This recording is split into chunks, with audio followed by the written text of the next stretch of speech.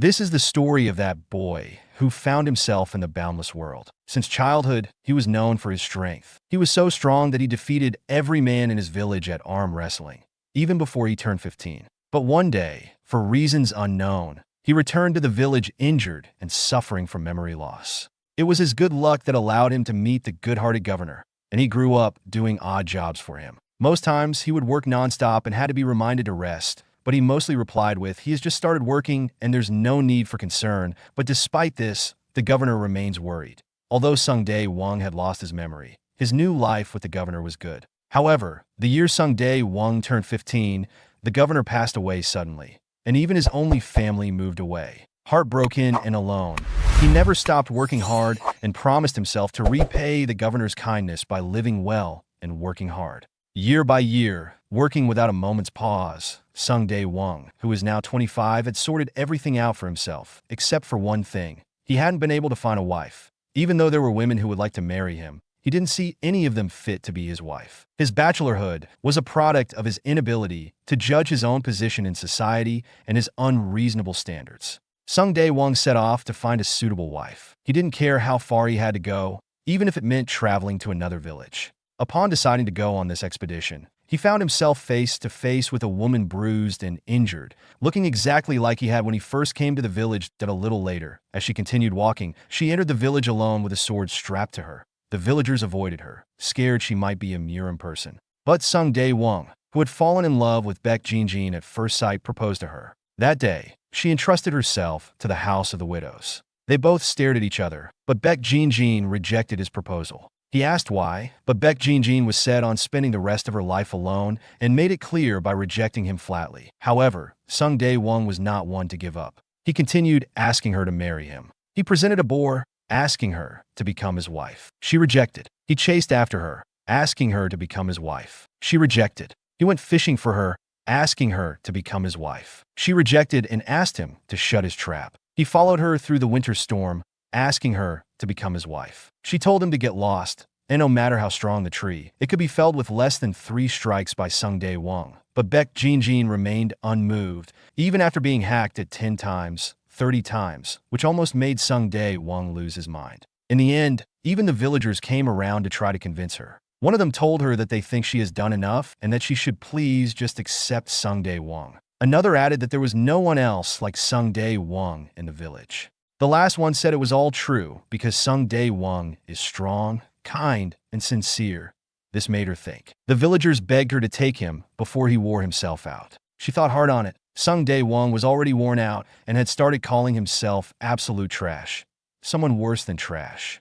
He figured he'd probably grow old and die chopping down trees. But then Beck Jinjin appeared behind him, surprising him. He asked her what she was doing there. She told him that it would be the 120th time if he proposed to her once more, and she said that no matter how half-witted a person is, if they have proposed to you 120 times, you should accept them. Sun Day Wong was still in shock. He wondered if that was what she had been thinking before she came to him. She asked him what he was going to do now. With joy in his eyes, he shouted and proposed once more, asking her to become his wife. Jinjin accepted, and it became so. After 120 times of proposing marriage, Sun Day Wong was finally able to win her over. After their marriage, Sun Day Wong used the money he had saved up to set up an inn. Time passed, and the first fruit of their love was born, Song Woo Mun. Sun Day Wong and Beck Jinjin's joy knew no bounds, except that Beck Jinjin, whose body was already frail, was further weakened by childbirth. The cries of a newborn baby filled their home. After giving birth to their second child, Sung Woo Kong, her weakened body couldn't even handle stepping outside to get fresh air. Sun Day Wong had to spend the money he earned from the inn on medicine for his wife, which made her feel bad, but her husband always assured her that it was all good. With a satisfied look, he told her that it was his responsibility as a man to take care of his wife's medical bills, and that she should just focus on her health. She appreciated him, and he got emotional. While Beck Jinjin struggled with her illness, their 2 children grew up fast. The first son, Sung Woo Mun, was an exact replica of his mother, with her good looks and well-built body, and he was just as smart too. He would climb trees, making his father worry, but his father would always try to caution him. His only flaw was that he was a cunning and ill-tempered boy. His father asked him to get down from the tree because it was dangerous, but he told his father that it was only dangerous for fat people like him. Song Woo Mun was the kind to not shy away from boldly expressing his opinion. If he disliked something, he had to make it known immediately to feel relief. Inside the inn, Sun Day Wong once complained to his wife that the boy had her looks, but not her personality. She reminded him that even she was like that before she got sick and added, illness really changes a person's personality. Thus, Sung Woo Mun, who was so healthy and strong, grew weak and pale like his mother, his personality fading along with it. His father suspected that he wasn't feeling well, but Woo Mun tried to hide it. His father still wondered how the boy who used to run everywhere had become so weak. This was something he didn't know. The second son, Sung Woo Kong, was the opposite of his brother. He got no good qualities from either of his parents. He was strong and sturdy and could easily make kids 3 to 4 years older than him cry. But unlike his brother, he was very bright. When Woo Mun turned 10 and Woo Kong turned 7, they caught the attention of the Wasan martial artist group that came to stay at the inn. One of the martial artists held Woo Kong and said that he had a great body, and if he received training from their Wasan martial artist group, he could become someone great. This got both Kong and Mun excited because they both thought they would be accepted. Their father also got excited and congratulated his sons, saying that if they could be part of the honorable Murim community, nobody could touch them, that he asked the martial artist if they could really teach his sons. However, they told him that they could not take Woo Mun. Although his eyes shone bright, his body appeared weak, and they said he would collapse within 5 days if they took him along. This left Woo Mun devastated. Even though it was sad news for Sun Day Wong, he also admitted that his child's body had grown weak. The martial artists asked for his permission to take Woo Kong and teach him their ways.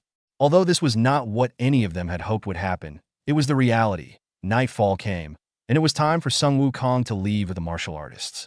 He said his goodbyes and promised his brother and father that he would be back soon.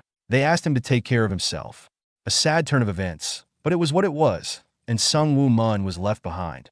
Although Woo Mun's body grew weaker and he could not play to his heart's desire, not once did he complain or grumble. No matter how well he felt, he would not let his parents know for fear of worrying them. Moreover, he always inquired about his mother's health and worried for her. Although he made an effort to never appear weak, this time, even he found it unbearable. Sung Woo Mun and Sung Woo Kong grew up listening to stories about the Wasan martial artist group and the Murim community. For them, seeing the Wasan group in real life was a rare opportunity. His father, worried about his son, asked him if he was okay. But Woo Mun, in tears, gave a fake laugh and told his father that he was completely fine and needed to go to sleep. That same night, as Woo Kong headed to the Wasan group, Woo Mun sat in his room all alone, crying, asking himself why he was so weak compared to others, why he had to suffer so much, and why he wasn't selected by the Wasan martial artists. The day the Wasan's choice changed the fate of the boys, their mother complained to her husband, telling him that she was still worried because the Murim is not a paradise. It's a cold and dreary place. But he told her to forget it because Woo Kong had already left, and even Woo Mun really wanted to go. There was nothing they could do now. However, she said she was actually more worried about Woo Kong, who had followed them, and also worried for Woo Mun, who was left all alone here because all she wanted was for them to grow up as normal kids. Her husband didn't understand what she meant, so he told her that he would go make something for Woo Mun to eat while asking her to rest, that he walked away, feeling really sad. Downstairs, he noticed a really bright light coming from outside and wondered what it was in the middle of the night. Upon going outside, he was shocked and screamed loudly, startling Woo Mun, who had been crying alone in his room. Woo Mun quickly raised his head and called out to his father, asking what the matter was as he rushed to the window. Upon getting there, he also couldn't believe what he saw. The day the fates of the two children were changed by the choice of the Wasan martial group was also the day when someone came and changed Woo Mun's new destiny. The old man greets Sun Day Wong and Woo Mun, who still can't believe his eyes but just stares. The elderly man, who was once floating, lands on the ground. He walks up to Day Wong and Woo Mun, staring from above. Woo Mun calls the elderly man Shin-sun. Shin-sun means sage with miraculous power. Woo Mun quickly rushes down to meet this Shin-sun, scared to actually come out. He stands behind the door at first. The Shin-sun tells Day Wong that he's starving and must eat, so he asks if they could get him a bowl of plain noodles.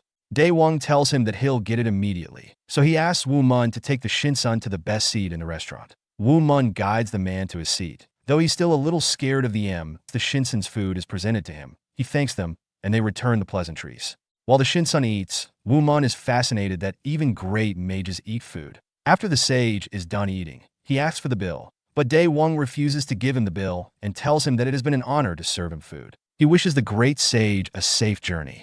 The sage appreciates the kindness but says that although he is poor, he cannot simply leave like that. So he requests that they prepare him a paper and brush. Day Wong is surprised at this request and wonders if the sage is going to write something for good luck, so he immediately rushes to get them. On his way, he gets excited because his wife comes to mind, and he plans on asking the sage to write something wishing for his wife's good health and for the health of his entire family too. Woo Mun doesn't stop looking at the sage, so the sage asks him if he looks fascinating to him. Woo Mun apologizes, but the sage proceeds to tell Woo Mun that he sees he really wants to learn martial arts, seeing that he has even wept over it. The boy is shocked and asks the man how he knows. The man smiles at Woo Mun, and just then Day Wong arrives, presenting the paper and brush. The sage thanks Day Wong and tells him that he wishes to draw them a landscape painting with his humble skills in exchange for not taking any money from them. Day Wong, not wanting to seem rude, asks the sage if he really means he's going to give them a painting. The mage sticks the paper to the wall and immediately starts painting. Day Wong and Woo Mun both watch closely as the sage paints. He starts with an unfamiliar flow, then adds the trees, the landscape, and birds flying in a particular pattern. Woo Mun is stunned because he doesn't see the sage's brush move, but suddenly he sees the landscape appear. He wonders if that's one of the sage's powers, and his father is also awed by the beautiful artwork. The sage adds his finishing touches, and now it's complete. The sage tells them that the painting is a representation of the gratitude he feels toward them and that he hopes they cherish it dearly. He then says he must take his leave. Sun Day Wong thanks the sage, but instantly remembers that he doesn't know the sage's name.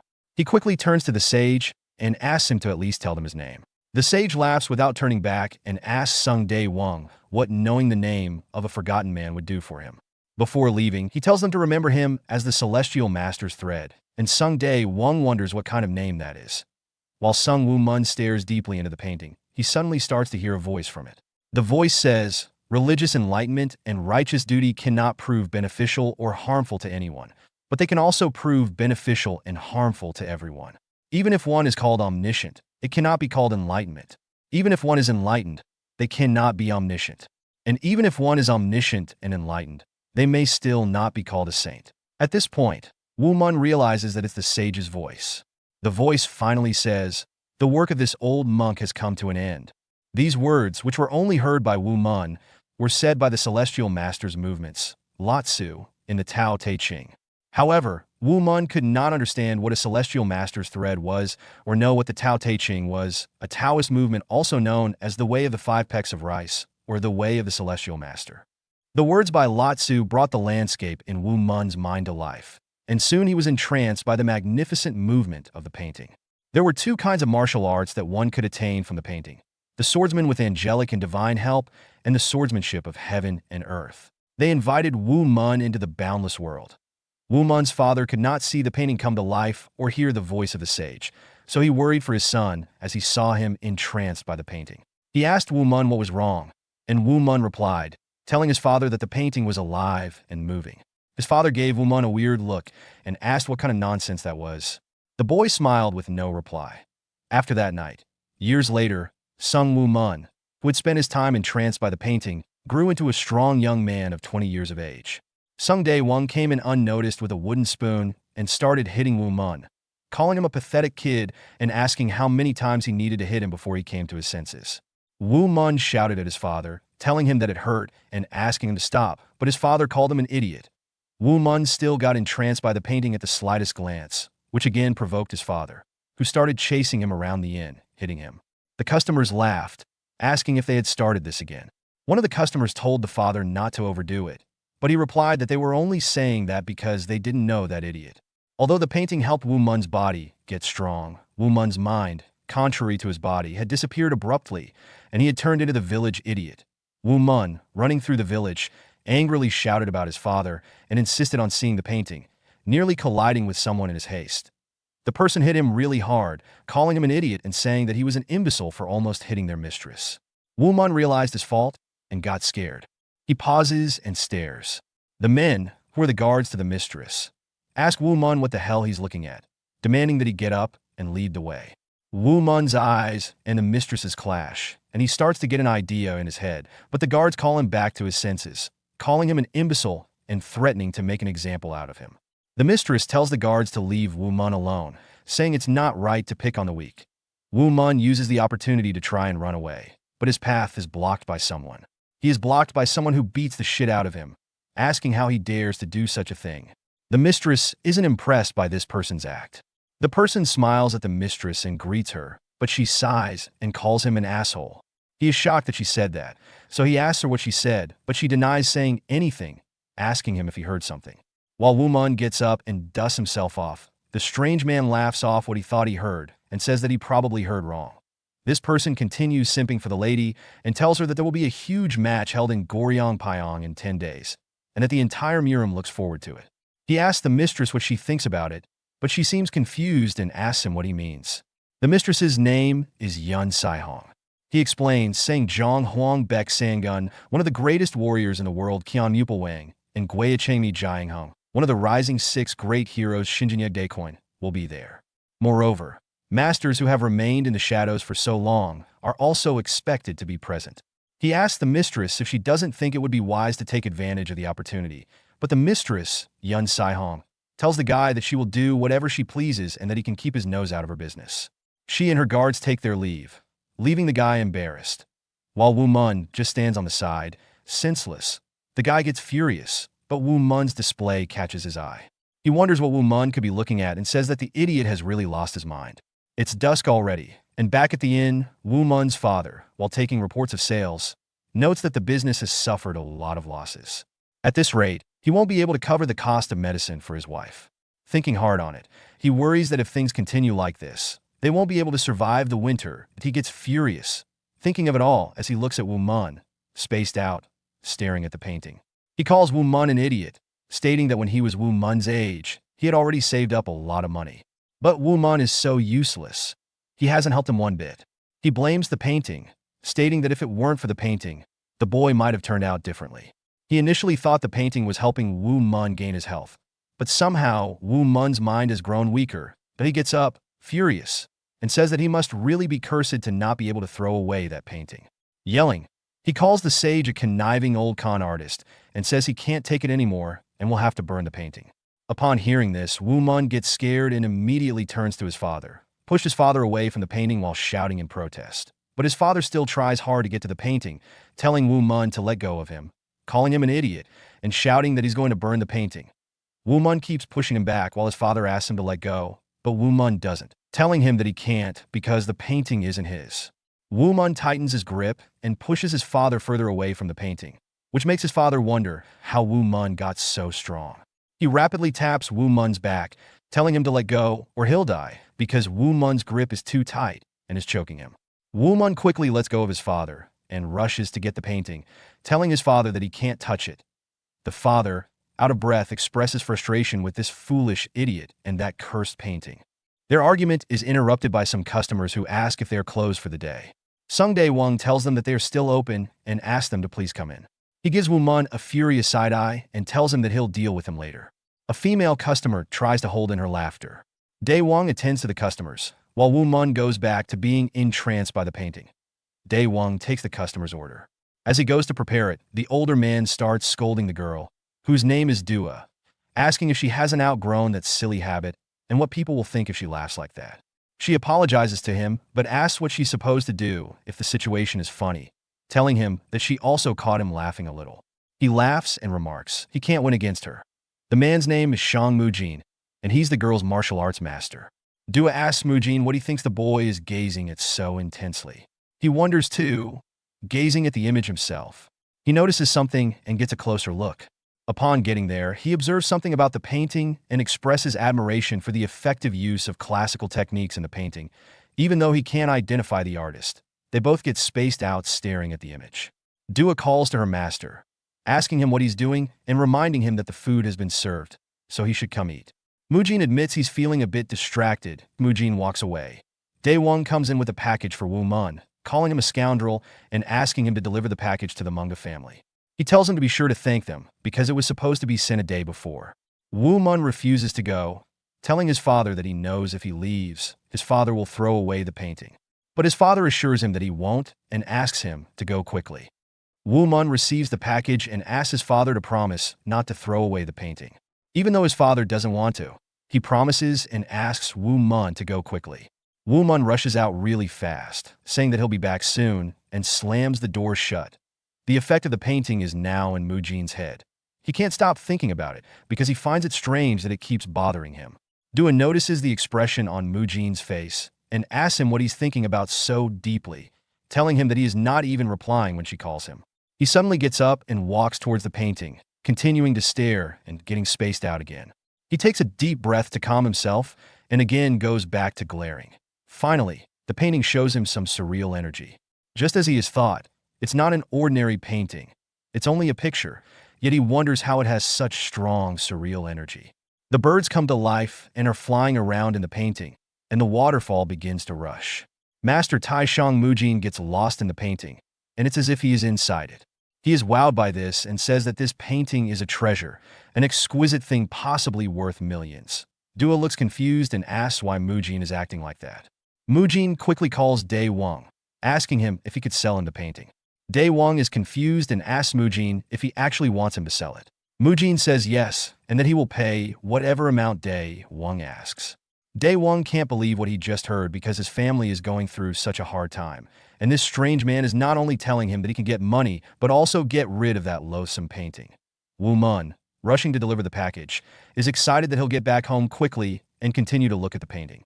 Day Wong finally decides to sell the painting, so he asks for 5 niang. Mujin is surprised that Day Wong asks for only 5 niang, but Day Wong thinks he went overboard and asked for too much. Mujin, knowing the true worth of the painting, immediately gives Day Wong the 5 niang. An ignorant Day Wong thanks him. He's filled with joy because with this money he could buy the best medicine for his wife, although he does feel bad for Woo Mun. Mujin and Dua are done with their meal, and they say their goodbyes. Mujin pauses, feeling bad. Dua asks him what the matter is, and he goes back to meet Day Wong, telling him that the money he paid for the painting won't do and that he underpaid him. He offers his sword to Day Wong, but Dua strongly disagrees, shouting and asking him how he could give away the piercing white divine sword. Master Taishang Mujin gives the sword to Day Wong and calmly tells her to hush, but she still tells him that it doesn't make sense, asking him if he's really going to give away the divine sword for that shabby painting. Day Wong, Woo Mun's father, accepts the sword in gratitude, saying that he doesn't completely understand its importance but will accept it gracefully. From Day Wong's reaction, he knows that it must really be a great sword, so he wonders how much he can sell it for. They take their leave, wishing him goodbye, and he does the same, wishing them a safe journey. Woo Mun is back and shouts loudly, asking where his painting is. His father tries to act like he doesn't know what's up and also joins in looking for it, asking where it went and if someone stole it. Woo Mun doesn't believe that his dad had nothing to do with the disappearance of the painting, so he asks his father if he burned it. His father denies this claim and asks how he dares accuse him of burning it. Woo Mun expresses disbelief, asking if it was sold. His father still denies it. Woo Mun looks around and sees the sword that was given to his father. He grabs it and shouts in his father's face, asking him to give him the money, saying that he knows the buyer must have also given him some money. His father refuses, telling him that he doesn't know how bad things have been and that it has been really difficult to get by. But Woo Mun doesn't care about that. Instead, he threatens his father that he will tell his mother that he lied to him and sold the painting. The father shouts no, remembering when his wife told him that lies are unforgivable, death being the only remedy for liars. Woo Mun asks him if he should report it. His father deliberates on it, calling Woo Mun an imbecile, but gives the money, stating, "Here you go. You want to rat me out to your mother, you disgraceful idiot." Woo Mun asks him when those people left, and he says that it was a while ago. Woo Mun shouts about his painting and sprints out of the inn. Day Wong says that he can't believe Woo Mun would go that far, concluding that Woo Mun must have really lost his sanity entirely. While Woo Mun runs, it annoys him that the old man bought his painting for such a puny sum. He thinks that if the man was that kind of murim, then surely he must be going to Goring Payong. The anger and eagerness to get back his painting make him run faster than a normal human, but he doesn't know it. He promises, "Just wait and see." Mujin and Dua walk, and Dua asks him why he's walking so fast, asking if he's that excited about the painting. Mujin tells her that he didn't realize and expresses his enthusiasm for researching the painting, saying his excitement is limitless. Dua tells him that that useless son seemed to really like this painting. She smiles and asks him if the son won't make an incredible fuss when he comes back. Mujin remembers the child and feels bad, saying to her that he completely forgot about the child because, in a way, the painting's real owner is that child that a really loud roar is heard. Stop right there. This roar is so disturbing that it disrupts Dua's ears. But because Mujin is an experienced martial master, he isn't affected that he looks back and asks who it is. It's Woo Mun, running towards them, shouting that the painting is his. Still with the roar, Mujin sees how badly it's affecting Dua. He angrily calls Woo Mun a scoundrel and demands he stop that right now. His roar comes as a straight wave and almost blasts Woo Mun off his feet, but Woo Mun manages to stand and still rushes towards them, telling them that the painting is his.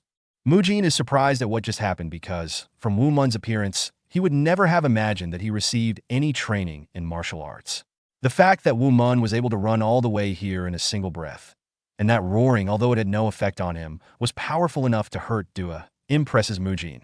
Woo Mun goes down on his knee, begging them to give back the painting, stating that it is more important to him than anything in this life. Mujin is shocked to hear this, wondering if Woo Mun comprehends the true value of the painting. With no response from Mujin and Dua, Woo Mun gets back up and shouts at them, demanding they give it back this instant. Dua is offended by the way he spoke to them and asks how he dares speak so arrogantly. Mujin is still amazed by everything the boy has done so far, but decides to play along. He tells Woo Mun that he has already bought the painting, asking what right he has to ask him for it. Woo Mun pauses, not expecting this. Mujin looks at Woo Mun, seeing that he has the sword and the money he gave Woo Mun's father. It is unquestionable that the painting belongs to Woo Mun, and since he hasn't paid a reasonable amount to its true owner, it would be best to just return it to him. Woo Mun murmurs repeatedly about the painting, but Mujin is becoming curious about him. Mujin states that Woo Mun seemed to have let out that roar earlier without realizing it. It was a powerful roar, and he smiles, thinking there seems to be a secret hidden in Woo Mun and the painting. Quite unlike him, he starts coming up with a plan. Even though he has decided to give back the painting, Woo Mun is confused, thinking about it. He remembers that the sage had actually drawn it for his father's services, so technically it isn't his, adding that he has just been claiming it stubbornly all this time. Mujin's plan is complete, so he tells Woo Mun that, according to his father, their family seems to be going through a hard time, that he asks if Woo Mun realizes that it's true. Remembering his mother's medical bills, Woo Mun feels really bad that he didn't even think about it, saying to himself that he's so stupid. He tries to pull himself together, realizing that his father must have thought about their mother's medical bills. Disappointed in himself, he calls himself an idiot for forgetting about everything as usual. Tears drop down his eyes, and he says that he's sorry, telling Mujin to please hold on to the painting. Mujin is wowed once more, because for someone who caused such a ruckus to give up easily just at the mention of his family shows that his heart must be in the right place. Woo Mun feels so sad about the whole thing and is about to take his leave, but Mujin smiles and tells Woo Mun that they will have to play a game. If Woo Mun can lay a finger on him even once, then he shall not only return the painting to him, but he would also yield the money to him. He asks Woo Mun how that sounds. Dua disagrees, asking Mujin why he would want that. Woo Mun is surprised because he sees this as an opportunity. He immediately asks Martial Master Mujin if he's being serious.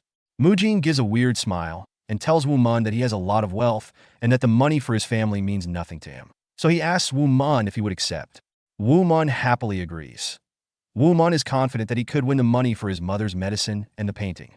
Kunlun's #1 swordsman, Mujin 1 Payong, is known for being a great master. The person currently overlooking the field is, in fact, the greatest master of Kunlun, Mujin 1 Payong himself.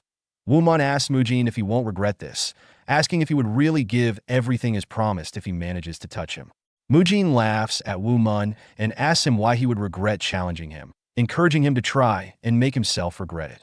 Woo Mun feels pumped because if he wins this, he could get the painting and money for his mother's medicine. Mujin pulls out the painting, and Woo Mun immediately goes to him, but Mujin easily dodges. Woo Mun tries really hard, and Mujin is surprised by Woo Mun's awful attempts because his body structure is that of someone who has never been taught martial arts.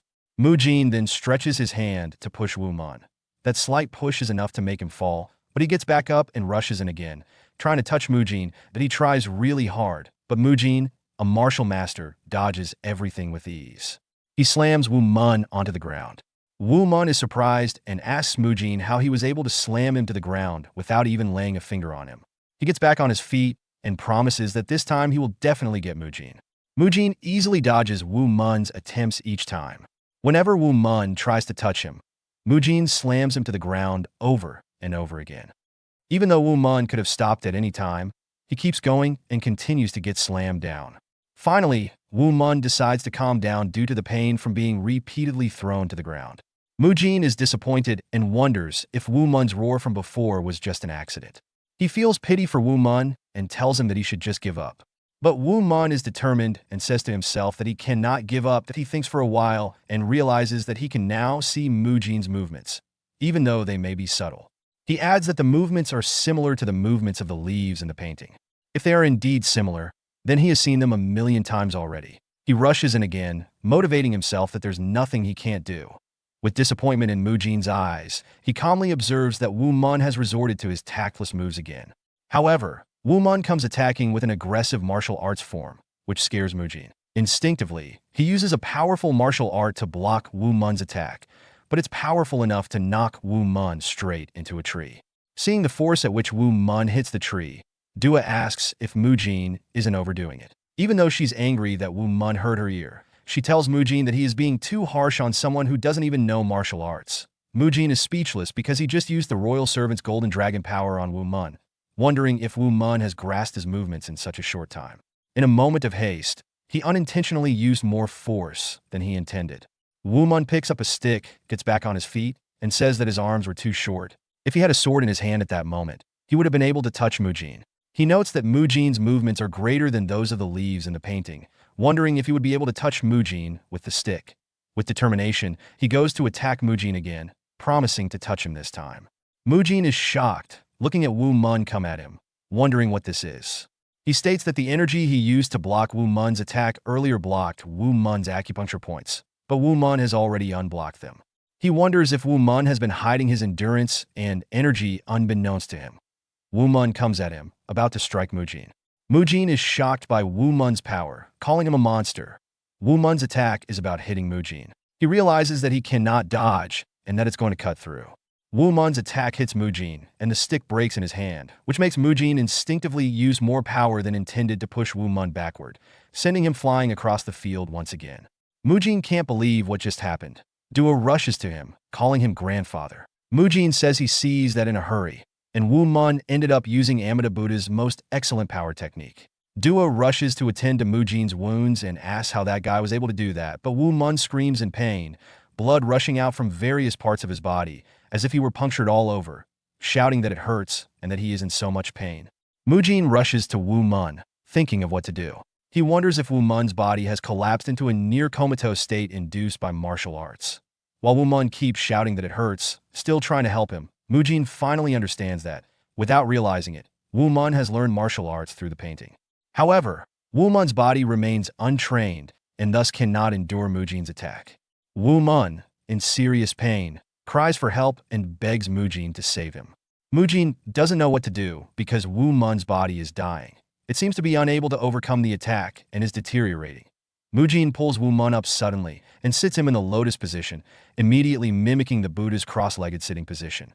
Mujin performs some key opening techniques on Woo Mun and tells Dua that for at least 1 hour, she must stand guard more rigorously than she ever has before and that nobody should touch him. She understands, knowing that when one's body continues to deteriorate, the situation is dire. Woo Mun opens his mouth wide and spits a large amount of blood. Mujin tells him that if he wants to leave, then he must pay attention to what he wants to say. Mujin instructs Woo Mun that he cannot open his mouth at any cost, no matter how much it hurts, telling him that his life is on the line here. Woo Mun is about to spit out more blood, but he holds it back. Mujin starts to chant some words as he connects to Woo Mun's body, that he realizes that Woo Mun's body has already been severely damaged. But if he can put all of his energy into Woo Mun, he can save him. However, Mujin warns that if he does save Woo Mun, he will never be able to summon the energy and force required for martial arts. He blames himself because his petty curiosity led to all of this, but he promises that no matter what, he shall save Woo Mun. Meanwhile, Woo Mun begins to cry as he thinks of his mother and father. Mujin has begun pouring his energy into Woo Mun. Dua looks around, recalling that they are on the road to Goryong Payong. People who harbor animosity toward Mujin would definitely pass this way. She wonders what would happen if they ran into such people at a time like this. She tries to hold herself together, knowing she'll be powerless in front of them that moment. she hears the rustling of the bushes. The people behind say they're pleased with what they see, thankful for having followed Mujin and Dua. Dua turns back and shouts, "Who is that?" One of the men in the bushes replies, "Mujin Woo Myong of Kunlun. We have finally come to the moment of your reckoning." Another one says they have come to take their revenge, and they all laugh. Dua realizes who they are, the evil, raucous, and corrupt four. She also realizes that she and her grandpa have been tailed by them all this while. She questions if this is what people mean when they say, "out of the frying pan, into the fire," because she knows she won't be able to hold them off alone. Mujin is unaware of what's happening around him as he continues Woo Mun's treatment. Dua whimpers, wondering what she's supposed to do without her grandpa.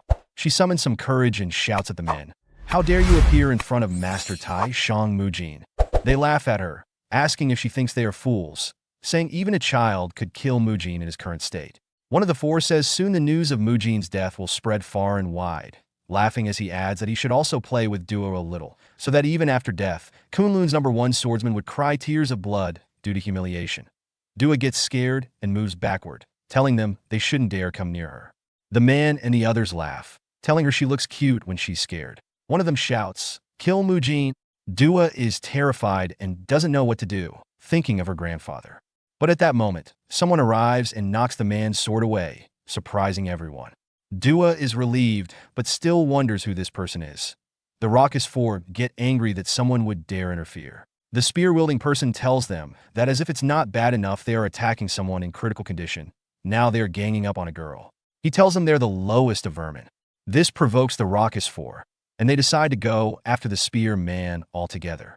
As they rush toward him, he uses his technique to cut down all of their swords in half. The raucous four is terrified, wondering what just happened. The spearman, positioned to attack, calls them pathetic scoundrels and says they lack even the ability to judge their opponent correctly at that moment. Even Dua realizes he's a martial arts master. While all this is happening, Master Mujin senses something strange from Woo Mun's body. A strange suction force is formed inside Woo Mun, sucking Mujin's energy rapidly. Mujin wonders what on earth this is. Woo Mun sits, absorbing Mujin's energy, and as he focuses, he finds himself in a strange place. At first, he wonders what's happening, but realizes this is inside his body. He can see that his body is disintegrating, with blood vessels bursting. Noticing strange energy on his hands, he questions if it's the energy he's getting from Mujin. Then, he sees lines from a landscape painting. Realizing they are trying to guide him, he thinks that if he uses the lines from the painting along with Mujin's energy, he should be able to fix his body. In that moment, without realizing it, Woo Mun takes the teachings of the landscape painting and restructures his body.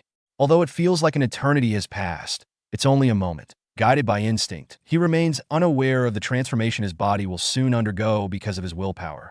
Woo Mun has sucked too much of Mujin's energy, causing Mujin to cough up blood and plop down to the ground. He tries to gather himself, wondering what just happened and who this child is. He catches the smell of blood and quickly turns around to search for Dua. He sees that she's okay, but notes that the raucous four is still present, wondering if they have been following him. He still can't wrap his head around how Dua managed to defeat them all by herself. Dua hugs him, telling him it was really bad and that she almost died. Mujin asks if someone helped her, inquiring if it was one of the greatest warriors in the world or one of the rising 6 great heroes. She explains that someone with a spear suddenly showed up to help her, before leaving just as quickly. She asked his name, which he paused to tell her, Jiang Hung.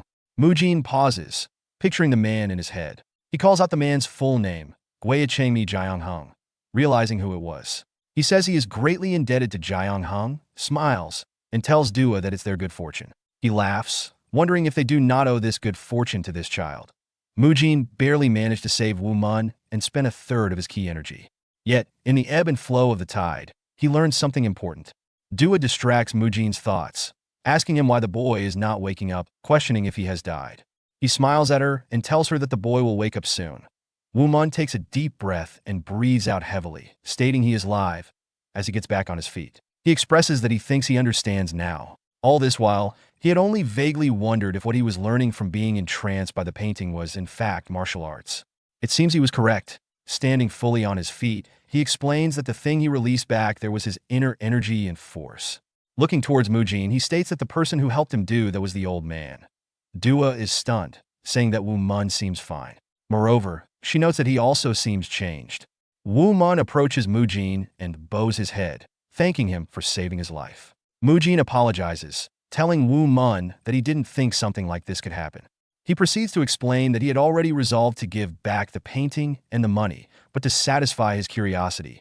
That's why he decided to test him. He apologizes once more, saying he's sorry, but Woo Mun tells him not to apologize, expressing only gratitude towards him.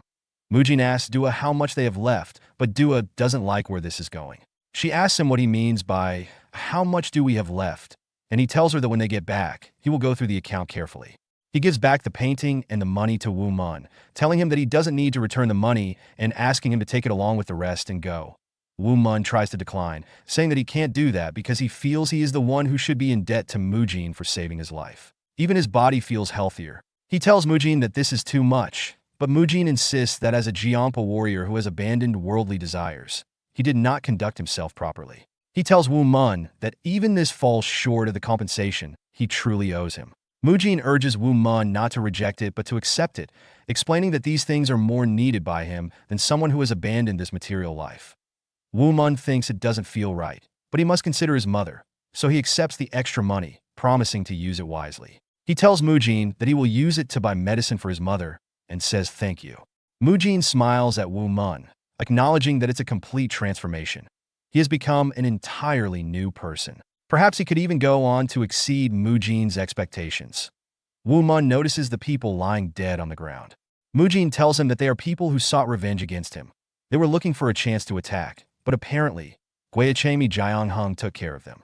Woo Mun is surprised to hear this name, as Gwaechemi Jiangheng is the one who will participate in the competition in Goring Payong. He tells Mujin that they owe their lives to that great man today. Mujin replies that it's not something for Woo Mun to concern himself with, saying this happened because of him, and he is the one who owes Woo Mun. As he hands over the painting, he asks Woo Mun who on earth drew it. Woo Mun smiles and says that it's a mystery to him as well, but he tells Mujin that the person who drew it, before departing, said he was the Celestial Master's thread. Mujin is amazed to hear this, and asks Woo Mun if he means what he just said, a thread of such a being. He wonders if that's why it happened. It all makes sense now. From his reaction, Woo Mun asks if Mujin knows who that is, expressing that he would be grateful if Mujin could tell him too. Mujin calls him child and asks if he knows about Taoism. Woo Mun thinks on it and says that he only knows it's something monks study and pursue. Mujin acknowledges he doesn't know much about the painting, but offers to share what he does know. He explains that during the Three Kingdoms of Korea period, 57 BC to 668 AD, the turmoil caused by the Yellow Turban Rebellion was led by Zhang Ju, who was said to be a follower of Taoism and a sorcerer. Zhang Ju spearheaded the way of great peace, tapping down the Taoist movement, but alongside that, another Taoist movement was growing popular, the way of the Five Peaks of Rice, also known as the Celestial Masters. The man who led this movement, Celestial Master Zhang, was Zhang Ling. Woo Mun is amazed by this and says if it was someone called Zhang Qion-sa. Then Mujin confirms it, stating that the way of the Five Peaks of Rice is also known as the Qion-sa sect. The Celestial Master's thread that the sage mentioned must definitely refer to the Qion-sa sect in the way of the Five Peaks of Rice. Woo Mun stares at the painting, wondering about the Qion-sa sect. Mujin tells Woo Mun that the martial arts teachings of the Qion-sa sect died with the last follower of Zhang Qion-sa, and after that, the teachings were passed down orally under the title of Qian-sa-du. That is how they exist today. Mujin smiles and tells Woo Mun that it's an astonishing feat for him to have learned the now extinct martial arts of the Qion-sa sect. Woo Mun then asks Mujin if he might know who drew the painting.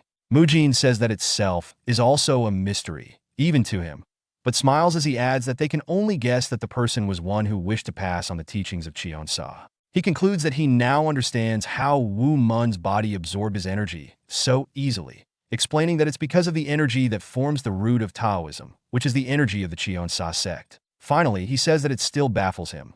While Woo Mun continues to stare at the painting, pondering the Qion-sa sect, Mujin feels tempted. If he takes Woo Mun under his wing, he could bring fame to the Kunlun faction. However, he knows that taking someone with the Qion-sa sect martial arts will surely draw opposition. Shaking his head, Mujin is disappointed in himself for letting his greed outweigh everything else. He decides that if it's meant to be, he will consider it again in the future. But for now, he can only offer his meager help. He call out to Woo Mun and reflects on a previous duel, acknowledging Woo Mun's skills in swordsmanship and energy manipulation. However, he points out a gap in Woo Mun's training, specifically his footwork, suggesting that despite his abilities, there's still important foundational knowledge to acquire for improvement. Woo Mun curiously asks Mujin what footwork is. Mujin feels disappointed that Woo Mun doesn't even know what footwork means. Woo Mun replies that he doesn't know what it means, a disappointed look on his face, and asks if he has just been defeated by someone who doesn't even know what footwork is. However, Mujin decides to teach Woo Mun. He demonstrates, telling him that footwork refers to the way one moves their feet while dueling someone.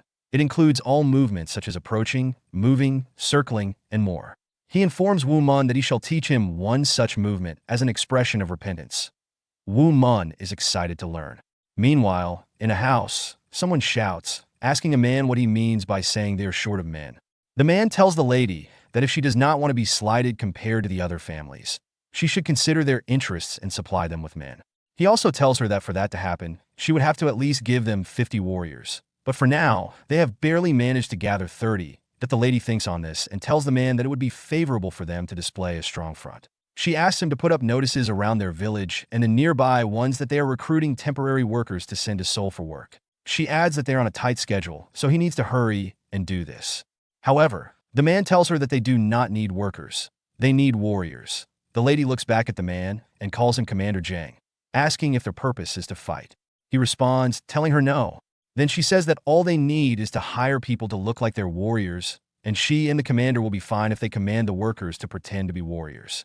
She adds that if they appear to have a massive force, no one would dare challenge them, and they will be fine.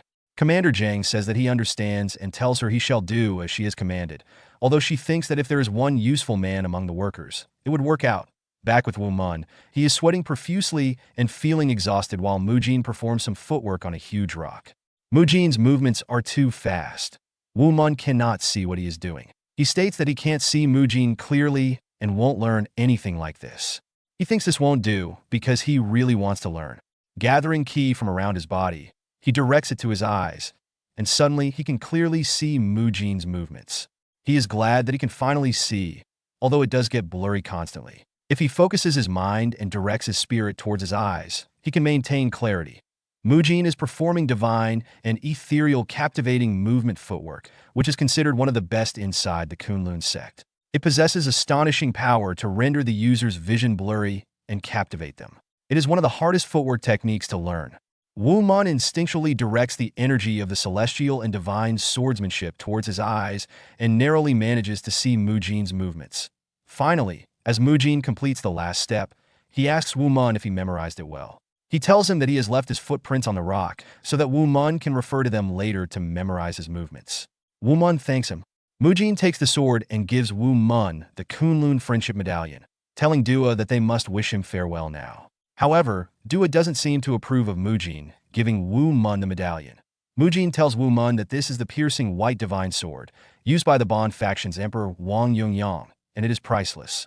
He adds that he was planning on giving it to him in exchange for his painting, but now he doesn't have any other means to defend himself and must take it with him. Instead, he gives Woo Mun the medallion and urges him to use it wisely when the time arises.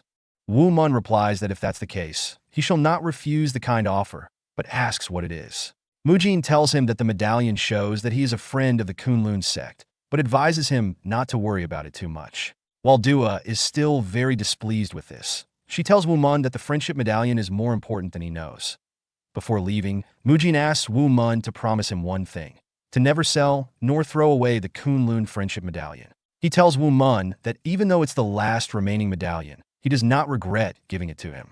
Woo Mun bows his head and promises, stating that if he gets a chance, he will visit Kunlun. Mujin tells him, so be it, and says that they shall continue their journey now. Woo Mun wishes them a safe journey to walk away. Dua looks back at Woo Mun, who still bows his head as they depart. Dua turns away, but keeps looking back at Woo Mun, unable to predict that today, which felt both short and long at the same time, would bring such unprecedented change in Woo Mun's life. Dua finds herself blushing while staring at Woo Mun, so she quickly turns away, surprised by her own feelings. Woo Mun returns home to his father, presenting the money to him, which surprises his father, especially since Woo Mun also got the painting back. His father asks where he got the money from. While handing back the painting, Woo Mun tells his dad that it seems things turned out well, explaining that he got the painting and the money back from Mujin. His father responds with a simple yeah, but then turns back to his dad, calmly telling him that it was wrong to have sold the painting without his knowledge. He warns his dad that if he deceives him again, he will tell his mother. The father agrees but wonders what's wrong with Woo Mun, noticing he seems different and speaks differently, questioning if Woo Mun has regained his mental capacity. Woo Mun puts a chair in front of the painting, sits on it, and once again begins to stare at it.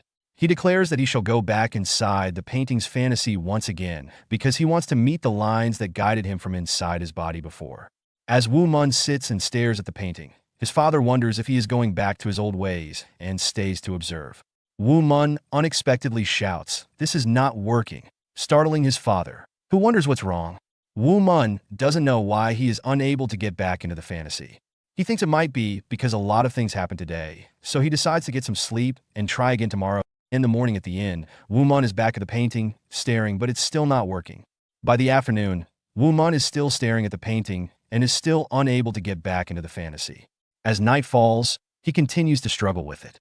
His father walks by and isn't surprised that Woo Mun hasn't changed 4 days later. Woo Mun is begging the painting to please work while his father looks increasingly frustrated. Day Wong can't take it anymore. He shouts at Woo Mun, telling him he doesn't care if he broke his promise or if Woo Mun tells on him to his mother. He asks Woo Mun to stop this immediately. He expresses anger and frustration, feeling that Woo Mun has worsened instead of improved, and contemplates destroying a painting for their own good. Woo Mun feels sad as he realizes that he has been useless. He holds his father's hand and asks for forgiveness. Woo Mun acknowledges his selfishness and promises not to revert to his old ways. Day Wong, surprised, asks if he's serious, and Woo Mun apologizes again. Day Wong looks at Woo Mun with many emotions swirling inside him, while Woo Mun appears remorseful, realizing that the illusion has vanished completely. For his parents' sake, he knows he has to give this up and forget about it. Suddenly, Day Wong starts to cry. Woo Mun asks his father why he is crying. Day Wong tells Woo Mun that he is crying because it has been a long time since Woo Mun said something befitting his age, and he continues crying. Woo Mun thinks about what his father said and fears that he may have been entranced by the painting, living his life like a fool, all this while without realizing the effect it had on his parents. He acknowledges that he has not been a good son, so he tells his father that he's sorry and that he shall live well from now on.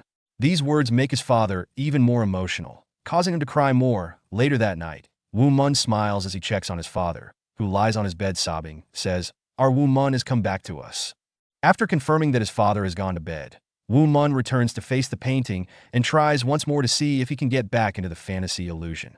He closes his eyes and focuses. Everywhere goes dark, and he can see the sage standing behind a lady, apologizing for not being able to keep his promise. The sage says, "The Taeyong Jiki is something one cannot overcome." Taeyong Jiki is a condition where the body is overwhelmed with energy or fire. A person afflicted with Taeyong Jiki is expected to die within 7 years. Woo Mun doesn't understand what's going on. He looks around and wonders where he is. He also recognizes the sage. The sage asks Woo Mun how he is doing, asking if a person is sick. Woo Mun doesn't understand, so he asks the sage if he's referring to himself. The sage then tells Woo Mun that his personal desire to fix the Taeyong Jiki led to his Xian deteriorating, an ability to ascend to immortality. The sage begins to explain, saying that Taeyong Jiki refers to a person born with exceptionally strong and violent energy.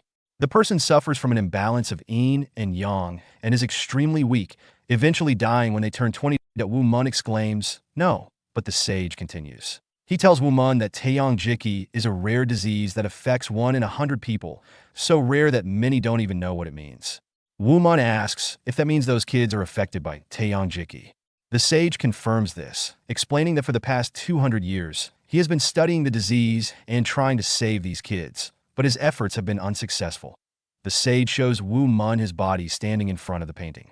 Woo Mun shouts, asking if that's himself. The sage responds by asking if he would like to see inside his body. Woo Mun shouts again as he is taken inside his body. The sage tells Woo Mun that the celestial and divine swordsmanship, which brings eternal harmony, is the swordsmanship of heaven and earth, containing the logic of all things in the universe. These two martial arts forms have intermixed to occupy the blood vessels and are extinguishing the fire burning within him. Woo Mun screams out of fear, asking the sage if it means he also has Taeyong Jiki and if the landscape painting was made to cure him.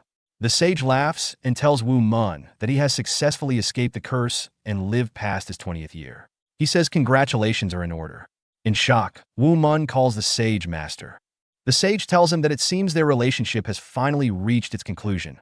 Woo Mun hears a voice in his head. The voice says, Tao eventually does not refer to a singular path. There is no distinction between good and evil Tao, and that is why they are Shinzian and Masian. In the world, Shinzian refers to good, especially Taoist hermits who abandon worldly pleasures and retreat into the forest to live a secluded life. Masian refers to evil. There's Jesian, alcoholics, Axian, Val people, Kiamson, great swordsman.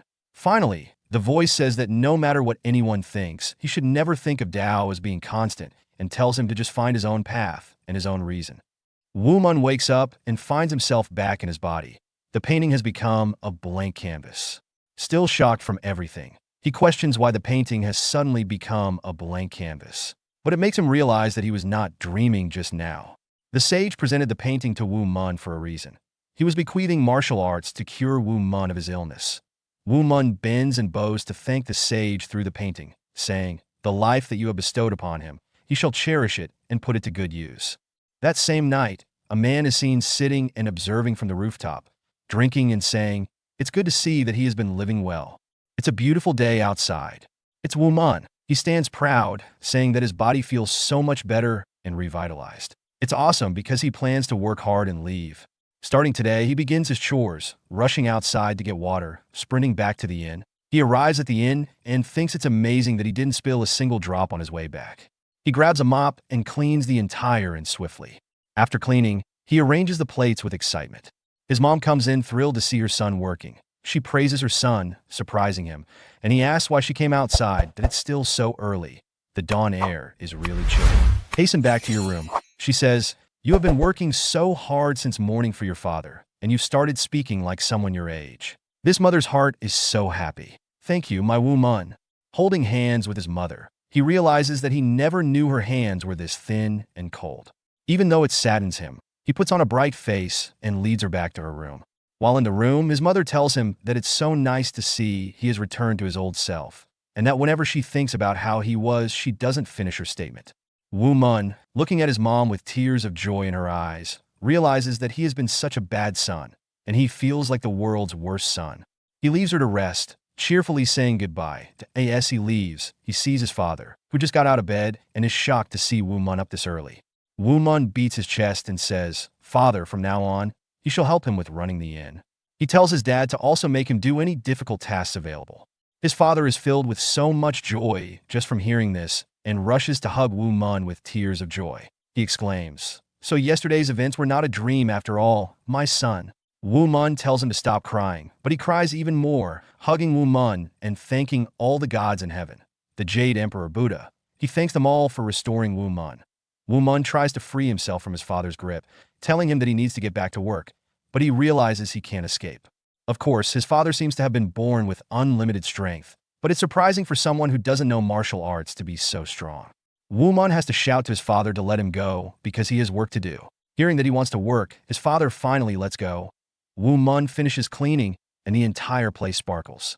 His father is so pleased with this and says that their inn looks so clean. The dirt spots must have been hard to clean, so he asks Woo Mun if his body doesn't ache. Woo Mun smiles and says, Hardly. On the contrary, I feel so energetic. His father laughs and tells Woo Mun to feel free to get out and do whatever he likes while he goes to prepare to greet the guests. Woo Mun thinks about it and finally gets an idea of what to do. He rushes outside to where Mujin left the footwork footprints, and he's glad to see they're still there. Woo Mun says that it's unbelievable and amazing that a human could leave such footprints on a boulder. Mujin called it the divine and ethereal captivating movement, so he decides to try it out. Starting with the first foot, then the second, he thinks he's starting to get the hang of it but falls down hard. Now he knows that it's not easy. Learning martial arts is not as simple as he thought, that he tries again because he finds it fun. Whenever Woo Mun felt disheartened about the landscape painting, he would concentrate on the martial arts lessons from Mujin. For countless days, Woo Mun struggled to learn the moves. For no matter how much he had changed, he was still untrained in martial arts. After many trials and failures, one night, Woo Mun is in bed complaining about not getting it, saying that even sleeping seems like a waste of time. Then he gets an idea that he goes into meditation, breathing and thinking of the celestial and divine swordsmanship. He concentrates really hard, Suddenly, he opens his eyes and runs out of his room to practice the footwork, running past his father. He thinks maybe it's a good thing that he can't sleep and that he should occasionally use it when he can't sleep. His father calls to him, asking where he's going at this late hour of the night. He says he's going outside to exercise because he can't sleep and asks his father not to worry about him. His father comments on his energy, expressing that it's great to be young. Hearing the word energy, Woo Mun remembers his father hugging him when he couldn't move. He wonders if the reason why he couldn't follow Master Mujin's movements was because of the difference in muscle strength. Whenever he hopes to come close to mastering Master Mujin's movements, his body fails to follow. Now he is sure that muscle strength is the reason. That night, instead of practicing the footwork, Woo Mun goes out and starts to train his body. Woo Mun was correct in his thinking. He hadn't had an opportunity to train his muscles all this while, and thus he was unable to match up to Mujin's speed. Woo Mun focuses on learning martial arts movements and gaining muscle strength. The muscles that improve due to metamorphosis also develop much faster than others. Several days pass in this manner, with Woo Mun training hard and lifting heavy boulders. After dropping a boulder, Woo Mun is excited because he never thought he could become this strong. Now it's time to finally try the footwork again. He starts again, feeling a little closer to mastering the movement. He is able to follow the movements a bit more now. As he follows the movement, he imagines Mujin beside him and thinks this is so much fun. Training his body like this is exhilarating. He gets too excited because he is having so much fun, and on the last step, he uses his energy to conjure a sword. He didn't know how he was able to do it.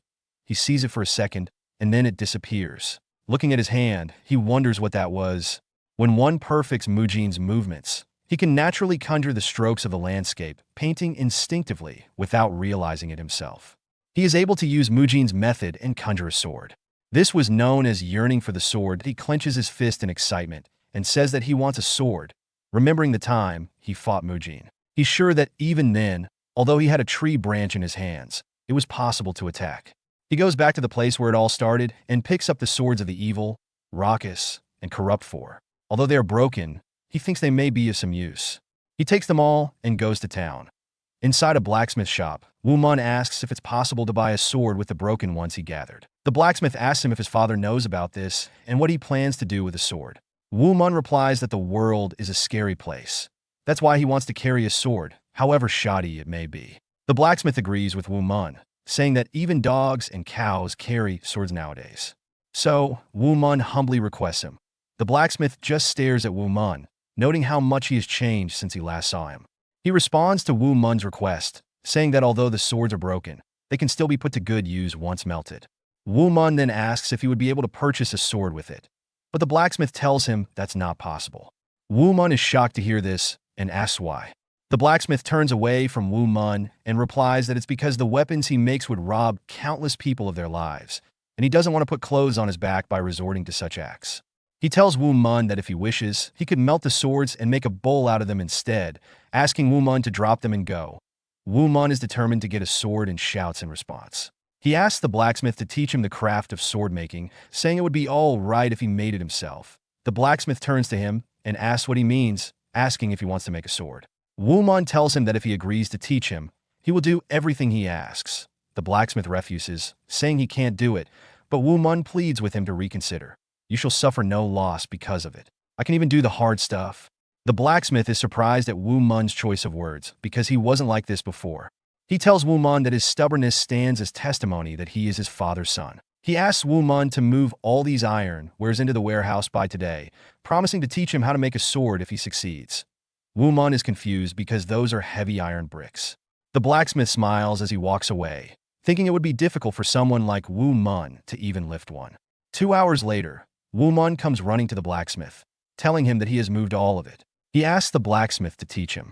The blacksmith shouts, "What?" because he doesn't believe it. He goes with Woo Mun to check it out and sees that he has actually cleared it all. He tells Woo Mun that it's impossible because they are so heavy, so he asks how he managed to move them all in such a short time. Woo Mun asks if he's breaking his promise, and the blacksmith agrees to teach him, saying a promise is a promise. Woo Mun rejoices. The blacksmith then calls his apprentice, Min Song, and tells him to show Woo Mun how to work with the bellows. The guy is frustrated and questions how he's expected to teach that person to use the bellows. Woo Mun gets pissed that Min Song still thinks he is an idiot, but the blacksmith calls Min Song a fool, telling him that Woo Mun is older than him, so he should mind his words and hurry up and teach Woo Mun. The blacksmith is Min Sung's father. Min Sung tells Woo Mun that this is so damn annoying, but Woo Mun holds his cool and tells Min Sung that he looks forward to learning from him. Min Sung is still annoyed. He goes to the bellows and asks Woo Mun why it feels like he has grown taller. He doesn't even want to hear from Woo Mun, so he just asks him to come with him to the bellows. He tells Woo Mun that it's not easy to make a sword, and that even blacksmiths like himself and his father have to devote at least half a year to learn how to work the bellows. It's Woo Mun's turn to do what Min Sung has just shown him. So Woo Mun observes that Min Sung took the flames with the wind. As he works the bellows, he thinks to himself that the wind blows violently upon meeting the fire, almost like how the painting used to sway. In order to make a sword, one must learn how to control wind and fire, and it doesn't seem like an easy task. Min Sung gets pissed because he sees that Woo Mun is already getting the hang of it and is good at it. He wonders how this guy, who used to be an idiot, has become so smart. His jealousy makes him call Woo Mun away, telling him that they are done and saying, anyway, he is busy too, so he wasn't looking forward to spending too much time on this. Let's move on to forging. Now Woo Mun is shocked and asks if they are moving to the next stage already. While forging, Min Sung tells Woo Mun that this is what they call forging. The strike should be strong but controlled. There should not be the slightest error when you strike. He thinks this would give Woo Mun so much difficulty, so he smiles and tells Woo Mun that it would be hard for someone like him to do even 10 times. Woo Mun analyzes everything Min Sung has just told him, realizing that weak strikes would be futile, whereas excessively strong strikes would ruin the shape. He thinks this would definitely improve one's concentration, so he tells Min Sung that he would like to try it. Min Sung laughs and tells Woo Mun to take a big mallet while he uses the smaller one.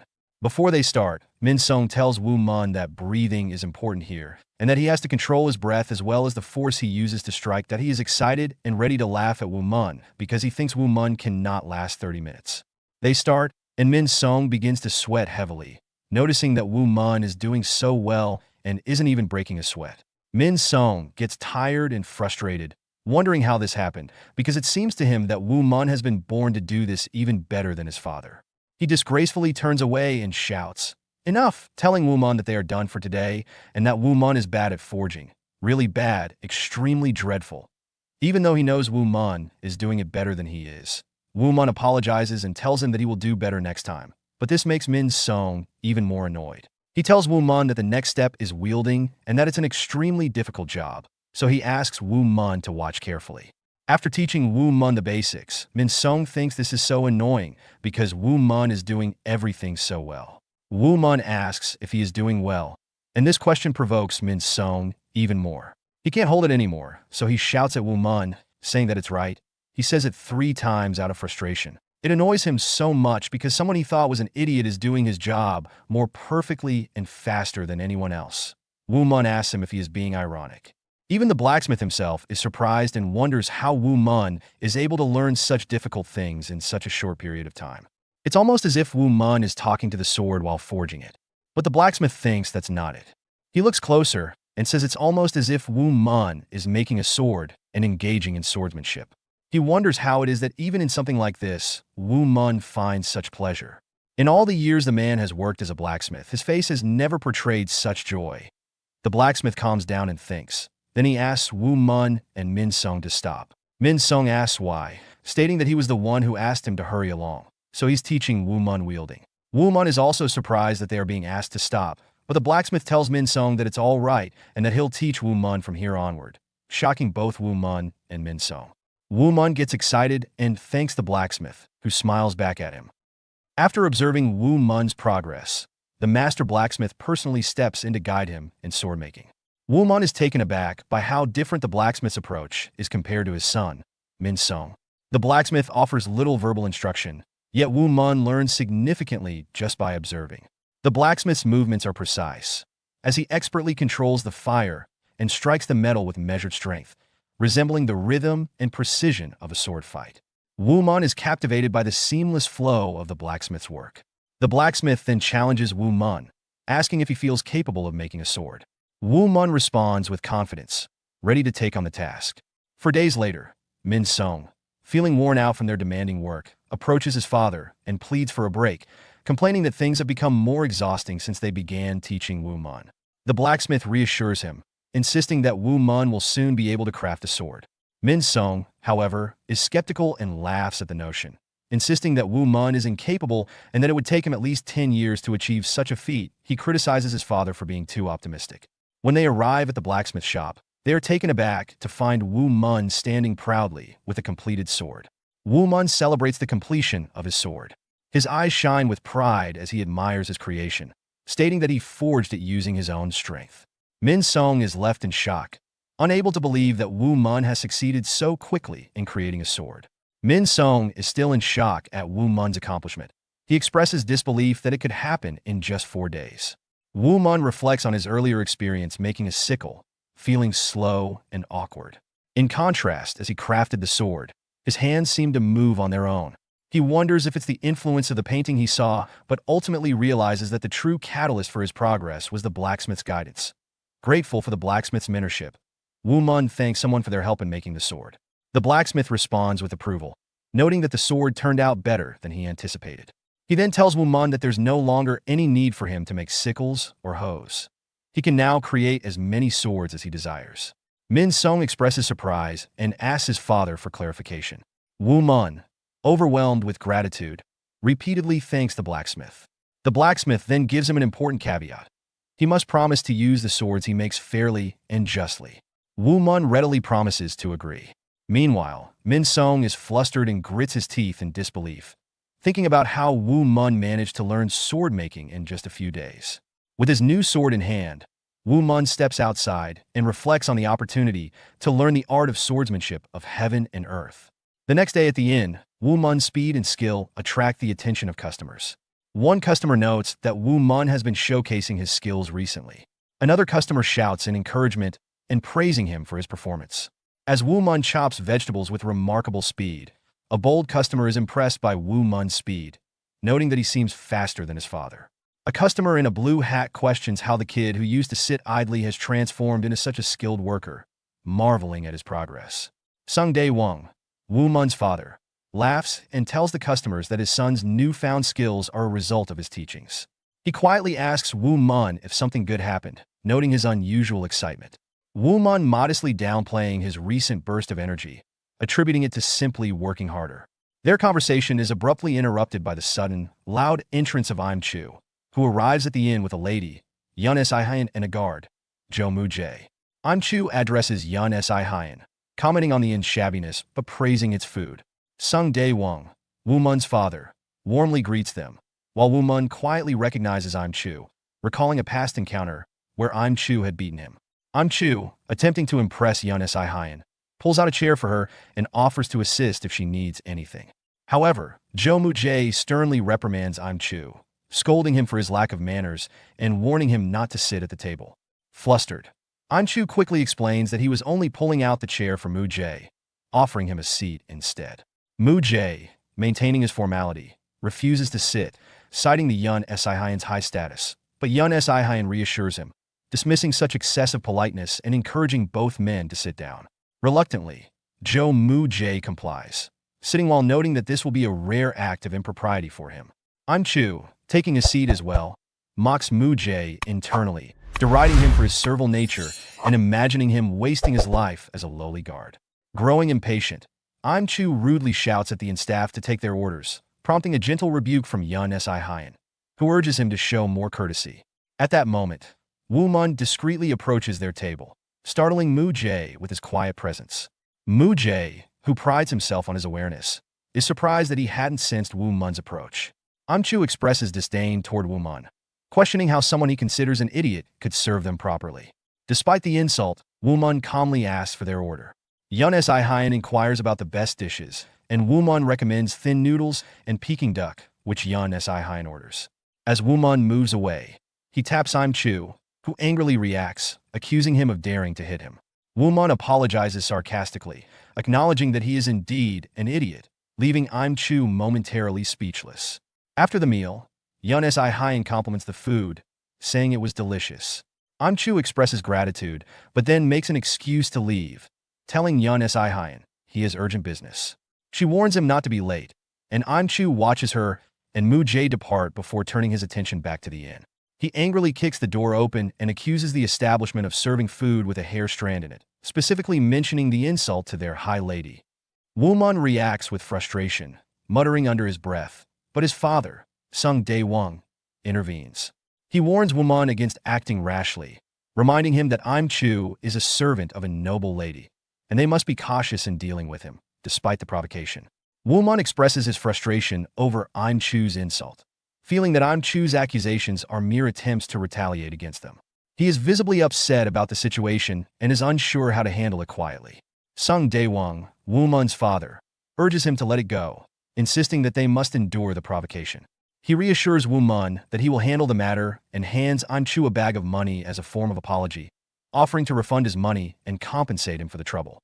Chu accepts the money but is quick to assert that he is only staying silent for the sake of the noble lady he served. He warns Sun Day Wong to be cautious, emphasizing the disrespect shown to their lady. Sun Day Wong acknowledges this and responds respectfully.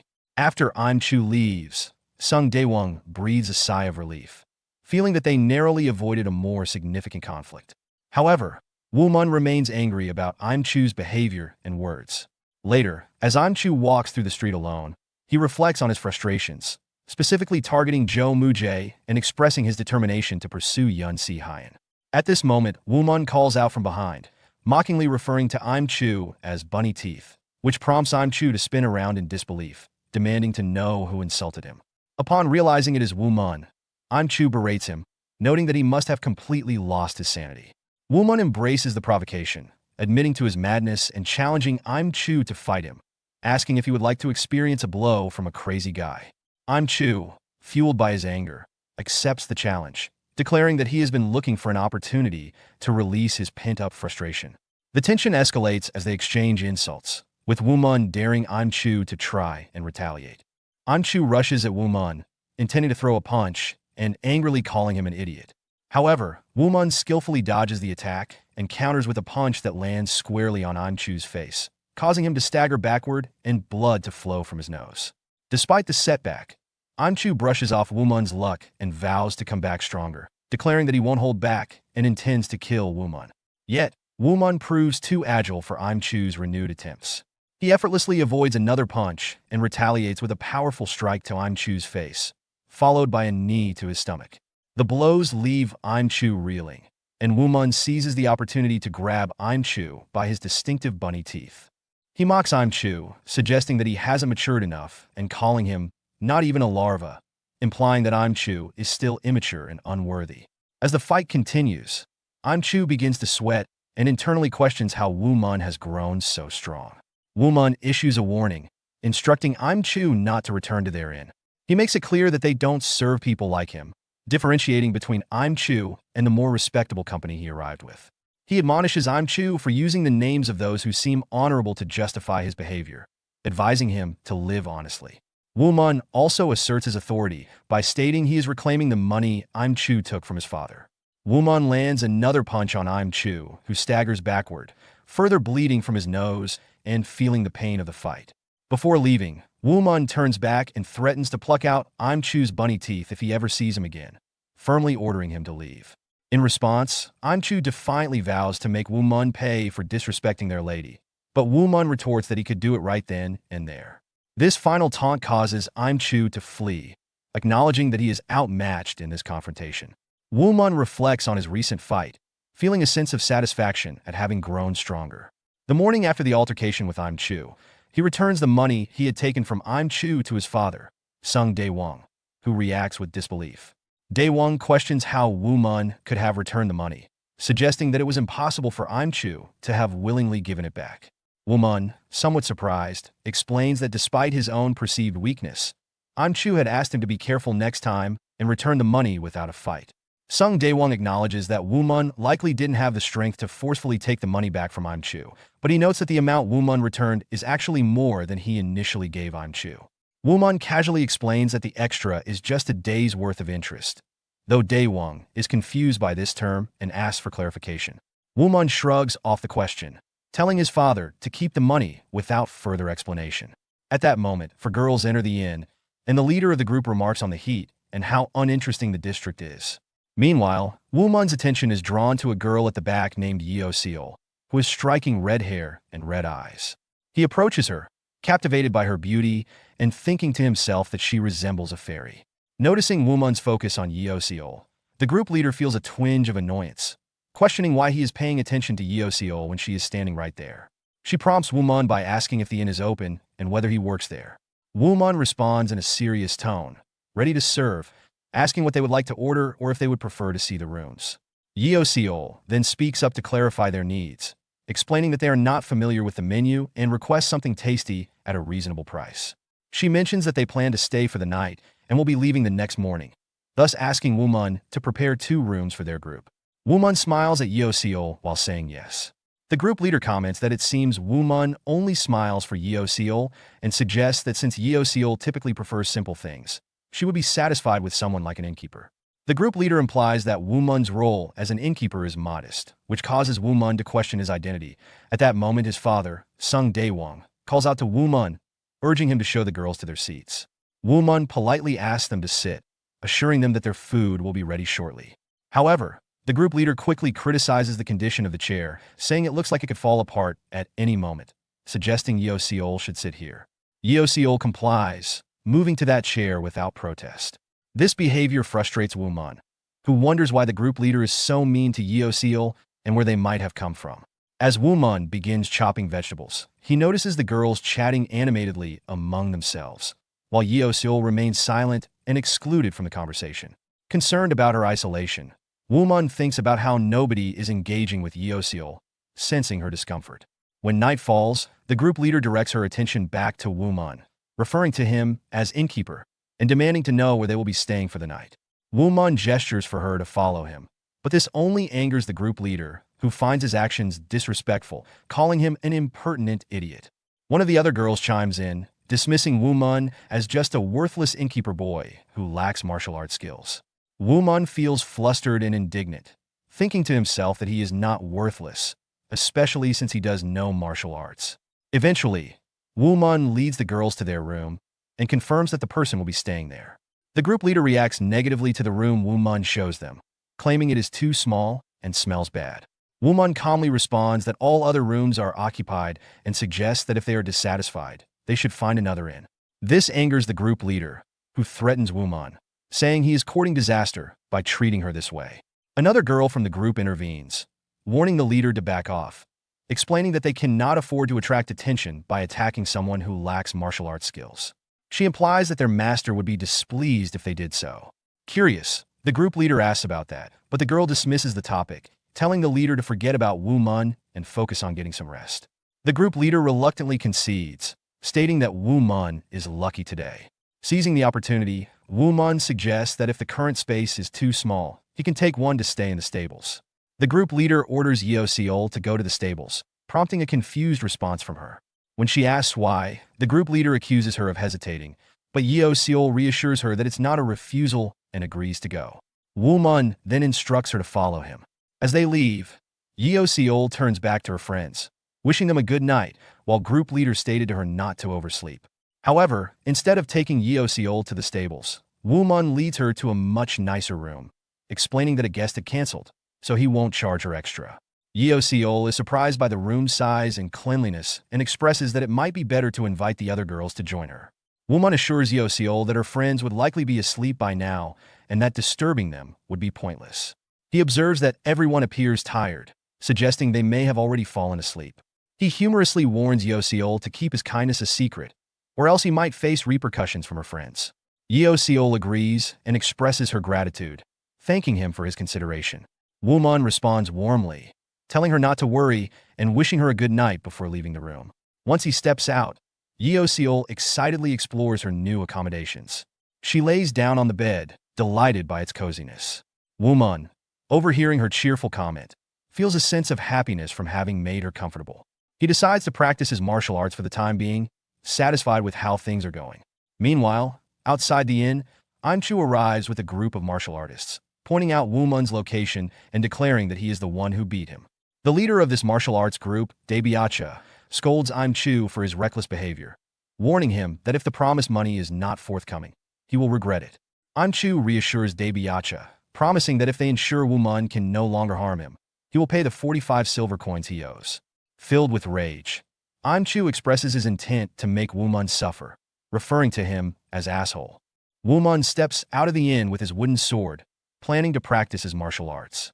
His focus is quickly interrupted when Im-chu confronts him, declaring that he's dead now and that he has brought Daebiacha with him, a formidable martial artist.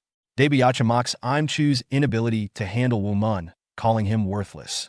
Unfazed, Woo Mun sighs and warns Im-chu that he had previously advised him against this confrontation. Im-chu retorts, telling Woo Mun to watch his words, threatening that Daebiacha will not spare him. Daebiacha responds to Woo Mun's slight by swinging his axe at him, but Woo Mun deftly dodges the attack.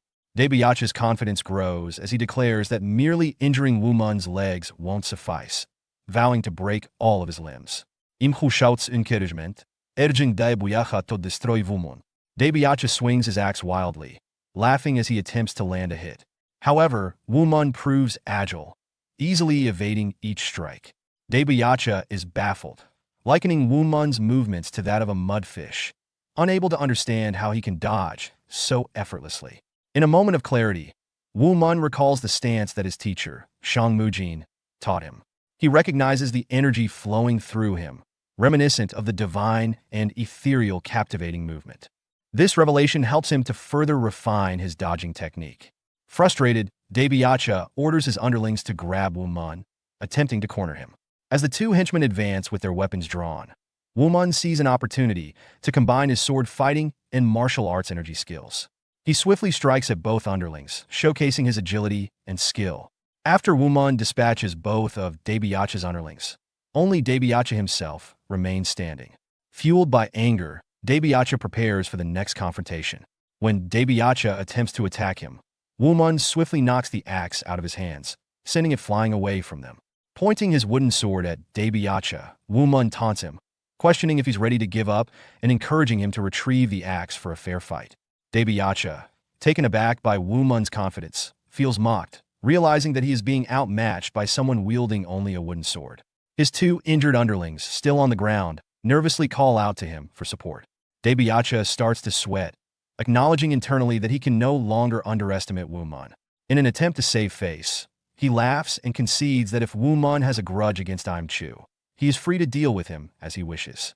To Woo Mun's surprise, Daebiacha turns to flee, commanding his underlings to follow. They comply, calling out to him as they scramble to catch up. As they retreat, Woo Mun expresses disappointment, lamenting that he was just beginning to find his rhythm in the fight. He reflects on how combining sword fighting with martial arts energy was helping him feel a sense of completion within his body.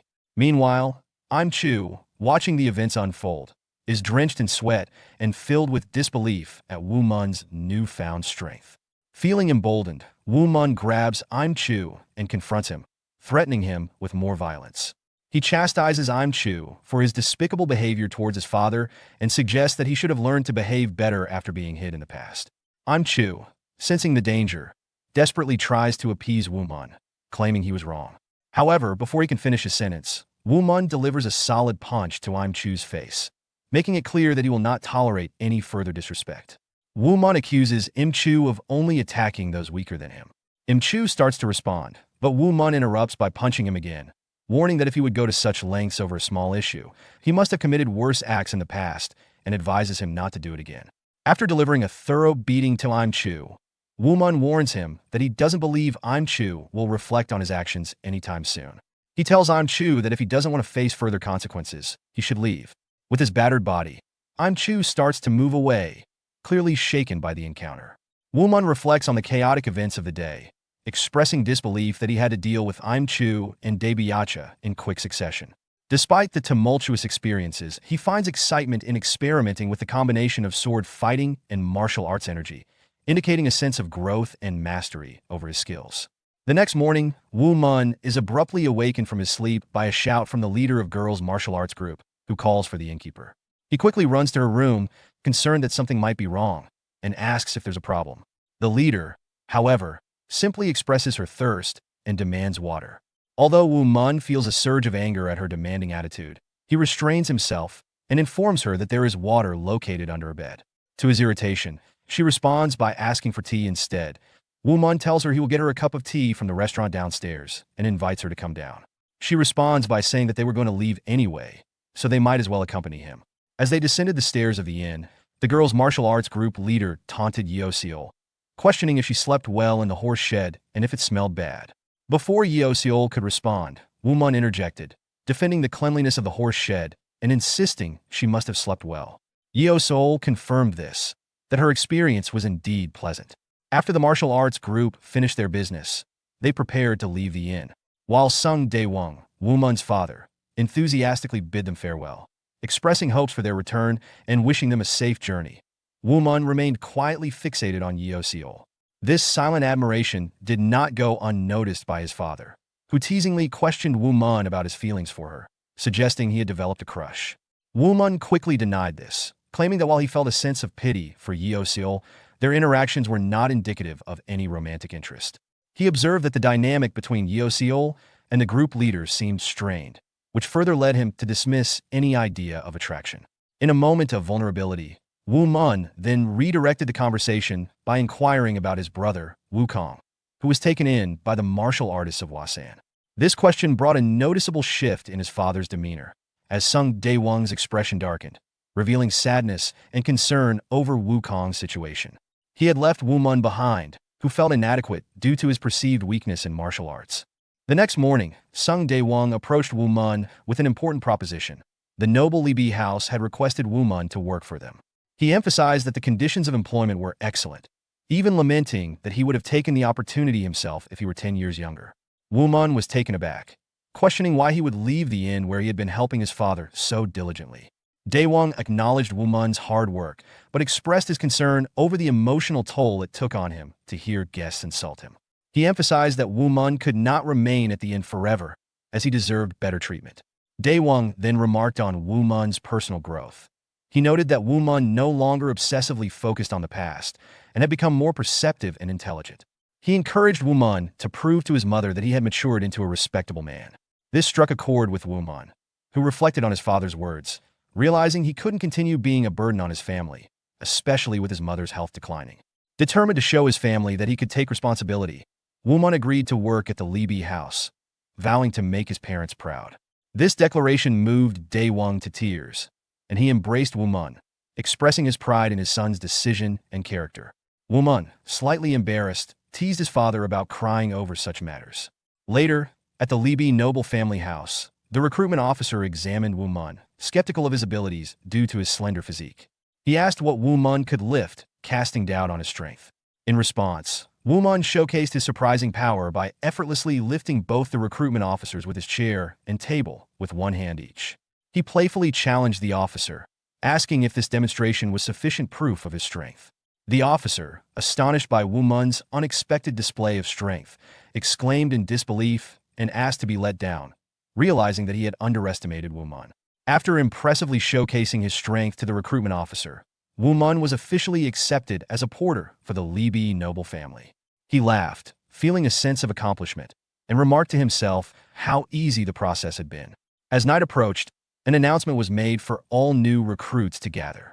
The officer informed them that they would leave for Goring Payong the next day and instructed everyone to prepare by moving the luggage. Woo Mun realized that had he arrived even a moment later, he might have missed the opportunity to apply, highlighting his good fortune. Among the other porters was Mr. Seo, who addressed Woo Mun directly, reminding him to keep up on the long journey ahead. Woo Mun acknowledged him respectfully. As he surveyed the area, he noticed Yun Si-hyun, the young lady he had met at the inn, along with a companion. He expressed curiosity about the identity of the person accompanying her. Mr. Seo explained that the individual was from the Kunlun faction, a well-known martial arts group, and was there to accompany Yun Si-hyun to Goryang Payong. This revelation struck a chord with Woo Mun, as he recalled that Shang Mujin, his martial arts mentor, had also mentioned being from the Kunlun faction. This connection piqued his interest and raised questions about the nature of Yun Si-hyun's journey. Curious about why Yun Si-hyun would need protection from a martial artist, Woo Mun wondered if the road to Goryang Payong was particularly dangerous. This concern lingered in his mind as he returned to the inn, eager to share the news of his new job and the day's events with his mother. But his mother, Beck Jin, expressed her concerns about the upcoming journey to Goryang Payong. She worried that the trip could be dangerous and suggested that he wait until they returned before starting work. Woo Mun reassured her, explaining that the porters would receive extra pay for accompanying the noble family on the trip. Despite his assurances, Beck Jin remained anxious. Wu Mun attempted to ease her worries by mentioning that many factions, including the prestigious Wasan faction, would gather in Goring Payong, allowing him a chance to reunite with his brother, Wu Kong. His mother's concern began to dissipate as she realized he might finally see his brother soon. However, she asked him to promise that he wouldn't get into fights like his father and brother had in the past, which had caused her much anxiety. Sun Day Wong, Wu Mun's father, chimed in to defend himself, stating that he no longer engaged in fights. Wu Mun laughed at their banter and reassured his mother that he would avoid conflict, urging her to stop worrying and to take care of herself while he was away, with a promise to return soon.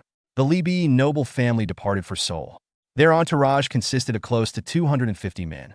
Their numbers were so great that nobody would believe that this was a family losing its standing. This was the last chance for this family to take a chance upon fate and emphasize their strength. As Wu Mun continued his work as a porter, he was feeling energetic and enthusiastic about his new job. Mr. Seo, one of his fellow porters, remarked on Wu Mun's lack of fatigue and sweat, attributing it to his excitement about working for the nobility and earning money for the first time. Their light-hearted conversation highlighted the youthful vigor that Wu Mun had, and it became evident that he was enjoying his new role. As night approached, an announcement was made to set up camp for the night, prompting Mr. Seo to request water. This led to a chorus of demands from the other porters, all wanting Wu Mun to serve them. In good spirits, Wu Mun decided to fetch a large bucket of water to accommodate everyone's requests. Meanwhile, at Yun Si-hyen's tent, a girl expresses her increased confidence with Yu Mun Kwang accompanying her to Kunlun. Yu Mun Kwang responds that it is an honor to accompany her. One girl comments on his humility despite being in the Kunlun sect, while the atmosphere in the tent was light, with the other girls playfully teasing Yu Mun Kwang about his humility, which he dismissed internally, knowing he was in a favorable position. He recognized the luxurious accommodations and attractive company he had, contrasting it with the old men he typically associated with in his sect. Yu Mun Kwang's thoughts turned more possessively toward Yun Si-hyen, reflecting on how she was a hidden gem from a small village.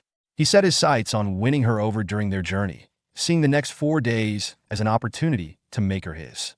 Then one of the girls noticed Wu Mun outside and exclaimed that she didn't recognize him. The other girl commented on Wu Mun's youth and impressive physique, implying he looked fit and healthy. Yu Mun Kwang, overhearing this, felt a surge of jealousy. He was taken aback by the attention Wu Mun was receiving, thinking it inappropriate for someone like him, a mere porter, to strip down without regard for their surroundings. The sight of Wu Mun drawing attention made Yu Mun Kwang seethe, especially since he noticed Yun Si-hyen, the noble lady he was interested in, also looking at Wu Mun with curiosity. The thought that she, too, was captivated by the young porter fueled his anger and insecurity. The other girls, amused by the unfolding scene, teased about how even the noble lady couldn't seem to take her eyes off Wu Mun. Unbeknownst to them, Yun Si-hyen was contemplating the impressive physique of Wu Mun, realizing he might have potential as a martial artist despite her initial belief that he hadn't trained in martial arts. Feeling overshadowed and desperate to regain control of the situation, Yu Mun Kwang decided to act. He took a needle from his pocket, a weapon known as the piercing and maiming nail, and threw it toward Wu Mun with malicious intent. His thoughts revealed his plan, to injure Wu Mun severely enough to ensure he would be disabled for life, all while the women looked on, ensuring that Wu Mun's downfall would occur in front of them. Mun sensed the incoming needle and quickly nullified the attack with his hand. Yu Mun Kwang was shocked by Wu Mun's ability to effortlessly counter the strike, muttering in disbelief, "No, how is this possible?" When the girls nearby noticed his reaction and asked if something was wrong, Yu Mun Kwang brushed it off, but his thoughts betrayed his fear. He wondered how a lowly porter like Wu Mun could nullify such a skilled attack, and began to question who Wu Mun really was. Though Wu Mun didn't know who had thrown the needle, he glanced in Yu Mun Kwang's direction, causing him to panic. Yu Mun Kwang, frightened, thinks Wu Mun must be a martial arts master, but Wu Mun casually dismisses the situation, muttering in annoyance about who threw that, finding it amusing. This only deepened Yu Mun Kwang's fear, convinced that Wu Mun knew exactly what he had done. Later that night, as everyone slept, Wu Mun slipped away from the camp with his sword. Despite feeling exhausted from the day's errands, he saw this quiet moment as an opportunity to practice his swordsmanship. He remarked to himself, he can finally rest now. But of course, resting time is the time to practice sword fighting. Wu Mun had made a habit of regularly practicing his sword fighting, even for short periods. He found the practice of sword fighting and martial arts to be invigorating, both mentally and physically. As he swung his sword, he could feel his muscles, strengthened by the consistent practice, becoming more relaxed. After a few swings, he felt his body loosening up and his mind refreshed, ready for more challenges ahead. Late at night, Woo Mun was diligently practicing his sword fighting when Beck Sangun, a man wearing a yellow bandana, appeared behind him, applauding his skills. Beck Sangun praised Woo Mun's abilities, expressing that he had never seen such impressive swordsmanship before and felt he had missed out by not witnessing it sooner. Intrigued by Woo Mun's talent, Beck Sangun inquired about his identity and teacher. Woo Mun, while thinking of his mentor Song Woo Mun, replied that he did not have an official teacher. Beck Sangun found this response intriguing and, laughing, suggested that Woo Mun might be a hidden martial arts prodigy. He went further, hinting at a grand destiny for Woo Mun, calling him the Shimron Dragon of Murim, and implying that Woo Mun had a secret mission to save the world from future dangers. Woo Mun denied any such identity or mission, but Beck Sangun continued with his cryptic remarks, asking if Woo Mun was hunting evil factions like the Evil Bloody Sect or the Four Gates of 1,000 Evils. Woo Mun, bewildered by Beck Sangun's strange talk, wondered if the man was drunk. He clarified that he was not pursuing any group, prompting Beck Sangun to laugh and admit that he was only joking. Not wanting to prolong the odd conversation, Woo Mun politely excused himself, leaving the scene. As Woo Mun attempted to distance himself from Beck Sangun, the latter persistently followed him, claiming they had met by fate and suggesting they travel together. Beck Sangun mentioned that he was heading to Goring Payong, offering to accompany Woo Mun if their paths aligned. Trying to avoid further interaction, Woo Mun decided to run off, but when he returned to camp, he was surprised to find Beck Sangun already there. Beck Sangun, now laughing, teased Woo Mun about his fast pace, pointing out that everyone was resting. To Woo Mun's dismay, he realized Beck Sangun had become a porter for the noble lady they were accompanying, after impressing an officer by effortlessly lifting heavy luggage. That night, Beck Sangun continued to bother Woo Mun, asking him to demonstrate more martial arts techniques. Woo Mun, growing frustrated, explained that he didn't know any more moves beyond what he had already shown. Despite Woo Mun's exhaustion and pleas for rest, Beck Sangun kept pestering him for conversation, saying he wasn't tired yet. Woo Mun, irritated by Beck Sangun's relentless behavior, thought to himself that he was stuck with a particularly strange companion. The next day, Woo Mun was visibly fatigued, having had little sleep due to Beck Sangun's interruptions. As they journeyed towards Goryang Payong, Woo Mun shot an angry glare at Beck Sangun, who responded teasingly, "Why are you looking at me like that? I'm not into men." Annoyed, Woo Mun snapped, realizing he didn't even know Beck Sangun's name. In his carefree style, Beck Sangun responded that names weren't important and suggested Woo Mun could simply call him Nameless Traveler. Woo Mun, now addressing Beck Sangun as Mr. Nameless Traveler, continued to receive playful jabs from him. Beck Sangun teased, saying, "Isn't it polite to ask someone's name at least twice?" However, Woo Mun, indifferent to the banter, replied, "No, it's fine, Mr. Nameless Traveler." Beck Sangun, pretending to be hurt, pleaded for Woo Mun to be nicer, but soon shifted his focus to something unusual, commenting cryptically, "It's closer than I thought," leaving Woo Mun confused. At that moment, an officer announced it was time for a lunch break. Seizing the opportunity, Beck Sangun grabbed Woo Mun's hand, excitedly urging him to follow, claiming he had something to show him. Woo Mun, both curious and cautious, asked about it. Beck Sangun only hinted at a huge gift that would surprise him. As they ventured further away from the group, climbing steep, rocky terrain, Woo Mun grew concerned and asked how much longer it would take, worried about getting into trouble for being late. Beck Sangun, however, reassured him, insisting that if he didn't follow, he would surely regret it. Despite his wariness, Woo Mun couldn't help but notice Beck Sangun's effortless agility in climbing the difficult terrain, realizing that this man was not ordinary. Finally, they reached a cliff, and Beck Sangun revealed the surprise. A majestic, silver-haired celestial tiger stood before them. Stunned, Woo Mun stared in awe at the divine creature. Beck Sangun proudly explained that it was the silver-haired celestial tiger, or Yunmo Biko, a treasured beast born with divine starlight. Overwhelmed by the sight, Woo Mun asked more about the mystical creature. Beck Sangun continued explaining the silver-haired celestial tiger to Woo Mun, noting that although the tiger was close to being a celestial beast, it wasn't truly one because it lacked a divinity crystal, the Naden, in its body. He added that the tiger appeared to have died recently. Woo Mun was amazed, thinking that the beast's fur was stronger than steel and its teeth could crush diamonds. He couldn't believe he was witnessing such a legendary creature in person. Suddenly, a cub attacked Beck Sangun, who swiftly struck it, sending the cub crashing to the ground. Shocked, Woo Mun questioned, "It's just a cub. Aren't you being too harsh?" The cub, undeterred, rushed to its mother's dead body, growling defensively at the two men. Beck Sangun laughed, admiring the cub's protective instincts, saying, "Even though it's just a beast, it's amazing that it's trying to protect its mother's body from strangers." Woo Mun then remarked that no matter how mystical the creature was, it would struggle to survive on its own. Beck Sangun, seizing on Woo Mun's concern, proposes that Woo Mun adopt the cub, pointing out that if they leave it behind, it will surely die. The suggestion catches Woo Mun off guard, and he reacts with surprise and disbelief, unsure of how to respond. Woo Mun shouted in anger, asserting that Beck Sangun was responsible for bringing him to this place, and should therefore take care of the cub. Beck Sangun, however, responded nonchalantly, claiming that he expected to end up in prison soon and couldn't take on that responsibility. He compared himself to the clouds and the wind, emphasizing that living freely was his life's purpose. Woo Mun thought to himself that Beck Sangun was suddenly acting very cool and composed in a moment of crisis. Despite Beck Sangun's urging to take care of the cub, Woo Mun remained firm in his refusal. In a playful yet mischievous manner, Beck Sangun laughed and, channeling his ki, tapped his shoulder to create a noise. When Woo Mun noticed and asked about the sound, Beck Sangun pretended not to hear, thinking to himself that Woo Mun's hearing was quite sharp. Suddenly, Woo Mun spotted a large boulder poised to fall on the cub and its deceased mother. Realizing the imminent danger, he shouted at the cub to run away, but the cub didn't move away and wants to remain with his mother's side. Without hesitation, Woo Mun rushed forward, determined to save the cub. He blocked the boulder, declaring, "Biko, his mother, may be dead, but at least he must live," before using his strength to hurl the boulder away. Beck Sangun was astonished, exclaiming, "He is really incredible, little brother. He can't believe he tossed that huge boulder aside like that."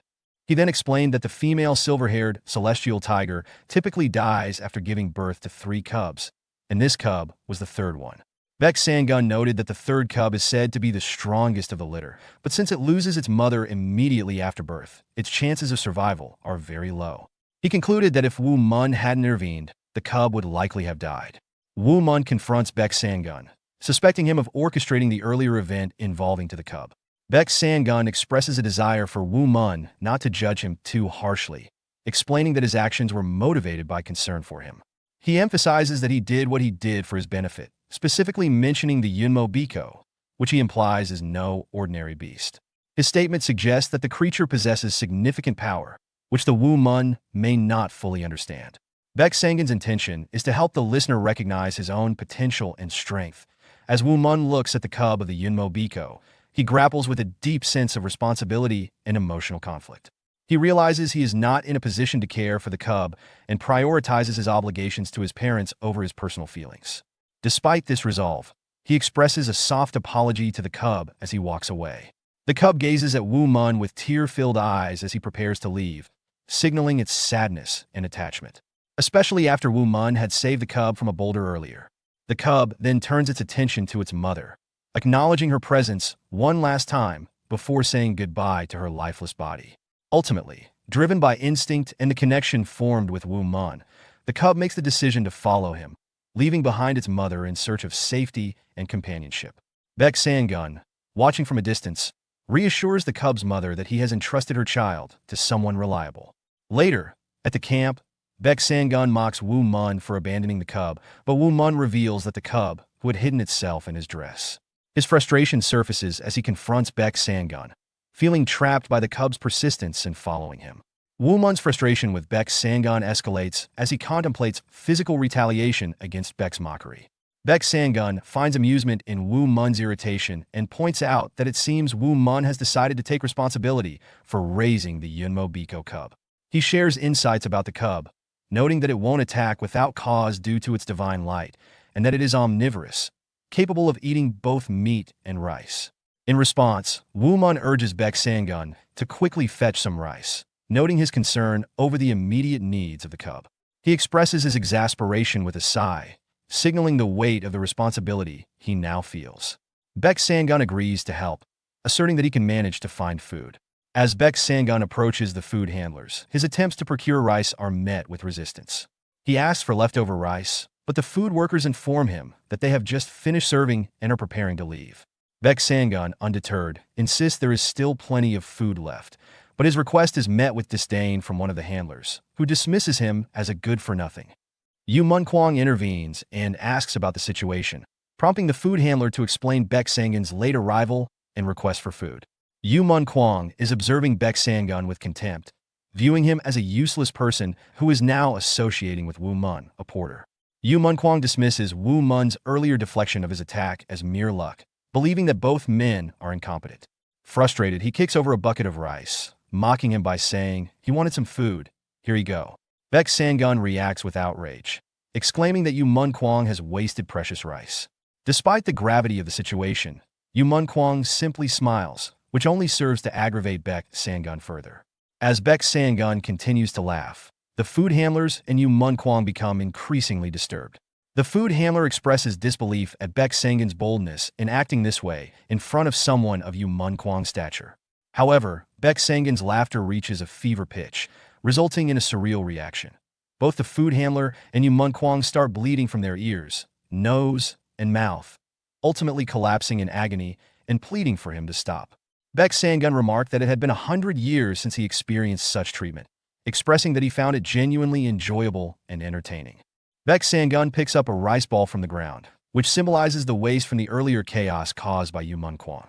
In a tone of feigned modesty, Beck Sangun states that he will accept the rice with gratitude and take his leave. Meanwhile, Yu Munkwang kneels on the ground, visibly shaken and drenched from the pressure exerted by Beck Sangun's earlier display of power. Overwhelmed, he questions the identity of Beck Sangun, labeling him an absolute terror, and expressing disbelief at the existence of such a skilled martial artist who appears to be over 100 years old. As Beck Sangun walks away, he encounters Wu Mun and asks did he see that? To which Wu Mun responds affirmatively. Beck Sangun then reflects on their journey, suggesting that he no longer needs to pursue Wu Mun closely. He mentions they are nearing Goring Payong and invites Wu Mun to follow him, hinting at the importance of the knowledge he has to share. Later, Beck Sangun inquires if Wu Mun was startled by the earlier incident. Wu Mun acknowledges that he has been aware of Beck Sangun's extraordinary nature since their trip up the mountain. Beck Sangun expresses admiration for Wu Mun's insight, calling him incredible and implying that he wasn't as perceptive at that age. Curious about Wu Mun's ambitions, Beck Sangun asks about his dreams. Wu Mun reflects on his desire to earn a lot of money to care for his sick mother, revealing a sense of duty and responsibility. Beck Sangun, however, pushes deeper, questioning whether this aim truly reflects Wu Mun's personal aspirations. He observes that while taking care of his mother is commendable, it does not encompass Wu Mun's own dreams or future. This prompts Wu Mun to introspect, leading him to question his own desires and goals. Beck Sangun then bluntly states that he perceives Wu Mun as lacking direction, suggesting that he is merely cruising through life. Wu Mun begins to reflect deeply on Beck Sangun's earlier words, realizing that he has never truly contemplated what he wants to achieve in life or set any clear goals. He feels as though he is confined by the illusions of his past, particularly influenced by a painting that has significantly impacted his life and perceptions. Beck Sangun surprises Wu Mun with a question about whether he aspires to become like him. This unexpected inquiry takes Wu Mun by surprise. His immediate reaction is one of confusion, prompting him to seek clarification. Beck Sangun explains his philosophy of life, stating that he is the only person in the Murim martial arts community who lives without any particular thoughts or goals. He describes himself as drifting aimlessly like a cloud, emphasizing his unique approach to existence, an existence free from the burdens of ambition and structure. He claims to be a pioneer of living thoughtlessly in the Murim, attributing this perspective to his advanced age. He hands Wu Mun a manual, downplaying its significance. When Wu Mun examines the manual and realizes it is the complete guide to martial arts, he is taken aback, exclaiming his disbelief at receiving such a valuable resource. Beck Sangun reassures him, reiterating his philosophy of living freely. Didn't he tell him before? He asserts that he lives and acts according to his own desires. He explains that his fascination with Wu Mun's inner energy led him to stick around, but he has come to genuinely like him. He clarifies that the manual does not contain any secret or complex martial arts techniques. Instead, it details the fundamental principles of martial arts, which he believes will be beneficial to Wu Mun if he takes the time to read it. Grateful for the gift, Wu Mun expresses his thanks, but also poses a question about enhancing his martial arts skills. Do we know how one can focus their inner energies onto their hand or their sword to make it stronger and make it light up? Beck Sangun acknowledges the question and affirms Woo Mun's intent to learn how to materialize his powers. Woo Mun confirms this desire, emphasizing his eagerness to understand and control his abilities. Beck Sangun conveys to Woo Mun the importance of practical demonstration over mere explanation when it comes to mastering martial arts techniques. He stresses that enhancing control over one's energy is crucial for success. Acknowledging his own nature, he candidly admits he is not very kind, indicating that he will only demonstrate the technique once, urging Woo Mun to memorize it carefully. Beck Sangun believes that Woo Mun's concentration skills will allow him to grasp the technique easily. Beck Sangun begins by explaining the fundamentals of focusing energy. The easiest thing is to concentrate your energies onto an object. He elaborates that once enough energy is accumulated, it will overflow and manifest outwardly. However, he warns that this process is akin to pouring water into a broken pot, meaning that without proper containment and control, real strength cannot be effectively demonstrated. He emphasizes the necessity of careful regulation to prevent wasteful spillage of inner energy. As Woo Mun practices and hones his control, Beck Sangun assures him that he will be able to channel his energy into objects for longer durations. This ability will ultimately enable him to manifest weapons and improve his swordsmanship. To illustrate his point, Beck Sangun prepares to demonstrate the technique. Woo Mun watches in awe as Beck Sangun focuses his previously scattered energy into a single point, transforming it into the shape of a sword. Overwhelmed by the sight, Woo Mun thinks to himself, "Wow." He wants to try too, expressing his eagerness to replicate the feat. Beck Sangun then provides a critical warning. While attempting to compress energy to form a sword, it is possible for the energy to break. Therefore, he stresses the importance of protecting the sword's integrity while trying to emulate it with one's energy. He reassures Woo Mun that if the sword is strong and well-made, he should have less to worry about during the process. Woo Mun acknowledges Beck Sangun's advice and mentally prepares to apply this newfound knowledge. After the demonstration and guidance, Beck Sangun announces his intention to leave. Woo Mun calls out to Beck Sangun just as he is about to leave, asking him to share his name. Beck Sangun introduces himself, saying, "My name is Beck Sangun. We'll run into each other quite often." Woo Mun is taken aback upon hearing this name, indicating its significance. Before leaping away, Beck Sangun reminds Woo Mun that in the Murim, it is forbidden to reveal one's magong, inner energy, to others, cautioning him that not everyone would be as open as he has been. Once Beck Sangun departs, the realization hits Woo Mun like a wave. He recognizes Beck Sangun as Zhonghuang Beck Sangun, one of the Qian Payong, which means he is one of the 9 greatest warriors in the world. This acknowledgement of Beck Sangun's legendary status overwhelms Woo Mun, who reflects on the honor of having received guidance from such a renowned figure. He recalls that he was also assisted by Guayachengmi Jiangheng, another significant warrior, further emphasizing the magnitude of the people he has encountered. With the understanding of Beck Sangun's identity, Woo Mun anticipates the possibility of meeting both him and Guayachengmi at Goring during their journey. As he contemplates this, Woo Mun dedicates himself to studying the complete guide to martial arts. He immerses himself in learning about Nagong, inner energy, and Hyoldo, the pathways through which energy flows, discovering that the concepts he had learned from a significant painting align perfectly with the principles outlined in the manual. This realization fills him with awe regarding the mysterious nature of Hyoldo. Suddenly, a guard approaches Woo Mun and asks if he is Sung Woo Mun. Upon confirmation, the guard informs him that Mistress Yun Si-hyun has requested his presence. This announcement piques Woo Mun's curiosity, and he wonders why she would want to see him. When they arrive at Yun Si-hyun's location, the guard announces his arrival. He has brought him. Yun Si-hyun expresses gratitude to the guard and turns her attention to Woo Mun. She explains him why he has been called, explaining that the horse carriage driver has fallen ill and can no longer fulfill his duties. She requests Woo Mun to take the driver's place. Woo Mun is surprised yet excited at this unexpected opportunity. The thought of driving for Yun Si-hyun feels like an honor to him. As Woo Mun readies himself to serve as Yun Si-hyun's chariot driver, he reflects on her interest in him, contemplating whether it might be connected to his recent encounter with Beck Sangun. However, he quickly dismisses this notion, reasoning that it was unlikely anyone in Murim could recognize Beck Sangun's identity, as he had only learned it through Beck Sangun's own disclosure. In a surprising turn, Yun Si-hyun asks for his name, catching Woo Mun off guard. He responds, "My name is Sung Woo Mun." This prompts her to inquire about the meaning behind his name. Woo Mun explains that it translates to having foolish questions, a name bestowed upon him by a scholar who once stated therein. Intrigued, Yun Si-hyun questions why the scholar would give him such a name. Woo Mun elaborates, sharing that it signifies a sense of foolishness and ignorance, emphasizing the value of asking questions and making repeated efforts to understand deeper truths. Yun Si-hyun acknowledges the significance of asking seemingly silly questions in the pursuit of wisdom, yet she also warns that not all foolish inquiries will yield meaningful insights, raising the concern. What if they are mere silly questions? Woo Mun agrees, responding, exactly. However, I can only strive to be the Woo Mun, the silly question, that can ascend to enlightenment. Yun Si-hyun recognizes Woo Mun's journey from foolishness to wisdom, noting that while he may have lived as a fool for a long time, his growth indicates he has surpassed much of his previous ignorance. Woo Mun feels grateful for her kind words and reflects on her warmth, which contrasts with his initial impressions of her demeanor. Feeling a newfound sense of camaraderie, Woo Mun bravely asks Yun Si-hyun if she has a dream. Her expression shifts to one of somberness as she shares her aspiration to take control of her own life and make independent decisions. She articulates a desire to become the owner of her own destiny.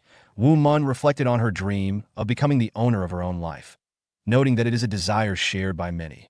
Yun Si-hyun, however, expressed doubt about the feasibility of her dream, stating that it felt absurdly unreal. She shared that her current wish was for her father, who lay in a coma, to wake up and for her family's declining status to be restored. She added that she hoped for success on their journey to Seoul, showcasing her deep emotional investment in her family's well-being. Resonating with her sentiments, Woo Mun shares that his own mother is also ill, emphasizing the similarities in their situations. Yun Si-hyun responds with empathy, comments that they are very similar, which establishes a bond between them, grounded in their shared struggles. Their conversation is interrupted when the wagon hits a rock, causing it to shake. In that moment, a little tiger cub, hidden in Woo Mun's clothes, leaps onto his shoulder. Yun Si-hyun is delighted and curious about a cute creature, asking if it's a tiger and inquiring about its origins. Her excitement is palpable, and the cub's stomach growls, underscoring its hunger. Woo Mun explains that he found the cub while walking in the mountains a few days prior. He tells her it had recently lost its mother and was alone, invoking a sense of concern for the cub's well-being. Yun Si-hyun, clearly fond of the animal, asks what it primarily eats, and Woo Mun reassures her that the cub can eat anything. She responds promptly by offering it some food, reflecting her nurturing nature. As they continue their journey, the atmosphere shifts when the guard announces their arrival at Goring Payong. Woo Mun looks around in awe, exclaiming, "Finally they arrived. Wow, it's enormous. Just a few moments ago, they were surrounded by vast plains, and here we are among massive crowds of people." As they arrived in Goring Payong, Yun Si-hyun explained to Woo Mun the significance of the upcoming martial arts match between Beck Sangun and Gui Changmi. She highlighted how renowned both figures were, emphasizing the gravity of the event that had drawn countless strong warriors and spectators to witness the confrontation. "It's a rare opportunity to see a match between the two greatest masters," she noted, suggesting that it was only natural for the best to gather for such a momentous occasion. Woo Mun reflected on Beck Sangun, recalling their previous encounters and considering him an extraordinary person, albeit an uninvited traveler. He felt conflicted about whom to cheer for, recognizing that even though he hadn't met Gui Changmi, he owed his life to him. After their conversation, Yun Si-hyun handed the cub back to Woo Mun and informed him that their party would only be staying in Goring Payong for 2 days, allowing him some free time to explore. She expresses his fondness for a creature and asks Woo Mun for its name. Woo Mun admits he hasn't chosen one yet. Yun Si-hyun proposes the name Becca, meaning white tooth. Woo Mun questions this, seeking clarification, and Yun Si-hyun reasons because the creature's fur is white. However, Woo Mun then jumps off the carriage, suggesting that the name should actually be Una, meaning silver tooth, as he has heard that the creature's fur will change to a grayish color when it matures. Yun Si-hyun accepted this name. Appreciating its appropriateness for the cub's future appearance, she expressed her gratitude before taking her leave. As he walked away, guard Jo Mu-jae inquired about Yun Si-hyun's interest in Woo Mun, questioning why she had taken a liking to the innkeeper boy. Yun Si-hyun responded that it was merely a casual conversation with a bright-eyed person, intended to relieve some of her anxiety. Jo Mu-jae asks about a person with bright eyes, referring to Woo Mun. prompting Yun Si-hyun to express her newfound sense of ease, attributing it to that individual. She reflects on the importance of not allowing others to undermine her because of her gender, emphasizing the need for confidence. Yun Si-hyun is determined to pursue a deal that would help the Libi family regain its previous standing and restore its former glory. In stark contrast, Woo Mun was overwhelmed by the vibrant, chaotic atmosphere of Goring Payong. It was his first experience in such a bustling city, and he found himself lost amid the crowd. He don't know where to look. His excitement quickly turned to confusion and anxiety when two women approached him, each vying for his attention.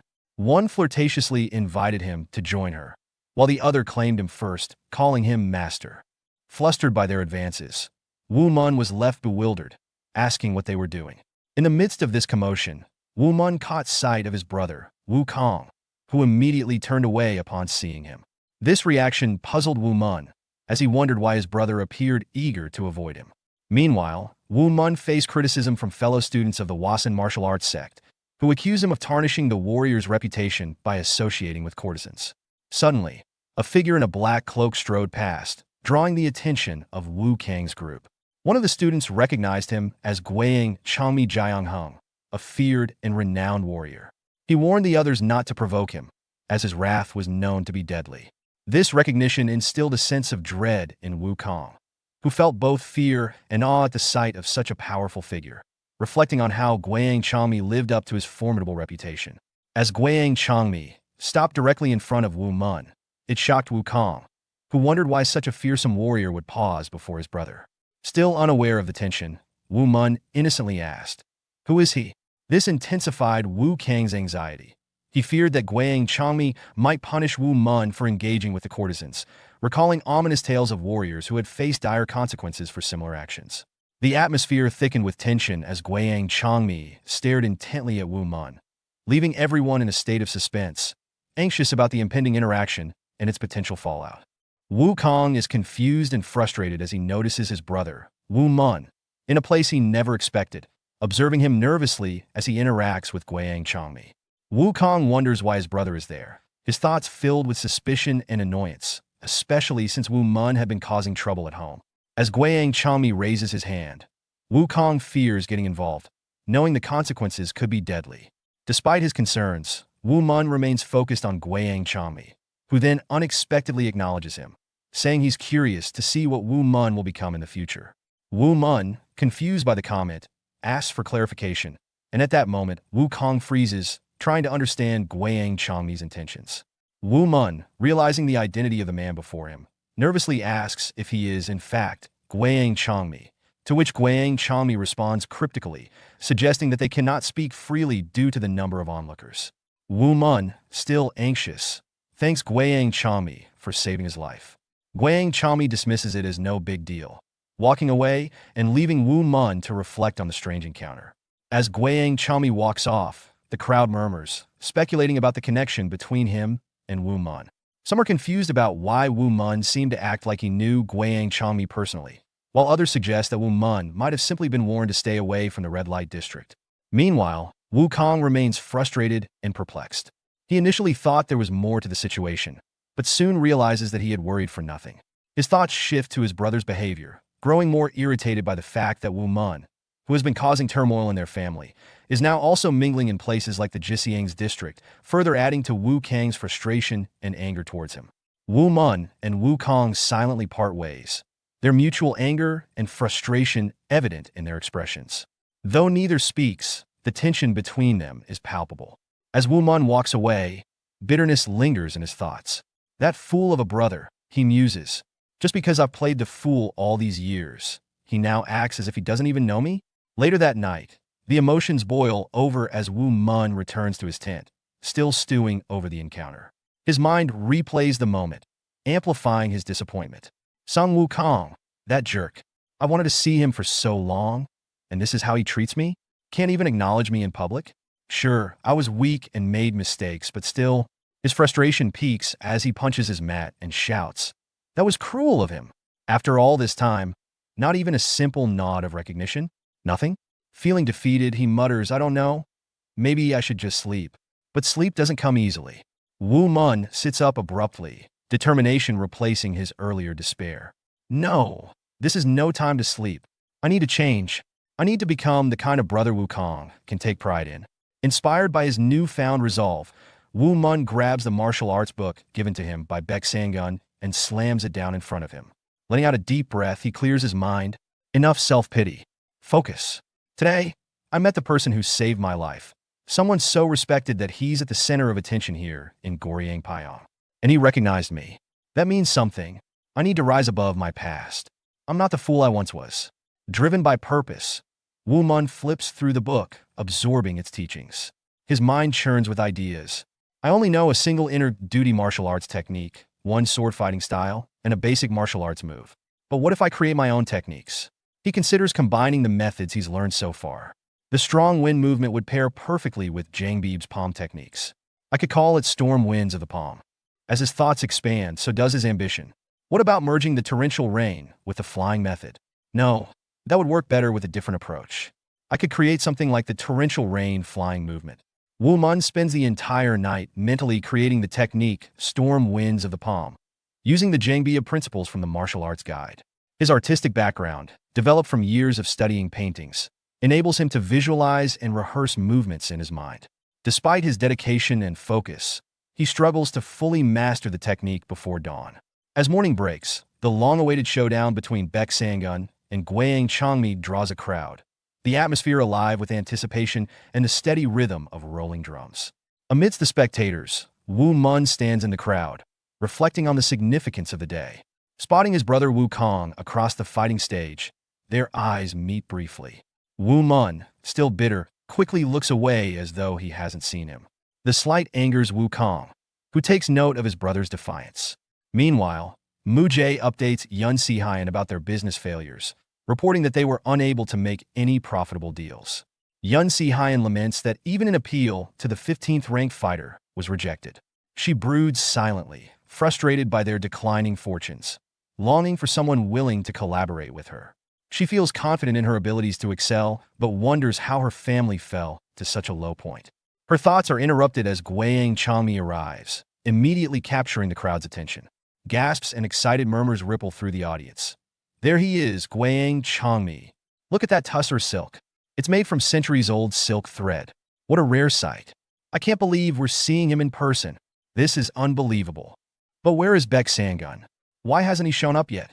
The tension in the air thickens as the crowd eagerly awaits the clash between these two renowned figures. Woo Mun stands among the crowd, captivated by Gweang Changmi's presence. Even as Gweang Changmi remains still, Woo Mun can feel the overwhelming aura of his strength, silently radiating power. After a long hour of waiting, Beck Sangun finally makes his entrance. With his trademark confidence and a playful tone, he calls out to Gweang Changmi, "You! It's been ages, you little brat." The crowd erupts into whispers. Beck Sangun is finally here. Did he really keep Gweang Changmi waiting for an entire hour? How is he still so youthful at over 100 years old? Maybe once you've reached the absolute summit, age no longer matters. Despite the crowd's excitement, Woo Mun watches nervously, reflecting on Beck Sangun's demeanor. The unnamed traveler, no Beck Sangun. Even in such a critical situation, he remains so casual. Suddenly, Beck Sangun's gaze locks onto Woo Mun in the crowd. Without moving his lips, Woo Mun hears his voice directly in his mind. "So, you're here, little brother. This is a rare opportunity. Watch carefully. Focus on two things, distance and breath." Woo Mun freezes, stunned. I can hear Beck Sangun's voice in my head. Is this what thrill feels like? Beck Sangun continues his telepathic guidance. "I will try to close the distance between us, while Gweang Changmi will attempt to disrupt my breathing and maintain space.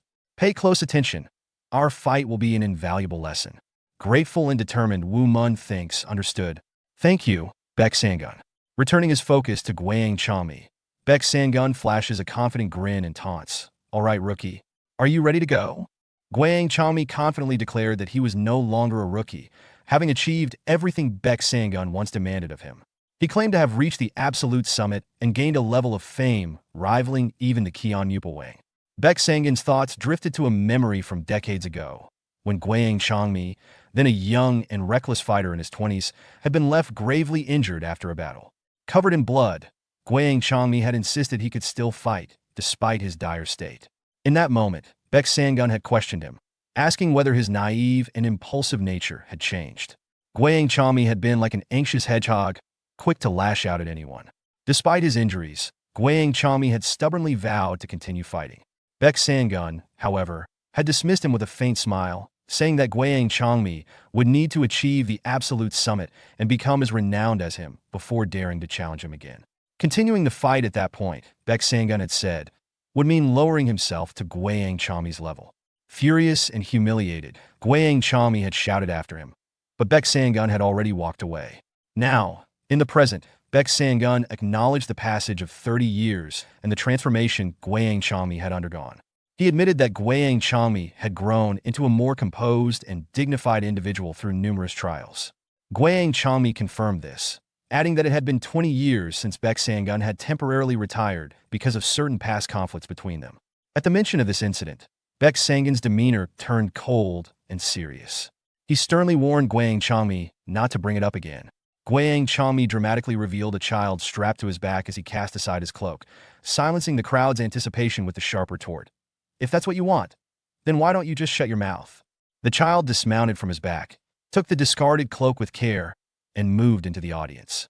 There, the child planted a wooden stick into the ground and hung the cloak over it, creating an almost ceremonial display. The gathered crowd erupted into astonished whispers. A child was hidden beneath that silk cloak? Who could that child be?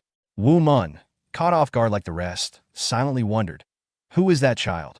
Breaking the tension, Guiyang Chami turned to the audience and made a bold proclamation. That's my son. Don't you dare lay a finger on him. The revelation sent shockwaves through the crowd. People whispered in disbelief. Guiyang Chami has a son? This is shocking. I thought he had no one in his life. In response, Beck Sangun telepathically addressed the surrounding martial artists, issuing a warning. No one is to harm this child. Be cautious. He then turned back to Guiyang Chami with a smirk and taunted. When did you find time to father a child? It seems the old adage is true. A fair face may hide a foul heart. Seething, Guiyang Chami snapped, enough with the small talk. Let's fight. Beck Sangun chuckled and replied with a confident grin. Interesting. Very well, let's begin. But to me, you're still just an ignorant puppy. Guiyang Chami began his assault with a powerful leap, launching his spear with devastating force toward Beck Sangun. The spear slammed into the stage, shattering the ground, as Beck Sangun narrowly avoided the attack with a swift dash to the side. Unfazed, Beck Sangun smirked and teased. Aren't you going a little too hard too soon? Guiyang Chami landed smoothly, retrieving his embedded spear, and immediately unleashed a series of rapid, aggressive thrusts.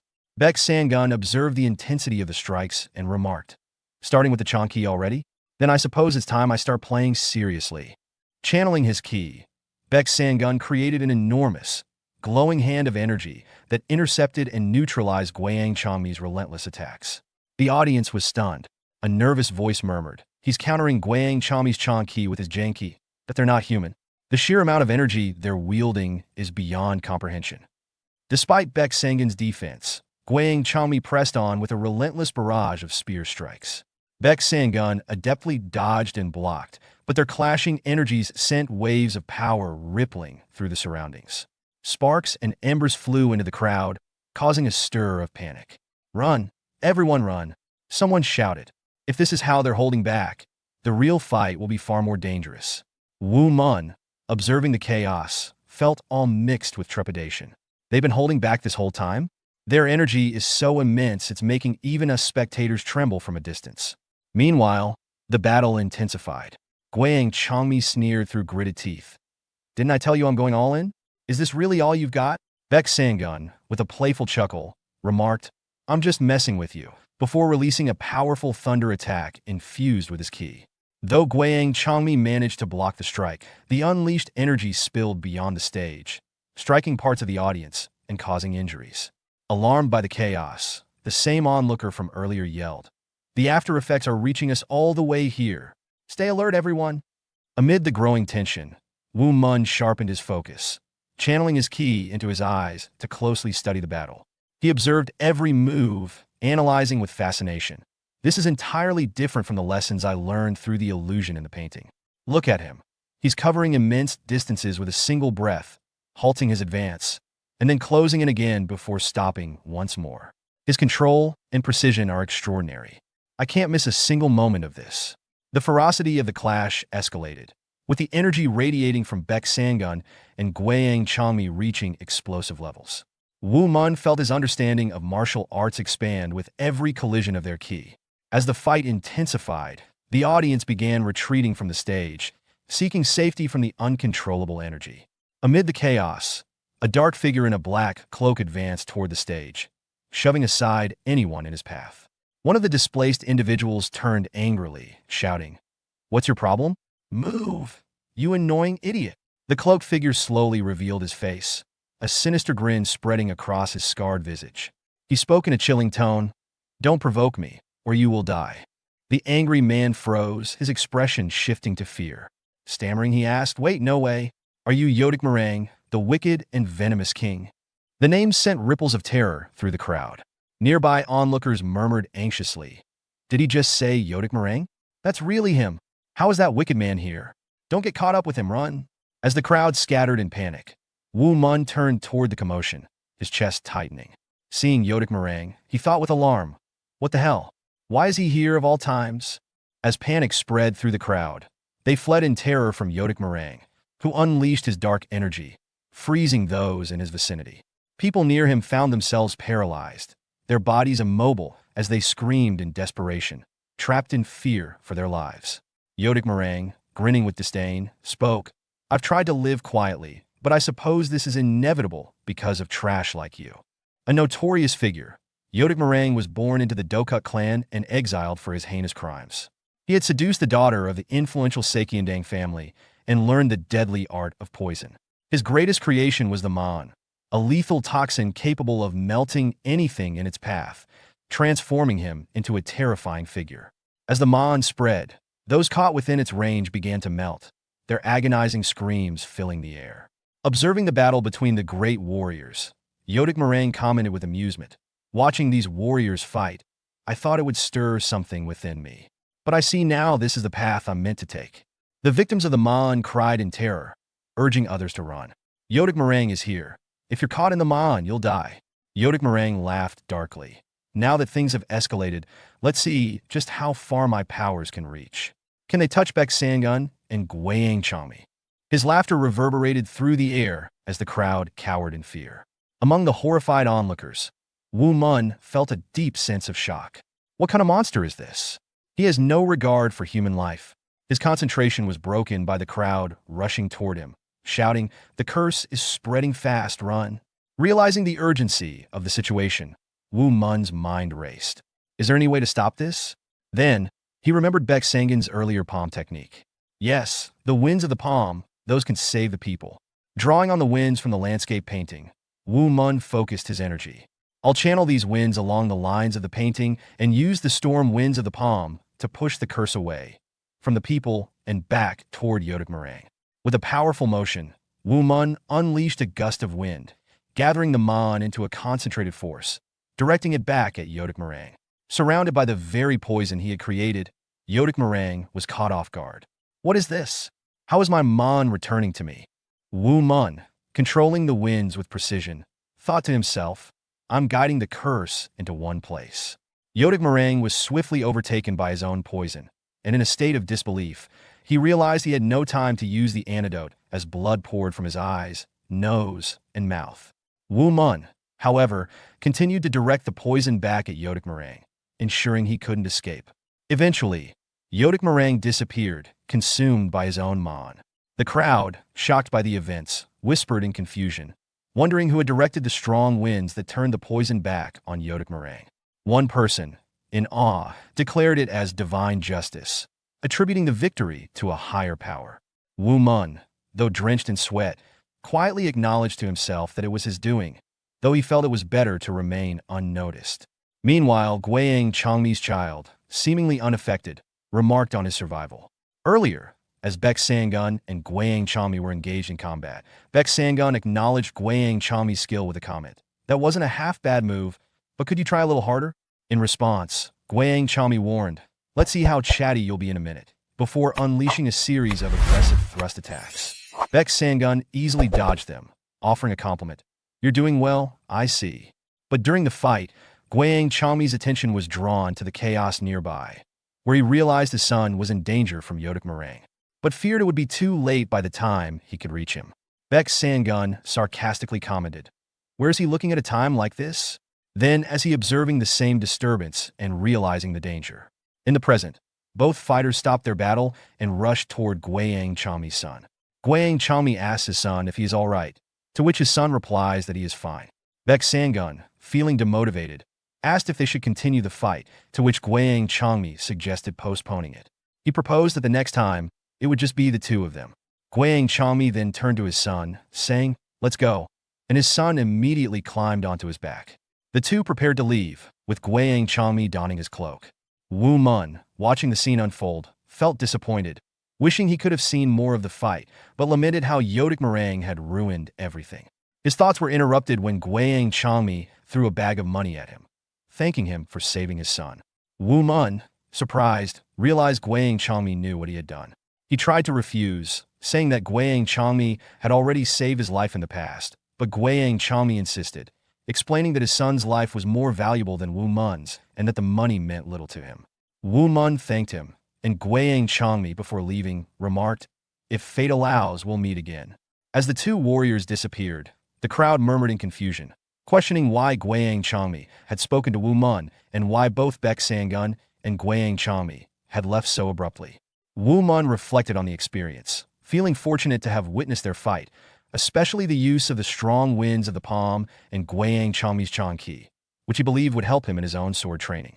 Meanwhile, Wu Kong, observing from a distance, wondered why Guiyang Changmi had interacted with his brother, feeling confused and unsettled by the encounter.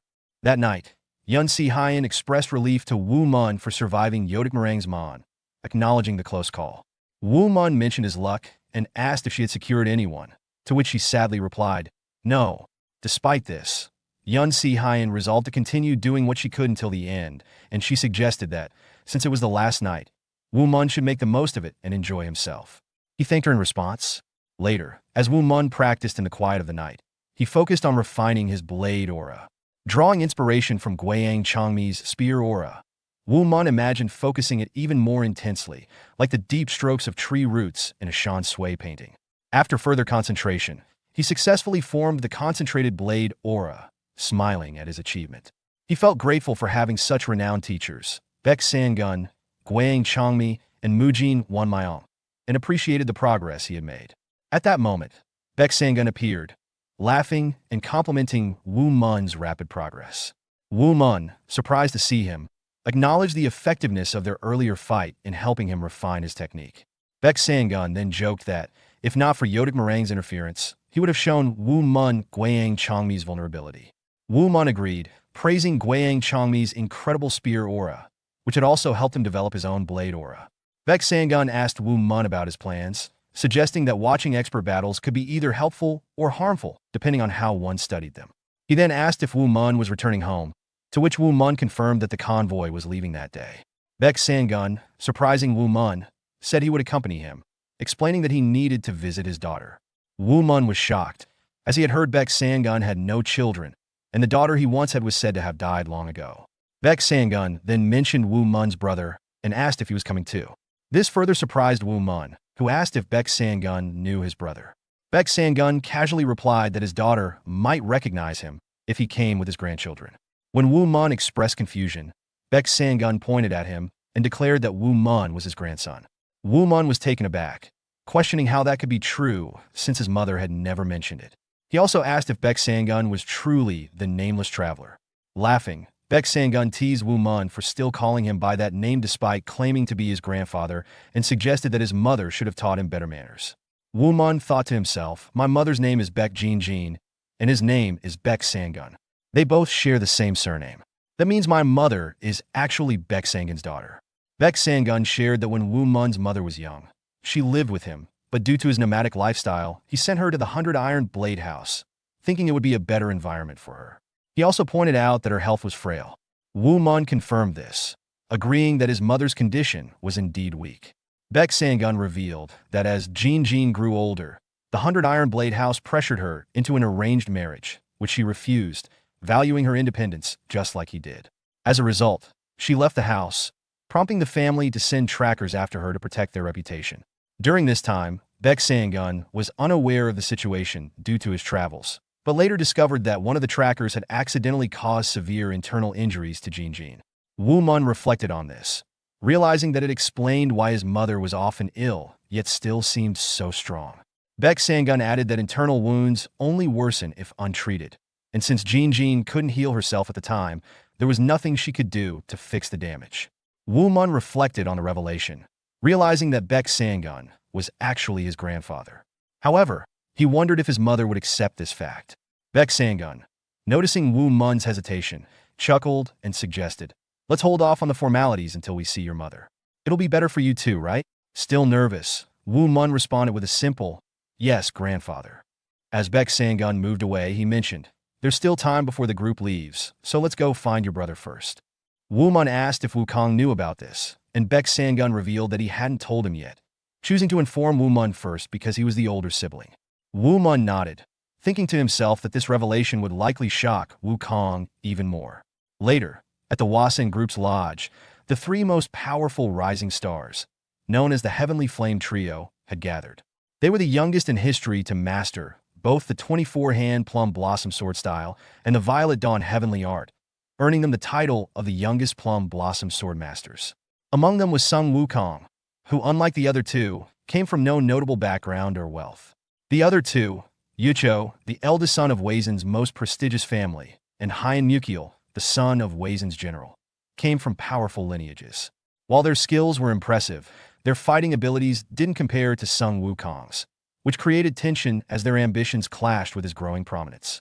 As Wukong was preparing to leave, his fellow student Bai, who also preparing to leave.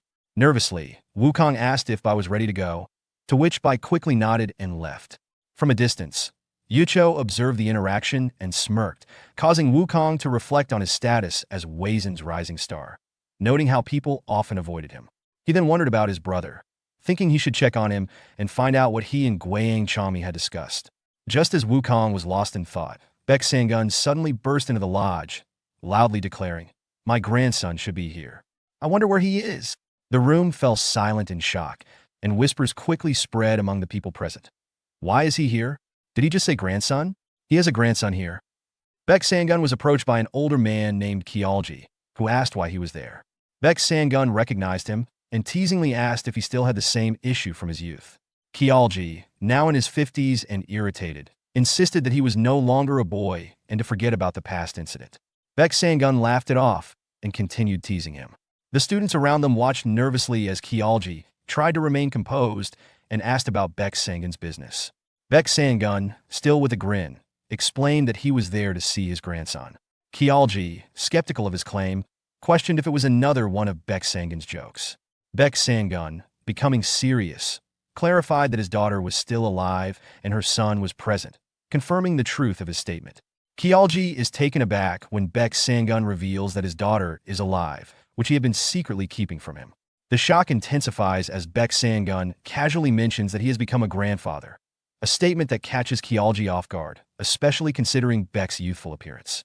Kialji, still processing the information, asks if Beck Sangun's grandson is present. Beck then gestures toward Wukong, introducing him as his grandson, which leaves Wukong stunned and confused. Beck Sangun's revelation causes further shock, especially among the Heavenly Flame Trio, who were unaware of this connection and find it hard to believe. Wukong, unable to fully grasp the situation, confirms that both he and his brother, Woo Mun, are Beck Sangun's grandchildren. Beck Sangun asks Kialji for permission to take Wukong aside for a conversation. Kialji gives his approval for Beck Sangun to take Wukong aside. As he observes Woo Mun, Kialji is impressed by the strength of Woo Mun and decides to remember his name.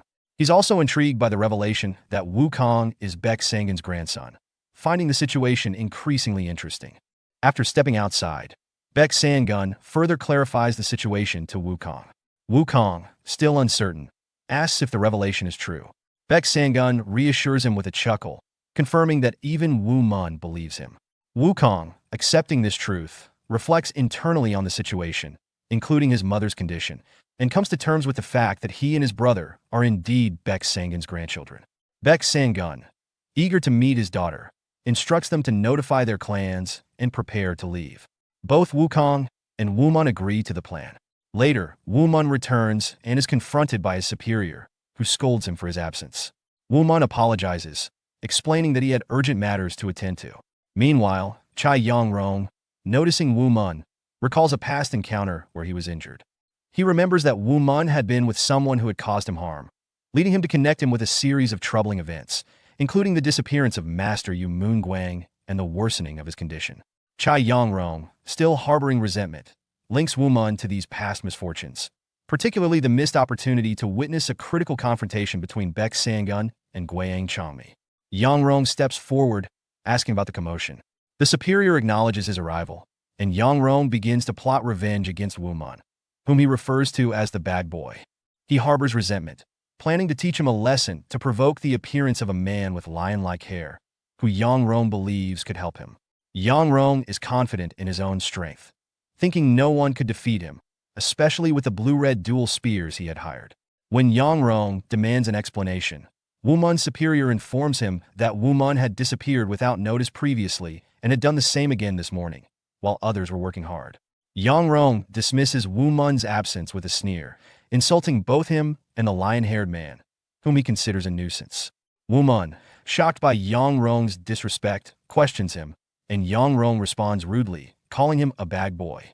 Woo Mun, standing up for himself, replies that he came to get paid for his work and is neither Yong-rong's slave nor servant. He points out that even Lady Yun Si-hyun, whom Yong-rong serves, doesn't treat him with such disrespect.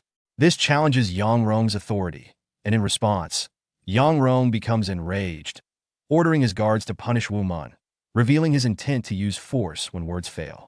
As the two guards move toward Woo Mun, he firmly warns them to stop, expressing his frustration with people who only care about their status. He threatens them with consequences if they take another step. The right guard sneers, dismissing Woo Mun as an inexperienced martial artist, while the left guard mocks him in a similar manner. Woo Mun responds coldly, reinforcing his warning. When one of the guards lunges at him with a spear, Woo Mun reacts swiftly, unleashing a powerful wind fury strike that knocks the guard off his feet, sending him crashing to the ground. The second guard is left shaken, questioning what just happened. Woo Mun briefly wonders if he went too far. Yong-rong, observing from the sidelines, begins to question whether Woo Mun is actually a hidden expert, someone far more skilled than he appears.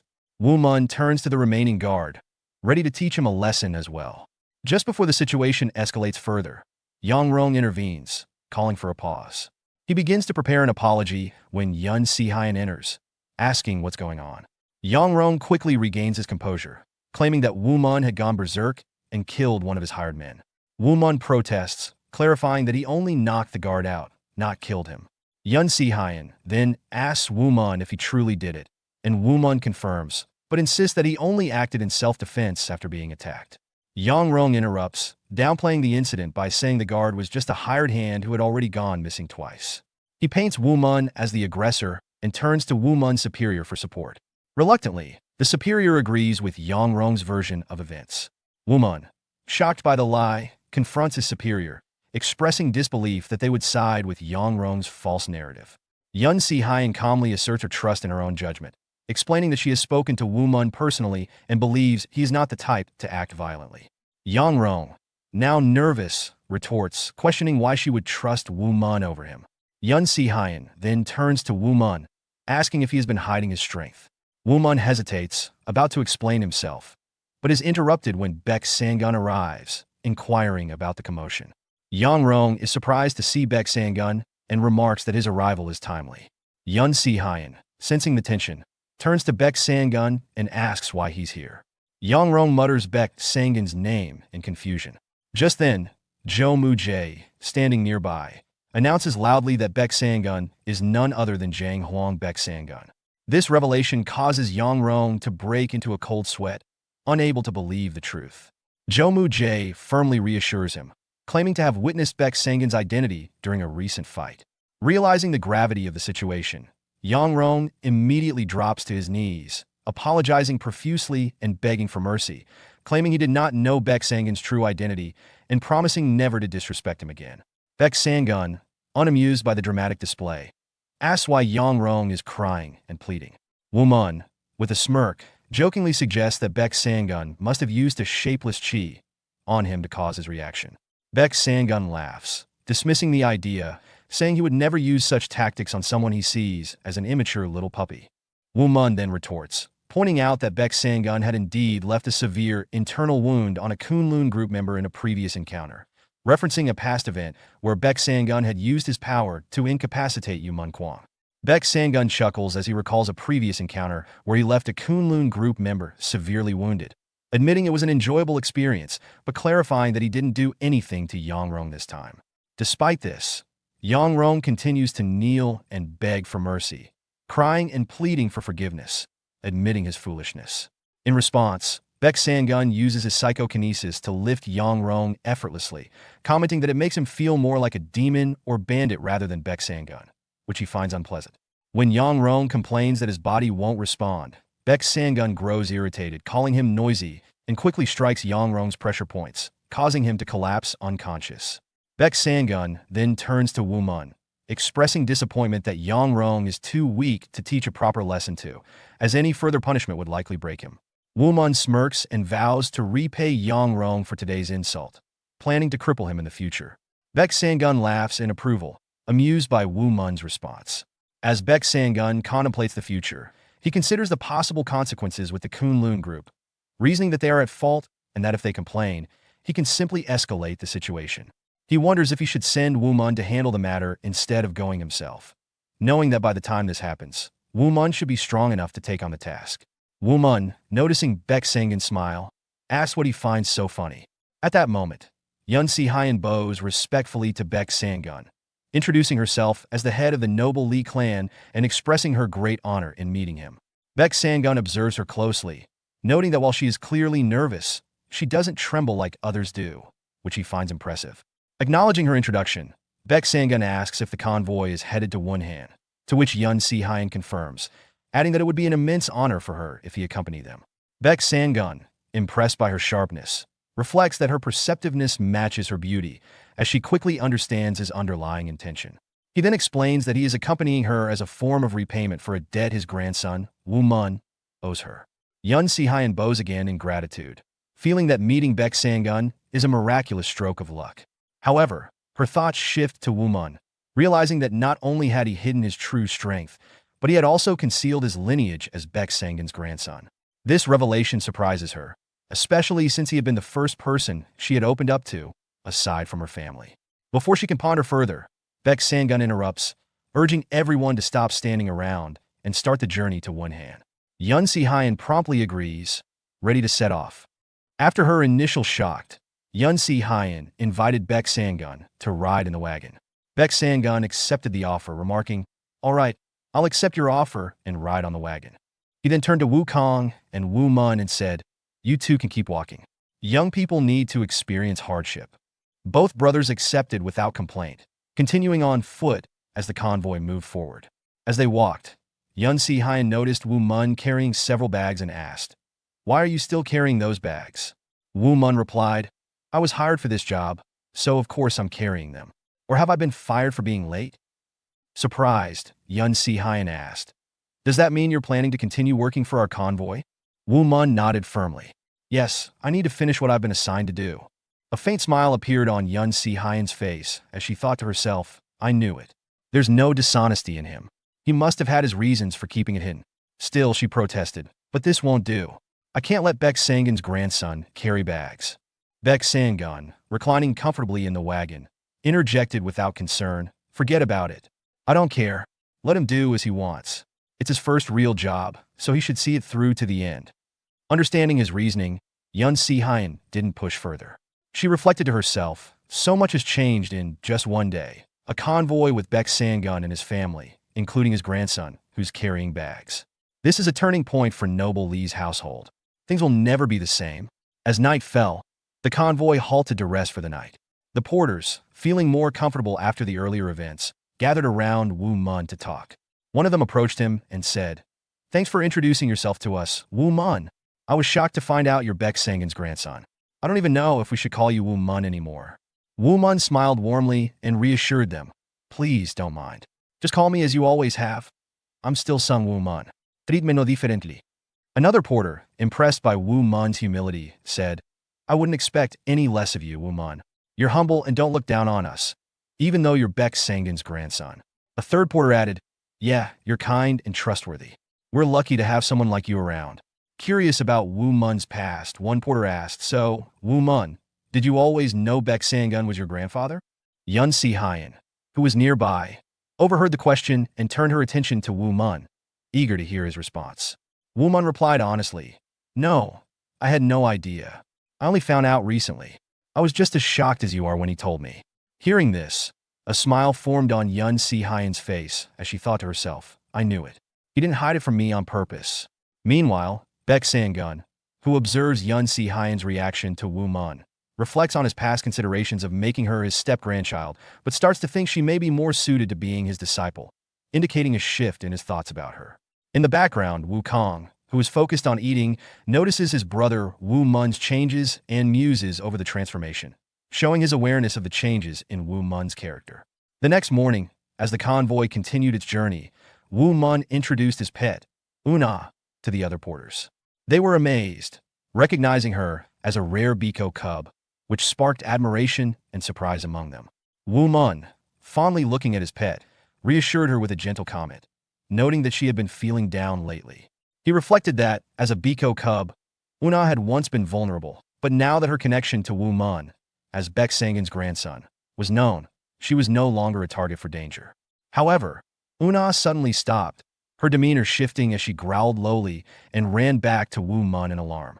He, startled by her reaction, quickly asked what was wrong. Just as this occurred, Beck Sangun, sitting in his wagon, smirked knowingly, anticipating trouble. Yun Si Hyen, walking beside him, glanced at him in confusion, not fully understanding the situation. Woo Mun hurried toward Beck Sangun, informing him of the potential danger, and Beck Sangun calmly acknowledged the threat, confirming that they were indeed about to face some unwanted visitors. Woo Mun pointed ahead, alerting the group to the presence of a mysterious threat.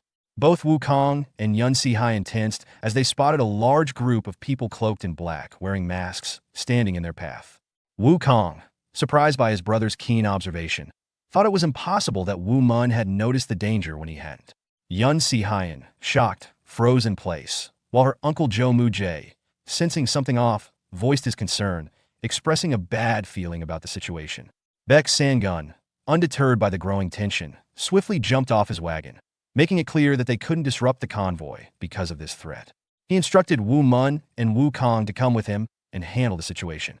The two brothers immediately agreed, but Woo Kang's thoughts were filled with doubt, considering that Woo Mun had never formally trained in martial arts and wondering how he could possibly face so many enemies.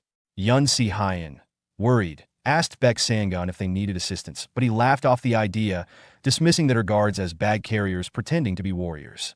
He warned that her involvement would only increase casualties. Realizing that Beck Sangun had seen through that, Yun Si Hyen apologized, feeling embarrassed by her attempt to offer help. Beck Sangun then firmly instructed them to stay behind and not move, ensuring that they would handle the situation. Both Yun Si Hyen and Jo Moo Jae, though concerned, agreed to follow his orders. As Beck Sangun, followed by Woo Mun and Woo Kong, moved forward, he couldn't help but feel a mix of intrigue and amusement at the audacity of those who would dare target him. He said aloud, "Let's go, boys," as he led them forward with confidence. As they walked, Woo Mun smiled faintly, but before he could speak, Beck Sangun abruptly covered his nose, exclaiming in disgust at an overwhelming stench. He jokingly suggested that the smell might be from someone who had relieved themselves nearby, commenting that it was unbearable. Suddenly, laughter emerged from the nearby bushes, and a figure in a red cloak appeared.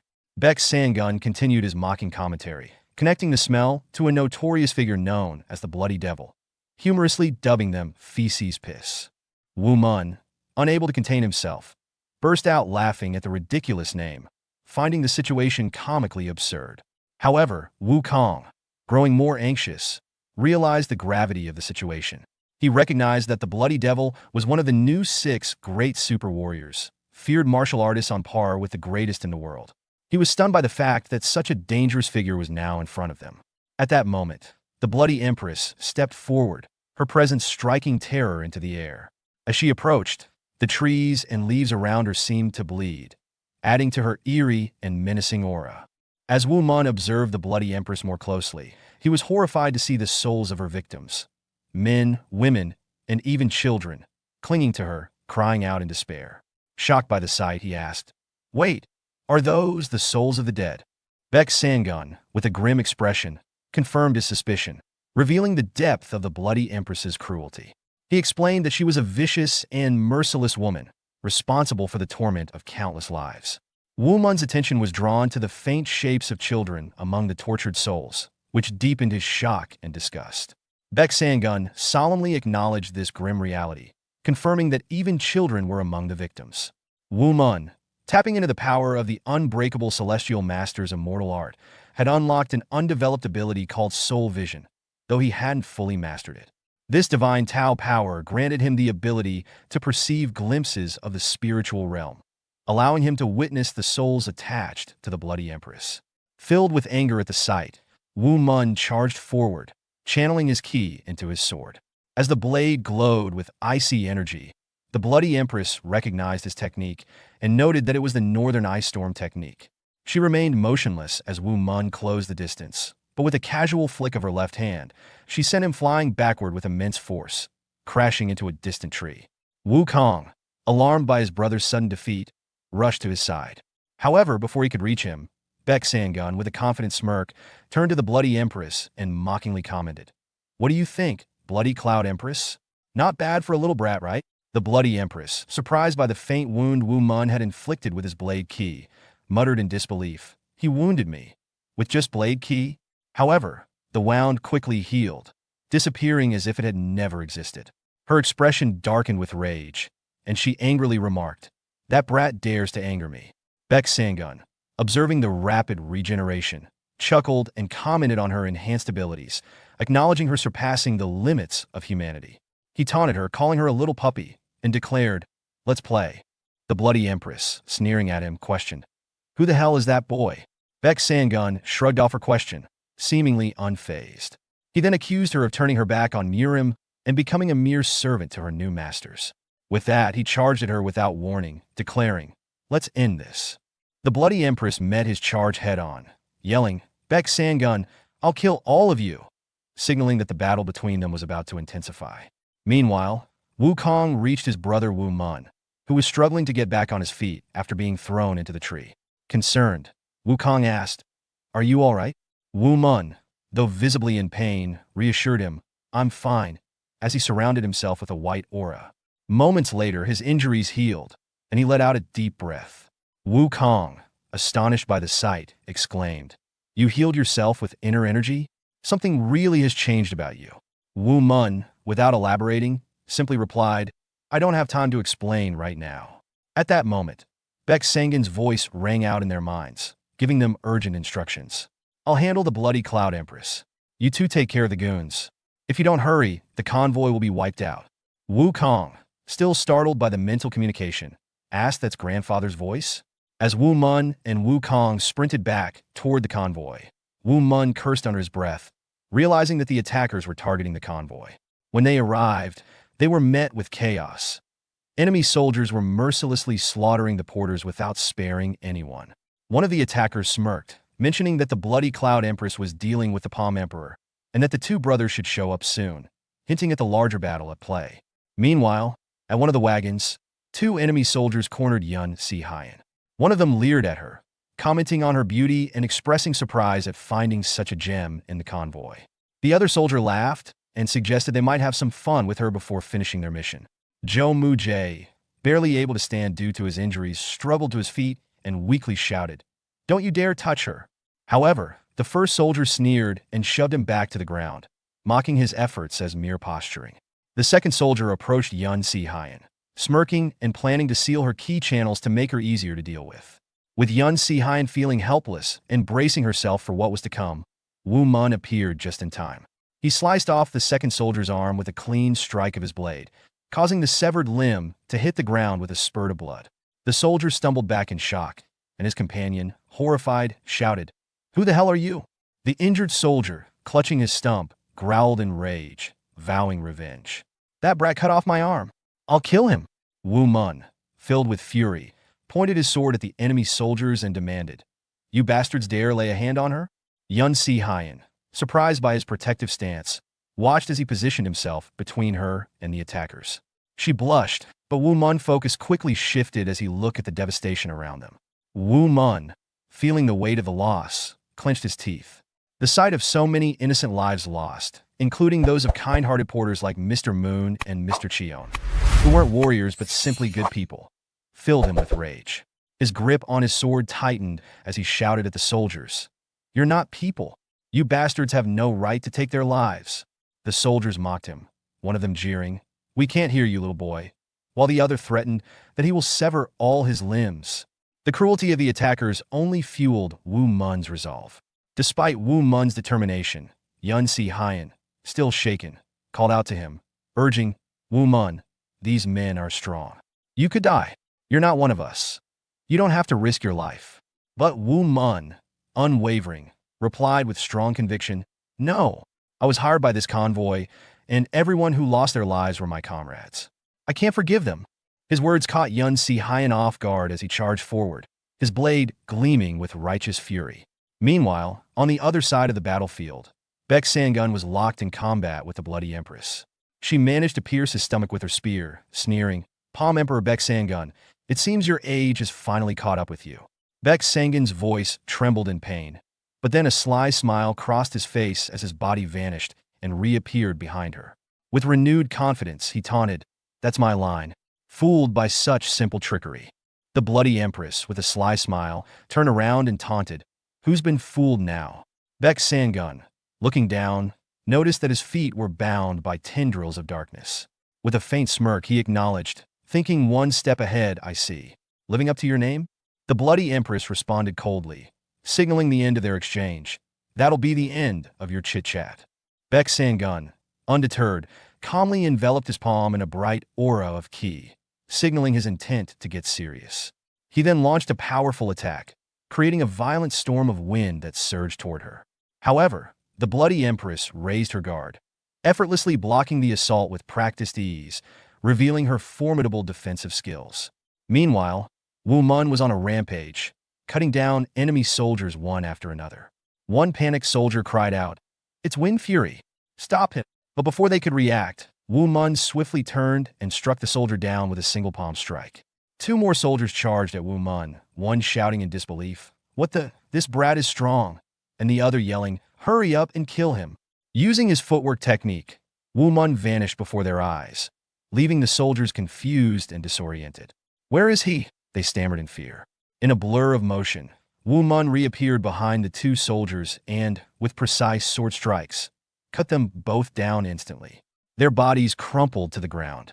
Woo Mun thought to himself, "Divine Mirage Steps is really effective," before continuing his relentless assault, showing no mercy as he pressed forward against the attackers. On a nearby hill, two shadowy figures in dark outfits watched the chaos unfolding below. The first figure, wearing a long hat, asked, "Who is that boy?" The second figure, donning a samurai hat, responded, "I thought the only concern besides the Palm Emperor was Sung Woo Kong. So, who the hell is he?" Back on the battlefield, Woo Kong arrived at Woo Mun's side. The two brothers instinctively positioned themselves back to back, ready to fight together. Woo Kong remarked, "Bro, I was busy taking care of the left." Their appearance reinvigorated the porters, who began to shout, "Plum Blossom Swordsman Sung Woo Kong is here. We're saved." Yun Si Hyen, watching from a distance, thought, "There's hope. I always knew Master Kong was strong, but I never expected Sung Woo Mun to be this powerful." The brothers fought in perfect synchronization, each cutting down enemies with precise, coordinated strikes. Woo Kong, however, grew uneasy as he assessed the situation. He thought, "Who are these people? They're all at least second-tier martial artists, and there are over 100 of them. I can't handle those two watching from the hill either. The Bloody Cloud Empress usually works alone, so why does she have such a large group? Could they be the Black Bull Gang or the Dark Horse martial sect in disguise?" He then glanced at Woo Mun in surprise, noticing how effortlessly his brother was dispatching foes. In the time Woo Kong had cut down 3 men, Woo Mun had already taken out 5. His movements are so fluid. Is this really my brother? Woo Kong thought, his resolve hardening. "I can't lose. I'm the Plum Blossom Swordsman." He summoned his technique and began striking down enemies, his sword leaving a trail of blood that blossomed like flowers in his wake. Woo Mun, fighting alongside his brother, admired Wu Kang's growth. He's really become an incredible fighter. I can't lose as his older brother, Woo Mun thought as he unleashed a barrage of techniques, including Divine Mirage Steps, Wind Fury Strike, and Northern Ice Storm. His flurry of attacks tore through the enemy ranks. The remaining soldiers, overwhelmed, muttered in disbelief. How is he able to create such wind fury? His swordsmanship is too good. Despite his success, Woo Mun felt uneasy, thinking, there are still too many. I need a plan. He recalled a technique used by Goring against Beck's Sangun and thought, that's it.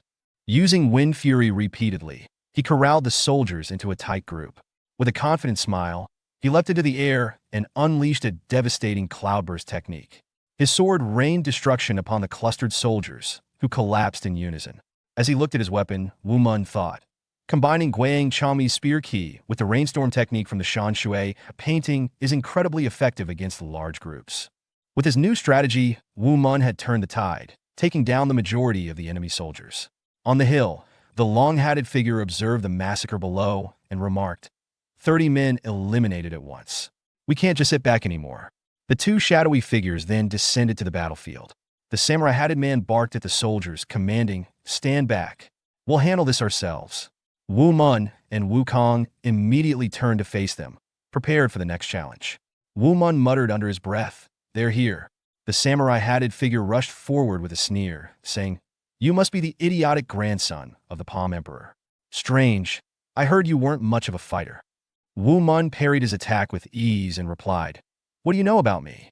Meanwhile, the long-hatted figure engaged Wu Kong, testing his blade with a series of quick strikes. He smirked and said, Sung Woo Kong, the plum blossom swordsman. Impressive, but playtime's over. As the battle began to intensify, Woo Mun retorted to his opponent, you're noisy. I don't know how you know about me, but I'm not an idiot anymore, and I won't lose to trash like you. The samurai-hatted figure sneered in response, trash? You dare provoke Yu Myong-su? Woo Mun smirked, taunting, so they give names to garbage now? Stop talking and come at me, fool. Hearing the name, Yu Myong-su, Wu Kang's expression grew grave as he recognized the notorious name. Yu Myong-su? One of Yunnan's evil three, he thought. I suspected they weren't ordinary, but why is he here? Now enraged, Yu Myong-su unleashed his dark ki, summoning multiple spectral blades. Charging at Woo Mun with a roar, he yelled, you dare call me trash? You're dead. As Yu Myong-su unleashed a barrage of spectral blades, Woo Mun reacted quickly, tightening his grip on his sword and deflecting the incoming strikes with precise movements. Recognizing the danger, Woo Mun deduced, he's using a shapeless blade technique. He decided to respond in kind and gathered his ki, launching a sword aura attack that struck Yu Myong-su's shoulder. The impact caused Yu Myong-su to wince in pain, his fury mounting as he demanded, a moving sword aura? Where did you learn such a technique? Who are you damn freak? Ignoring the taunt, Woo Mun charged forward, shouting, shut it, I'm just getting started. As he closed the distance, Yu Myong-su hesitated, confused by the slowing of Woo Mun's sword technique. Before he could analyze the situation, Woo Mun struck rapidly, overwhelming him with a series of precise attacks. Realizing the threat Woo Mun posed, Yu Myong-su decided to end the fight with one decisive blow. He activated his dark demonic sword style, summoning several dark ki blades and sending them toward Woo Mun. The attack struck its target, and Yu Myong-su smirked triumphantly, declaring, I got him. However, to his shock, the figure he hit vanished. Woo Mun had used an afterimage technique. Appearing behind Yu Myong-su in a flash, Woo Mun landed a devastating sword strike, and the opponent collapsed lifelessly to the ground. Taking a deep breath after his victory, Woo Mun thought, I did it. Meanwhile, Wu Kong had defeated his own opponent, the long-hatted figure, though he had sustained several minor wounds and was panting heavily. When Woo Mun approached him, concerned, he asked, you okay? I'm fine, Wu Kong replied, though his mind was in turmoil. Impossible, he thought. My brother is stronger than me, and by a huge margin. Isn't he basically at the level of a legend now? Before he could reflect further, Woo Mun urged, there's still more of them left. Let's go, Wu Kong, and sprinted off, eager to continue the fight. As the brothers advanced, a soldier suddenly shouted, stop, drop your weapons. They turned to find one soldier holding a blade to Yun Si-hyen's neck and another threatening Zhou Mu Jie with the same tactic. The soldier demanded. Drop them now if you don't want this woman to die. Woo Mun's expression hardened with anger. How dirty? Torn, Wu Kong suggested. Let's do as they say for now, bro. The soldier smirked, sensing an opportunity. Looks like the younger brother is smarter. Good thinking. But Wu Mun shook his head in disbelief. Wait, do you think they'd spare the convoy even if we surrendered? If we're captured, they could use us as hostages too. Wu Kong hesitated, realizing Wu Mun had a point. True. I was too quick to jump to conclusions.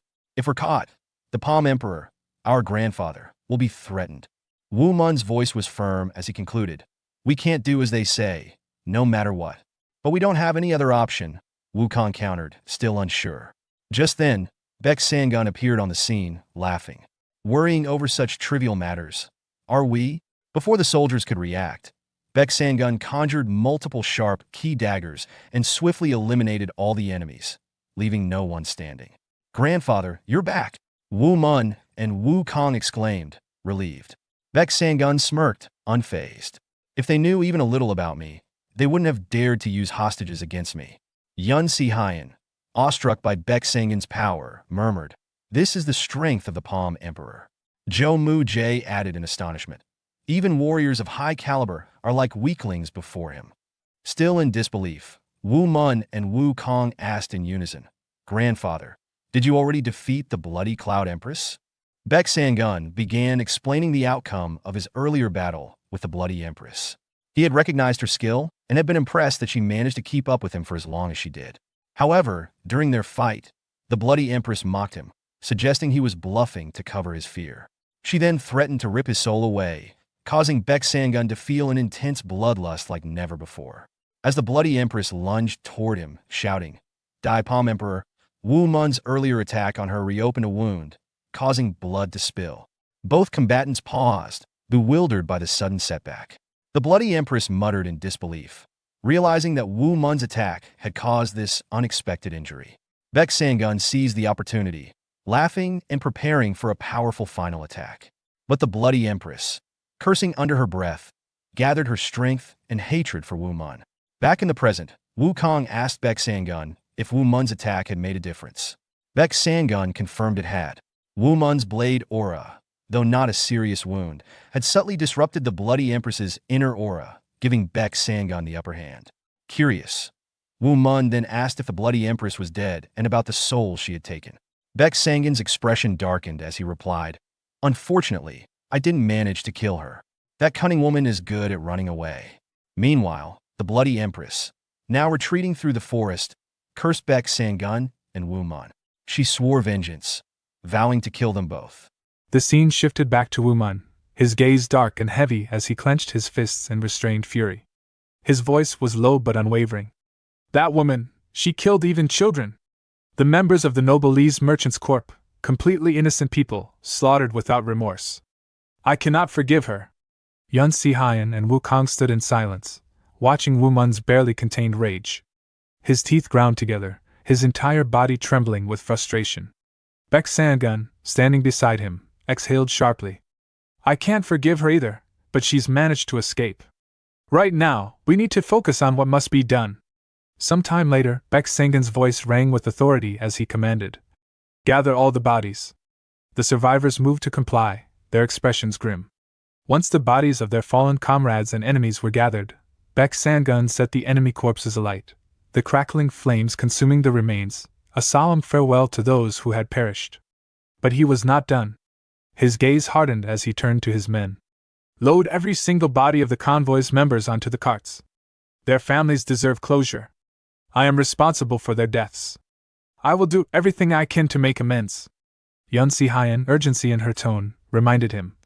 We have wounded men as well. We need to move quickly. With that, they set off on their journey back. As they reached Wunhan and arrived at Noblesse Merchant Corp, relief washed over the weary survivors. The retainers murmured among themselves, voices tinged with disbelief and gratitude. We made it back alive. I never imagined this journey would be so perilous. The gods must have been watching over us. Tears and embraces followed as families reunited, their relief palpable. Zhou Mu Jie, his face pale from his injuries, addressed the group. Good work, everyone. We'll leave the cargo for tomorrow. For now, tend to the wounded. One of his subordinates looked at him with concern. Sir, your wounds are serious too. You must be treated immediately. But Jo Mu-jae shook his head stubbornly, his expression darkened with guilt. I'll be fine. My incompetence has already caused too many deaths and injuries. I will receive treatment only after everyone else has been cared for. His subordinate pleaded. Please, sir. Before the man could finish, a sudden, precise strike hit Jo Mu-jae's pressure point. His body tensed before he collapsed to the ground. The culprit, Beck Sangun, stood over him, his movements swift and deliberate as he applied further pressure, ensuring the bleeding was slowed. Beck Sangun chuckled. Quit acting tough when you're on the verge of death. I've stopped most of the bleeding. Have him rest and feed him some medicinal herbs later. Jo Mu-jae's subordinates, startled but relieved, quickly nodded. Understood. As Beck Sangun walked away, muttering about their next course of action, Woo Mun finally voiced the question that had been gnawing at him. I wonder, just who were they? Beck Sangun turned slightly, his gaze unreadable. Good question. I'm not entirely sure either. The survivors took their own lives with poison pills before we could interrogate them. But considering how meticulous they were in concealing their identities, they're either a group that fears my reprisal or a secret organization with ties to an evil cult, one that would become a public enemy if exposed. Woo Mun narrowed his eyes. An evil cult? Could it be the Kyanma cult? Beck Sangun shook his head. No, I highly doubt it. Woo Mun asked why not. Beck Sangun crossed his arms and stated strength. Woo Mun asked what he meant by strength. Beck Sangun explained the Kyanma cult's goal is to attain ultimate strength, no matter the cost. Do you really think they'd resort to covert assassinations? That they'd end their own lives out of fear of being exposed? No. They may be an evil cult, but they're arguably the least cowardly. They don't take hostages. They don't hide in the shadows. When they move, they do so with their heads held high. That's the nature of the cult, and Kyanma himself. Woo Mun absorbed the information, nodding slowly. Beck Sangun continued. The last time the Kyanma cult made an appearance was 50 years ago. Back then we, the Kyanmupawang, were the ones who defeated Kyanma himself. He was the strongest man I've ever fought, which is why I remember him, and his cult, so clearly. This is not their work. Woo Mun exhaled sharply. Then who could it be? They even had the bloody devil among them. Beck Sangun's expression darkened. I wonder. Woo Mun clenched his fists again. Bastards. Beck Sangun observed him, then chuckled softly. You're the type who can't stand injustice, aren't you? But listen, boy, you'll meet countless people like the bloody devil. Woo Mun frowned. Beck Sangun continued, his voice tinged with experience and warning. As long as you stepped into this world, you'll encounter those who are far worse. If you let your rage consume you, it will control you. You must master your anger, not the other way around. Woo Mun took a deep breath, steadying himself. Understood. Beck Sangun gave a satisfied nod. Good. Now I've got some business to handle. Get ready to leave with Wukong. Woo Mun bowed slightly. Yes, grandfather. Some time later, Beck Sangun met with Yun Si-hyun alone, his expression solemn. There's something I must discuss with you. She tilted her head. What is it? Wordlessly, Beck Sangun produced a glowing crystal and placed it in her hands. She gasped. This is a nightglow gem. Just one of these is worth an entire castle. I couldn't possibly accept this. Beck Sangun waved dismissively. Consider it compensation. A lot has happened because of me. This isn't even enough by my standards. Take it. His voice turned firm. I have 2 requests. First, do not reveal my identity to the people of this village. Make sure the convoy keeps this secret as well. Second, when dealing with the nightglow gem, only entrust it to those you can rely on. Can you promise me that? Yun Si-hyun stared at him, processing his words. The first promise is to protect this village from the troubles that come with associating with the Palm Emperor. The second is a warning, whoever holds the gem will be in danger. She met his gaze. Understood, Palm Emperor. Beck Sangun chuckled. I like how straightforward you are. All right then, I'll leave things to you and head home with my grandchildren. If you need anything, come to the lodge. She took a deep breath before speaking, her voice calm yet resolute. Thank you, she said sincerely. Her mind was racing, so much had transpired in the Gango region, events unfolding one after another. Though she had lost many of her men, she knew that the Palm Emperor's presence had not been the cause. The true culprits were the Bloody Devil and that mysterious organization. She needed to focus on the facts, not be swayed by emotion. As Beck Sangun was moving away, she suddenly called out to him. Palm Emperor, sir! Her voice rang with gratitude. It has been an honor to travel with you. Without stopping, Beck Sangun raised his hand in acknowledgement. Yeah! Let's meet again, he called back, his voice light but firm. Soon after, he reunited with Wukong and Woo Mun. Looking at them, he said, If you're ready, let's leave. Both men nodded in agreement, and without further delay, they set off on their journey home. After some time, they arrived at their destination. As they stood in front of the house, Beck Sangun hesitated. His usual confidence faltered as nervousness crept in. Woo Mun, I can't go in, he admitted, his voice unusually uncertain. Woo Mun raised an eyebrow. You came all this way so confidently, and now you're hesitating at the doorstep? Come on, let's go in.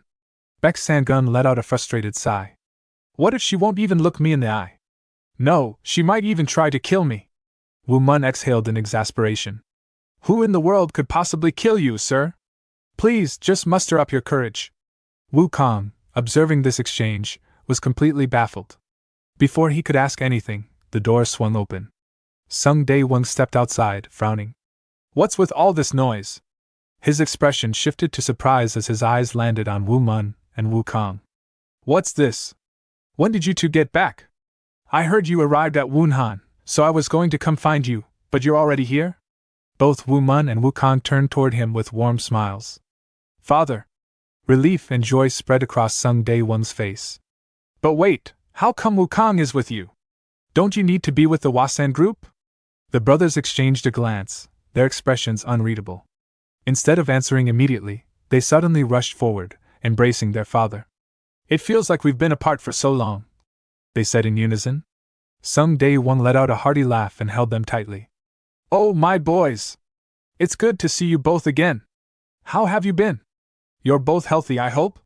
We've been doing well, they reassured him. What about you and Mother? How have you two been? Sun Day Wong nodded. We've been just fine. But then his gaze shifted toward Beck Sangun, his brow furrowing. And who's that over there? It looked like you were arguing with him. Before they could explain, Beck Sangun exhaled and took a step forward. Well, there's no avoiding this, is there? He turned to Woo Mun. My boy, go get your mother. Woo Mun nodded without hesitation. Yes. He hurried into the house. Sun Day Wong, however, wasn't as calm. He moved toward Beck Sangun, his voice sharp. Who the hell are you to order my wife to come out? Do you even know her? Wukong quickly intervened.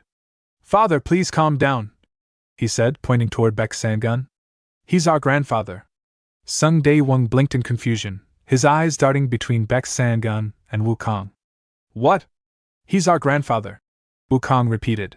Sun Day Wong grabbed his son by the shoulders and gave him a firm shake. Did you turn into an idiot after your brother got his head straight? Snap out of it. I'm perfectly fine, Wukong retorted.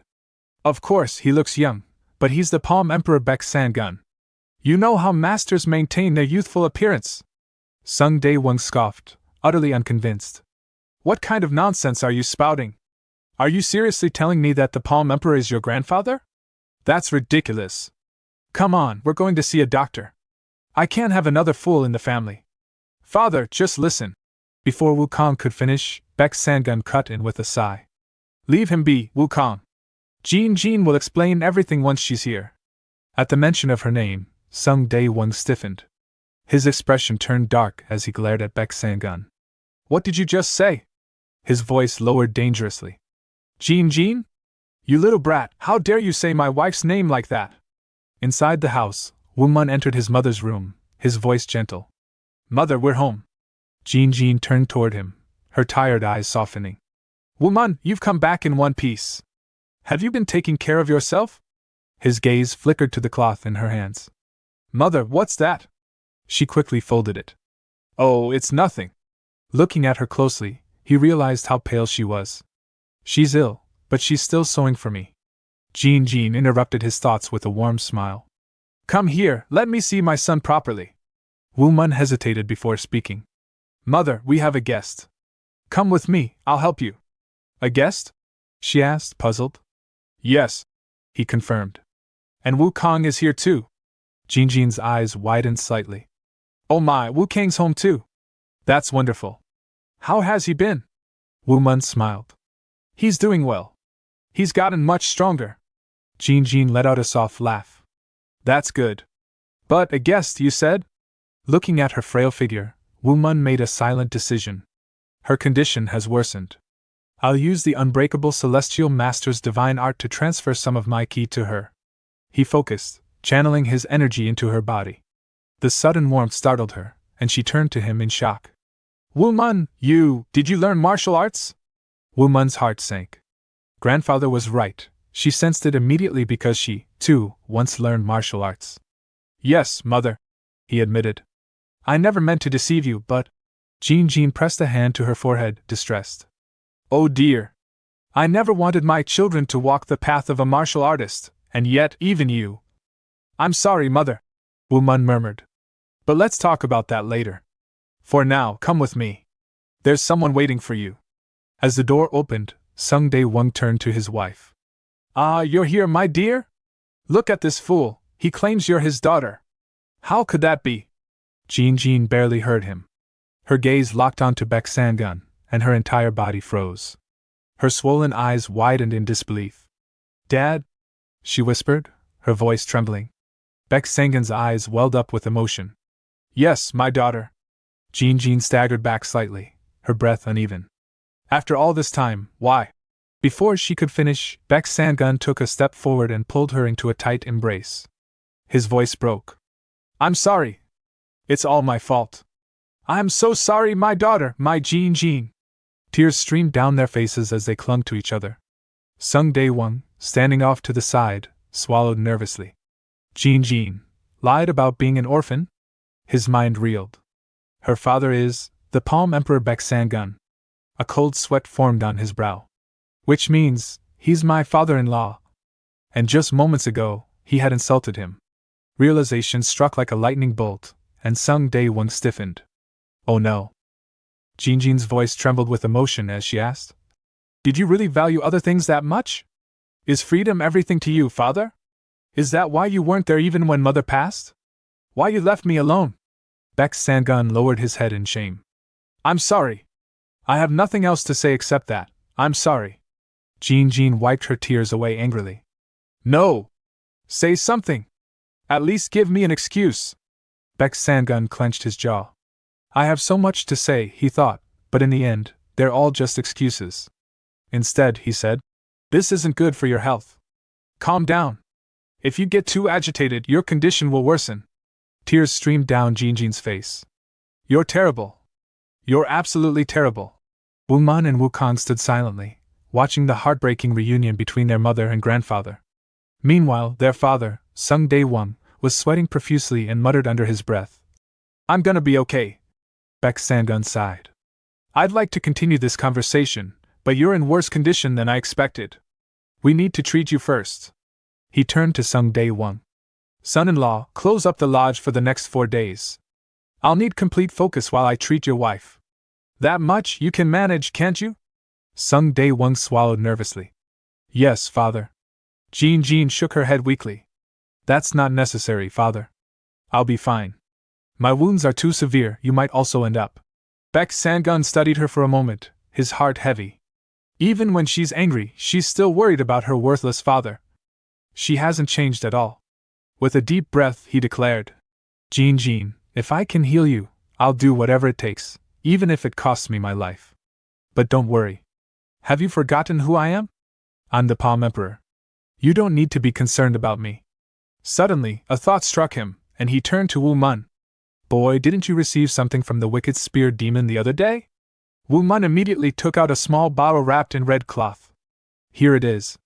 Beck Sangun unwrapped it carefully, inspecting its contents. He smirked. Just as I expected from Guiyang Changmi. He gave up his most valuable possession as thanks for saving his son. Wu Mun frowned. What is that? Beck Sangun held up the vial. This is hollow bluestone ichor. Just a single drop contains 30 years' worth of internal ki. If applied externally, it hardens the body like steel and grants immunity to poison. It's considered one of the greatest elixirs in existence. He paused, examining the liquid. However, this isn't pure hollow bluestone ichor. It's been mixed with other medicinal ingredients for consumption. The balance has been compromised. You can only safely drink a single drop of it. Woo Mun asked curiously, "What happens if someone drinks 2 drops?" Beck Sangun's expression darkened. "Your body can withstand 1 drop, but more than that would disrupt your internal energy, throwing your ki into chaos. It would kill you." Woo Mun stiffened in shock. Beck Sangun pocketed the vial and began heading inside. Even diluted, this will greatly improve Jinjin's chances of recovery. "Now let's begin. Close the lodge, and you two take turns standing guard." Woo Mun and Wukong responded in unison. "Understood." Inside the house, Beck Sangun and Jinjin sat facing each other. He gently placed his hands over her back and began transferring his ki into her. His energy flowed steadily, reinforcing her weakened body. "Endure it," he instructed. "You must endure." As Jinjin trembled in pain, gritting her teeth, Beck Sangun cursed himself silently. "I should have come sooner instead of hesitating. Then it wouldn't have been this bad. I'm sorry, my daughter." Outside the lodge, Woo Mun and Wukong kept watch. After a moment of silence, Wukong sighed and said, "I understand, so that's what happened. What an unbelievable turn of events." Woo Mun grinned. "And that's what happened on your side, huh? You thought I was just some idiot hanging around the red light district, so you pretended not to know me. Honestly? I would have done the same in your position." He patted his younger brother on the shoulder. "Still, you must have had a rough time in the Wasan group. I'm proud of you, Wukong." Wukong scoffed. "Oh, sure." Stretching his arms, Woo Mun yawned. "Anyway, I need to go collect my pay from Noble Lee's merchant corporation. Keep watch for me while I'm gone."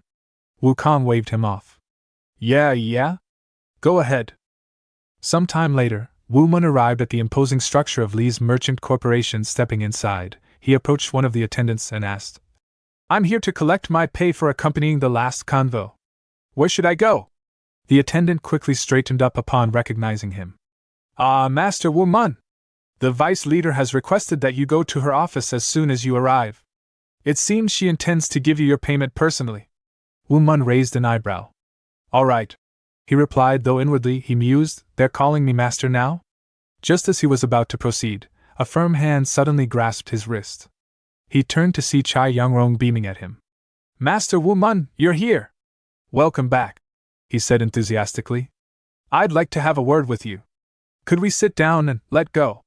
Woo Mun's voice was sharp as he swiftly pulled his hand free. Chai Youngrong chuckled, unfazed. "Why so heartless? We're already acquaintances, aren't we?" He leaned in slightly. "I have something to discuss regarding your grandfather, the Palm Emperor." Before he could utter another word, Woo Mun's hand shot out, seizing him by the throat. His grip was firm, his eyes ice cold. "Did you not hear what my grandfather said?" he growled. "Do not mention his identity. If you don't watch your mouth, I'll kill you." His voice lowered dangerously. "I despise men like you, the kind who act high and mighty toward the weak but change their attitude in an instant when faced with someone stronger." Chai Youngrong's smirk faltered, his face paling. "I get it, Master Woo Mun," he stammered. With a scoff, Woo Mun released him and shoved him back. "If you get it, then bugger off." Without another glance, he walked away. Clutching his throat, Chai Youngrong watched him go, seething. "That little shit. Even after I approached him so politely, he still scorns me? Fine. Just you wait. I'll make you regret this." A short while later, Woo Mun arrived at Yun Si-hyen's office, where she handed him a pouch filled with silver coins. He peeked inside, his eyes widening. "Whoa! This is way too much. I was only expecting to be paid for my work." Yun Si-hyen smiled. "Consider it a token of gratitude. You were an immense help to our convoy, Master Woo Mun. A journey that included the Palm Emperor himself, as well as his grandson posing as a mere luggage carrier, that alone is worth more than 30 silver coins." Woo Mun hesitated. "But some of your men lost their lives. Their families should have this money. I'll be fine without it." Yun Si-hyen's expression softened. "Their families will be taken care of. I can't share the details, but you don't need to worry." She thought to herself, "I can't tell him about the night glow gym just yet." After a moment's contemplation, Woo Mun asked, "So, can I really accept this?" Yun Si-hyen nodded. "Please take it. If not for yourself, then for my sake." Seeing her sincerity, Woo Mun sighed and tucked the pouch into his clothing. All right. Thank you. I'll accept it then. Just then, a small, fluffy figure wriggled out from beneath his robes, a celestial tiger cub, Una. The little creature let out a soft growl before leaping into Yun Si-hyen's arms. She laughed, cradling the cub. You adorable little thing. Woo Mun chuckled. She always acts like a baby around you. Yun Si-hyen looked up at him with a more serious expression. I'd like to ask you something. Why did you hide your strength? And why keep it a secret that you're the Palm Emperor's grandson? I have a rough idea from the conversation I overheard before, but I want to hear it from him directly. Woo Mun exhaled and began explaining how he had spent his life unaware that his grandfather even existed, how their paths had unexpectedly crossed, and how everything had changed since then. Yun Si-hyen listened attentively, a warm smile playing on her lips. Sung Woo Mun. He tells his story with such childlike innocence. But it's not just the unbelievable things he's saying that captivate me. It's his eyes, his gestures, the gentle tone of his voice. I wonder why. Woo Mun continued. As for why I never mentioned my martial arts training, it wasn't something I was deliberately hiding. No one ever asked, and I never had a reason to bring it up. Going around announcing, hey, I'm a trained martial artist. That would just be boasting. Yun Si-hyen nodded. That's true. I understand now. But then, why doesn't everyone know that your younger brother is a disciple of the Hwasan group? Woo Mun's expression darkened slightly. Because our mother never wanted us to learn martial arts in the first place. She believed it would only bring trouble. My brother knew that if people found out, it could put our family in danger. So, for her sake, he kept it a secret. I see. That makes sense. Yun Si-hyen tilted her head. So what will you and your family do now? Once your mother recovers, will you return to the Iron Blade Beck house? Woo Mun shrugged. That's not for me to decide. It'll be up to my parents. I see. Oh, and speaking of my mother's treatment, my brother and I need to take turns standing guard. That means I won't be able to work for your convoy anymore. Yun Si-hyen's expression flickered with surprise. I'd like to keep him here, but if I insist, he might think I'm only interested in him because of his lineage. After a pause, she smiled and said, I understand. That's that then. Please do what you need to, Master Sung. Woo Mun grinned. Thank you. I'm really worried about my mother, so I should get back now. Goodbye. Yun Si-hyen chuckled.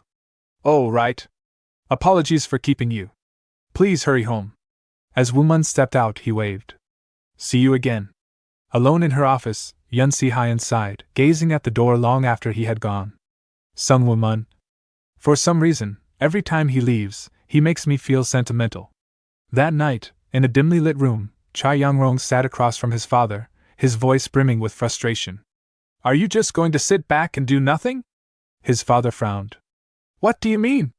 That woman, Yun Si-hyen, at this rate, she'll become the leader. Are you just going to let that happen? His father let out a slow breath. And what do you expect me to do? If we scheme against her like before and fail, we'll be finished. Especially if the Palm Emperor finds out. Cha Young-rong's eyes gleamed with malice. Then we just need to deal with the Palm Emperor, Sung Woo Mun, and Sung Woo Kong first.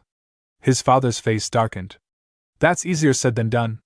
No one has ever managed to take down the Palm Emperor. What makes you think we can? He's still human. Cha Young-rong sneered. Poison would work on him just like anyone else. His father hesitated. But, if we go that far, and the Hwasan group or the Iron Blade Beck house find out, we're as good as dead. Cha Young-rong slammed his fist on the table. Are you really going to live your whole life serving that woman? Is that what you want? His father stiffened at the words. You always say life is a gamble. Then gamble. Cha Young-rong leaned forward. We just need to execute this perfectly. Make sure no one ever finds out. His father sat in silence, deep in thought. He's right. The great men of the world got to where they are because they took risks. If I let this chance slip by, I'll be nothing more than a servant to that girl for the rest of my life. Cha Young-rong smirked. Our uncle is the right-hand man of the Ink Smoke Group's leader. And I've heard they have a brilliant toxicologist. His father's eyes flickered. The smokescreen faction. As dawn broke, Beck Sangun remained by Jinjin's side, continuously channeling his ki into her body to heal her wounds. His expression was calm but focused, ensuring that the treatment progressed smoothly. Meanwhile, in the kitchen, Woo Mun worked alongside the chef, assisting in meal preparation. The aroma of simmering ingredients filled the air as they carefully tended to the morning's meal. The chef glanced at Woo Mun and asked, "So, your mother will be alright once the treatment is completed?" Woo Mun nodded, a trace of relief evident in his voice. "Yes, the treatment is working. It can be healed." "Thank goodness for that." The chef smiled. "That's great to hear. Your grandfather must be a truly talented man." At those words, Woo Mun let out a nervous chuckle, instinctively lowering his gaze. "Yeah, he is," he replied, though his thoughts raced. "He doesn't know about my strength, or my grandfather's true abilities. I need to be careful so he doesn't notice anything." The chef stirred the pot and frowned slightly. Something's off. The flavor isn't quite right." He then turned to Woo Mun and instructed, "We're out of salt. Could you fetch some from the storage in the back?" "Of course, sir. I'll get it right away." Woo Mun quickly moved to retrieve the salt. A short while later, he returned with a small container in hand. However, to his surprise, the chef was no longer waiting for it. Instead, he had continued simmering the dish and seemed satisfied with the result. "You're already done?" Woo Mun asked, slightly puzzled. "What about the salt?" The chef waved a hand dismissively. "I let it cook a bit longer, and now the flavor is just right. I don't think we need the salt anymore." He then ladled a portion into a small bowl and handed it to Woo Mun. "Here, have a taste." Woo Mun leaned in, inhaling the rich aroma. "Wow, it smells great," he commented. But just as he was about to try it, an abrupt sensation coursed through his body. His ki surged uncontrollably, reacting in an unusual way. "What's going on?" he thought, his eyes widening. "The unbreakable celestial master's divine art is going crazy." At that moment, a small figure wriggled out from his clothes, Una, his celestial white tiger cub. The tiny creature immediately growled, her fur bristling as she glared at the steaming bowl. Woo Mun's heart pounded. Something's wrong. This reaction. "Don't tell me." Before he could finish the thought, Beck Sangun's voice resonated in his mind through telepathy. "Una can detect poison simply by its scent. The gruel has been laced with something deadly. Judging by her reaction, the poison is strong enough to kill you instantly." Woo Mun stiffened, his hands tightening around the bowl. A horrifying realization dawned upon him. If this had been eaten by his mother, or his father. His head snapped toward the chef, his voice sharp and commanding. "Did you poison this?" The chef's eyes widened in shock. His hesitation was answer enough. "How did you know that?" he asked, his voice low. But before Woo Mun could respond, the chef suddenly lunged, grabbing a knife and thrusting it toward him in a desperate attack. Saying "Screw it, whatever. Just die." Woo Mun reacted instinctively. With a swift movement, he knocked the blade aside and caught the chef's shoulder in an iron grip. The man cried out in pain as Woo Mun's fingers dug in, locking him in place. "Why did you poison it?" Woo Mun demanded, his voice laced with fury. Beck Sangun's voice once again echoed in his mind. "It's unlikely that he acted on his own. He was probably bribed by those mongrels from the Noble Lee's Merchants Corporation. Their target is the leader." Hearing that, Woo Mun clenched his jaw. "You did this for money? You've been working here for 5 years. The chef lowered his gaze, his voice trembling. "I had my reasons." Woo Mun's grip tightened, his anger boiling over. "You tried to kill my family just for some money?" His fist clenched involuntarily. Without another word, he delivered a powerful punch straight to the chef's face, sending him crashing to the floor. Still seething, he muttered under his breath, "If this is the work of those bastards from the Noble Lee's Merchants Corp., I already know who's behind it." Beck Sangun's voice remained calm yet firm in his mind. "When humans cross lines they shouldn't, there's no telling what they'll do. Take care of them properly. Men like this will continue their ways unless stopped. That is the nature of scoundrels." Woo Mun's fists trembled. How can someone be so weak-willed? He thought bitterly. Is that why men like the Venomous Devil and the Bloody Cloud Emperor exist? At that moment, Wukong entered the kitchen, looking alarmed. "Bro, what's going on?" "I heard a noise." Woo Mun turned to face him, his expression dark. "Those bastards from the Noble Lee's Merchants Corp bribed the chef to poison our food." Wukong's eyes widened in shock, his voice laced with disbelief as he blurted out, "What?" But Woo Mun remained unfazed. His expression was calm yet filled with determination. "I'll be right back," he said firmly. "I'm leaving the rest to you in the meantime." Before Wukong could protest, Wu Mun propelled himself forward at full speed, his figure disappearing in an instant. The wind roared in his ears as he raced toward the noble Lee's merchant's corp, his heart pounding with fury. If our family had been untrained, we would have fallen victim to their poison. They dared to target us? His eyes darkened as his jaw tightened. Unforgivable. They'll pay for this in blood. 15 minutes earlier, inside the noble Lee's merchant's corp, the dimly lit chamber buzzed with tension. The flickering glow of lanterns cast long shadows against the wooden walls, amplifying the hostility that thickened the air. Yun Si-hyen stood her ground, her piercing gaze locked onto the men before her. Her voice was laced with venom as she sneered. So, you've finally shown your true colors. All this time, you were nothing more than Choi Nachiol's lackeys. Pathetic. Across from her, a man with striking green hair, Gwak Jayam, chuckled, his amusement evident in his relaxed stance. Without warning, he reached out, his fingers tightening around her wrist. No, he murmured, his voice smooth and mocking. That pretty mouth of yours shouldn't be saying such cruel things. Unless, of course, you want to end up like that poor fool from earlier. His grip lingered as his smirk deepened. Yun Si-hyen's expression twisted with disgust. Don't touch me with your filthy hands, she snapped, yanking her arm away. Chai Youngrong barely spared a glance at the ongoing exchange, his eyes scanning the room with purpose. His gaze soon landed on something, a small, luminous gemstone nestled within an ornate box. His fingers traced over the cool surface of the night glow gem, a rare and highly valuable artifact. A knowing smirk played on his lips as he lifted the gem and turned toward his father. Father, take a look at this, he said, his tone filled with satisfaction. Choi Nachiol's expression shifted as his eyes locked onto the gem. For a brief moment, a flicker of shock passed over his face. What? Why is this here? He thought, his mind racing. However, he quickly concealed his emotions and spoke in a controlled voice. Keep it hidden from Gwak Jayam. Chai Youngrong nodded without hesitation. Understood, father. Just then, Gwak Jayam stretched his arms and let out an exaggerated sigh. This is getting boring, he muttered. His gaze shifted toward Choi Nachiol, a playful glint in his eyes. Hey, let me have one of the rooms. I feel like having some fun. Yun Si-hyen shot him a glare. Shut it. Choi Nachiol didn't even look up as he waved a dismissive hand. Fine. Take any of the rooms over there.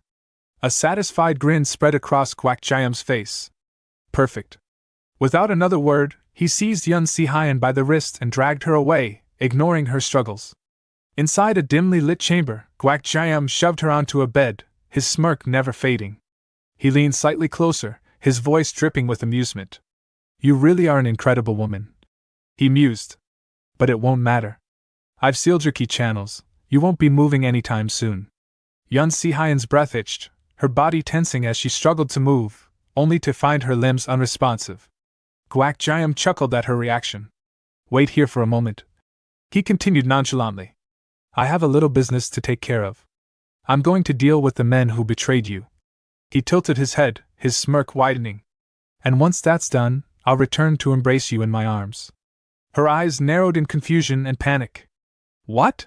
She demanded. The people who betrayed me are on your side. What are you talking about? But Gwak Jayam only laughed as he strode toward the door. It is how it is, he said with a smirk. See you soon. With that, he disappeared into the corridor, leaving her immobilized and alone. Meanwhile, the main hall of Noble Lee's Merchant's Corp, the Grand Hall, was eerily silent, its occupants held captive by the looming threat before them. Yun Si-hyen's father and Jo Mu-jae stood at the center alongside a handful of others, all of them surrounded by Choi Nachiol's forces. Choi Nachiol, standing with an air of relaxed confidence, studied his captives with a smirk. If you're all dead, then there will be no loose ends, he remarked casually. A simple solution, don't you think? Yun Si-hyen's father's eyes burned with fury. You bastard, he roared. After all I've done for you, after all the trust one placed in you, you repay me with this treachery? Do you not fear the law? Do you not fear the Palm Emperor? Choi Nachiol merely chuckled, his smirk deepening. The law? He mused. Laws bend easily when lined with enough gold. The authorities will be more interested in the wealth I offer than in your pitiful deaths. His gaze darkened as he added. And the Palm Emperor? He's most likely dead by now, poisoned and buried beneath the weight of his own arrogance. He spread his arms with mock generosity. So tell me, why should I fear a dead man? Yun Si-hyen's father fists clenched. You bastard! He hissed. Suddenly, a voice rang out, sharp as a blade. You dare try to poison my family? All heads turned toward the entrance. Standing in the doorway, his presence like an unyielding storm, was Woo Mun. His gaze was cold, his expression unreadable. Choi Nachial turned toward the voice, eyes narrowing. Who's there? With measured steps, Woo Mun entered the hall, his gaze sweeping across the room. His lips curled in disgust. You worthless sacks of shit. He spat. At the sight of him, Choi Nachial's expression shifted from confusion to sheer disbelief. What? He muttered, his eyes widening. He should be dead. How is he here? Then, realization dawned, and his lips curled into a twisted grin. I see. He let out a low chuckle. Since you're the only one here, I suppose that means the others didn't make it. You must have been the lucky survivor. He waved a hand dismissively. No matter. It's only one man, kill him. Woo Mun's expression remained unchanged, but his eyes burned with quiet fury. Across the room, Cha Young-rong instinctively took a step back, his grip tightening around his weapon as unease crept into his mind. He quickly takes cover behind his father in fear. Choi Nachial's gaze snapped toward him, irritation flashing across his face. You idiot! He hissed. Are you seriously hesitating? He's alone. He's just another human. He bleeds when stabbed, just like anyone else. Get your head together and kill him. We've come too far to back down now. Cha Young-rong clenched his jaw. You're right. He muttered. There's no turning back now. Without hesitation, he unsheathed his sword, and the soldiers surrounding him followed suit. As one, they lunged toward Woo Mun, their weapons gleaming under the dim light. Woo Mun exhaled, shifting his stance effortlessly. His body tensed like a coiled spring. In the blink of an eye, Woo Mun moved. His sword sliced through the air with precision, and before anyone could react, he had already cut past his attackers. Cha Young-rong's breath hitched as an icy sensation crawled up his spine. His body trembled, his instincts screaming that something was terribly wrong. Slowly, he turned toward Woo Mun, sweat beading down his forehead. Then pain. A sharp, searing agony erupted from his wrists. Gasping, he snapped his gaze downward. His eyes widened in horror. His hands, his wrists, gone. The realization struck like a hammer. His severed wrists twitched uselessly on the blood-slick floor, and as he raised his trembling arms, crimson poured down his sleeves. And he wasn't alone. All around him, the soldiers who had charged at Woo Mun shrieked in agony, their own hands lying severed at their feet. The air filled with cries of pain and despair, their swords clattering uselessly onto the floor. Woo Mun's voice cut through the chaos, calm yet merciless. None of you will ever wield a sword again. Your lives as warriors are over. Choi Nachial, watching from across the room, felt his throat tighten. Sweat dripped from his brow as he cursed under his breath. He's this strong. Woo Mun turned his gaze toward the remaining soldiers, his expression cold and unforgiving. Come, he called, his voice sending chills down their spines. The rest of you, it'll be your ankles next. Choi Nachial's heart pounded in his chest. Shit! What are you all doing? He bellowed at his men. Kill him! Driven by desperation, the remaining soldiers charged at Woo Mun, their weapons raised in a last-ditch effort. But it was futile. Woo Mun moved like a storm. In a blur, his sword lashed out, striking their legs with precise, calculated force. One by one, they collapsed, their ankles severed. Blood splattered across the floor as they writhed in agony, their screams echoing through the hall. The massacre was over in seconds. Choi Nachial and Cha Young-rong stood frozen, their faces pale as they stared at the carnage before them. The once proud warriors of their household now lay sprawled on the ground, crippled and broken. Woo Mun turned his piercing gaze toward them. The ones who ordered the deaths of my family, he said, his voice low and dangerous.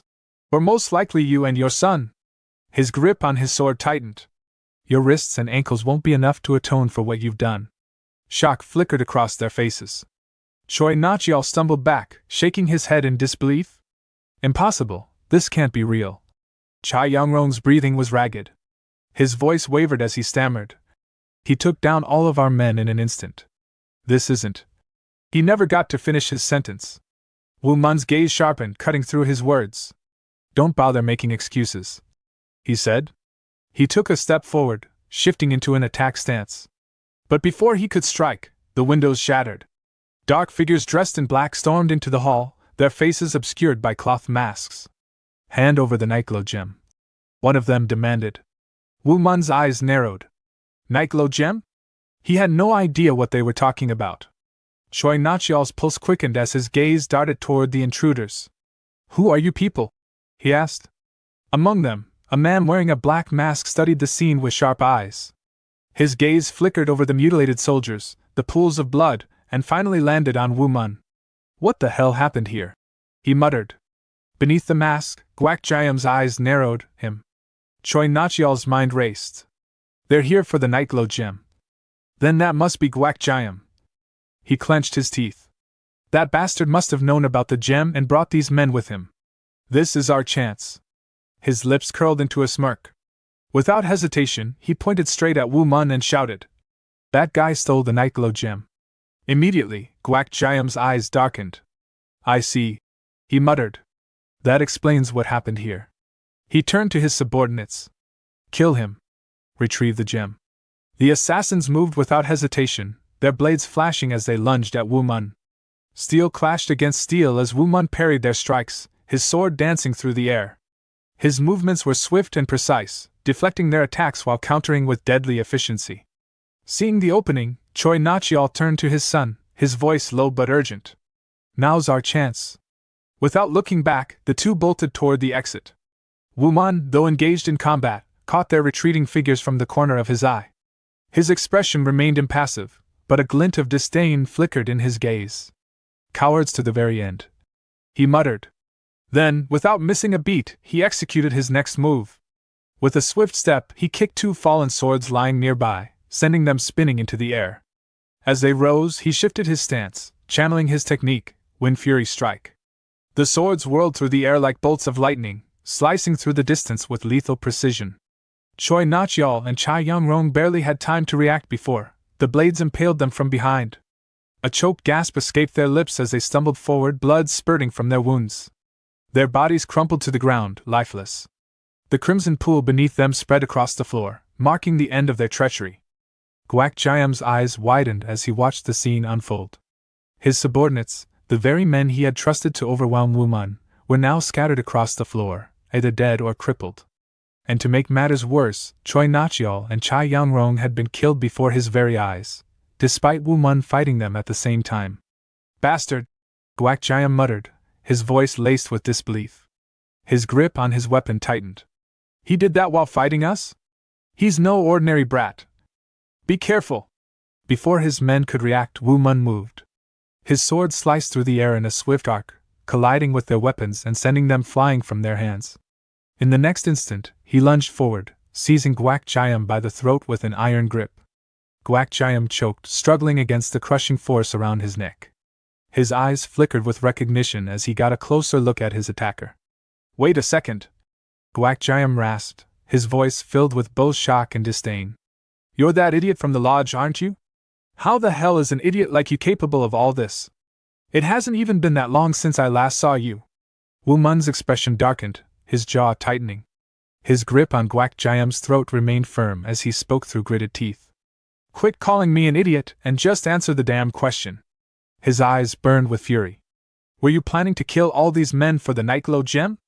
A smirk curled across Guak Jiam's lips despite his predicament. He let out a low chuckle. Of course I was, he said without hesitation. And I'll kill you first, idiot. Without warning, Guak Jiam's hand revealed the dagger hidden in one of his arm. At the same time, he barked an order to his subordinates. Kill him! Woo Mun's instincts flared. Releasing Guak Jiam, he instantly shifted into a battle stance, his sword gleaming under the dim light. His gaze swept across the remaining enemies, his next words cold and resolute. If that's your choice. His muscles coiled, his killing intent palpable. Then I'll cut you all down without an ounce of guilt. Before any of them could even react, Woo Mun struck. With blinding speed, his blade weaved through the air, cutting through one opponent after another. Cries of pain erupted as men collapsed, clutching at their severed limbs. Some howled in agony, others whimpered in terror as they lay sprawled on the blood-stained floor. Guak Jiam could do nothing but watch, his mind struggling to comprehend what was happening. His men, elite warriors who had survived countless battles, were reduced to screaming wrecks in mere moments. His breathing grew heavy. His body trembled. "This is impossible," he muttered, his voice shaking. "You subdued them all so quickly? That's even harder than just killing them. How could an idiot like you?" Before he could finish his sentence, pain erupted in his chest. He barely had time to look down before realization hit him. Woo Mun's sword was buried deep in his heart. Blood trickled from Gwak Jayam's lips as he stared into Woo Mun's unyielding gaze. "Looks like you were the one who orchestrated all of this," Woo Mun said coldly. His voice carried no sympathy, no hesitation, only the finality of judgment. "You're no different from Choi Nachial and Chai Yangrong. Crippling you wouldn't have been enough." A final, agonized scream tore from Gwak Jayam's throat. Then his body fell limp, his life extinguished in an instant. Silence filled the hall. Around them, his remaining subordinates lay groaning, crippled and broken. They could do nothing but writhe in pain, unable to lift a single weapon against Woo Mun. At that moment, movement caught Woo Mun's attention. In the corner of the room, a group of people sat huddled together, their hands bound behind their backs. Among them was Yun Si-hyen's father and her uncle. Yun Si-hyen's father was sharp, yet weary eyes observed Woo Mun with quiet amazement. "Incredible," he murmured, his voice tinged with awe. "You did all of this alone." Ja Mu-jae nodded in agreement. "Master Woo Mun," he said, his tone filled with deep gratitude, "we are indebted to you once again. How could we possibly repay you?" Woo Mun let out a breath, his expression softening slightly. "Oh, please. I only did what had to be done." His gaze swept over them with concern. "Are you all right?" Yun Si-hyen's father nodded. "Yes. All thanks to you." A thought suddenly struck Woo Mun, and his expression grew tense. "But where is the vice leader?" he asked. "She isn't hurt, is she?" Ja Mu-jae shook his head. "She's in the next room." Without wasting another second, Woo Mun turned and rushed toward the door. Pushing it open, he called out, "Boss! Are you all right?" Inside, Yun Si-hyen sat on the floor, her wrists still bound, but otherwise unharmed. She lifted her gaze to meet his, her expression unreadable. "I heard everything," she said softly. "I'm sorry our convoy troubled you again." Woo Mun frowned. "No," he said firmly. "Don't say that. The ones who should be apologizing are those bastards, not you." Yun Si-hyen's eyes widened slightly at his words. For a moment, she was silent, her thoughts swirling. "I didn't want him to see me like this." A bitter feeling settled in her chest. Once again, I'd shown myself to be weak before him. Some time later, under Ja Mu-jae's orders, the injured remnants of Gwak Jayam and Choi Nachial's forces were rounded up. They knelt before the soldiers of Yun Si-hyen's convoy, their bodies battered and broken. Woo Mun stood nearby, watching as Ja Mu-jae oversaw the situation. "What will you do with them?" Woo Mun asked. Ja Mu-jae's expression was cold. "They deserve death for their crimes," he admitted. "But they've already been crippled. They won't be able to live normally, let alone practice martial arts ever again. We plan to banish them from the house." Woo Mun remained silent, deep in thought. They attempted assassination, murdered innocent men, all for greed. This world is filled with so much evil. Some time later, Woo Mun returned home. As he stepped onto the familiar grounds, the sight of his grandfather, Beck Sangun, greeted him at the entrance. "You're back," Beck Sangun said, his deep voice steady as ever. "Yes," Woo Mun replied. "I have returned." Beck Sangun glanced toward the darkened sky. "It's late. Head inside and rest." Woo Mun hesitated. "You're not going to ask about the men who tried to assassinate us?" Beck Sangun let out a small breath. "You came back in one piece." His gaze remained steady. "That means you handled it." He turned toward the house. "Get some rest. Your mother Jinjin will wake up tomorrow. You should greet her in a good mood." Woo Mun lowered his head slightly. "Yes."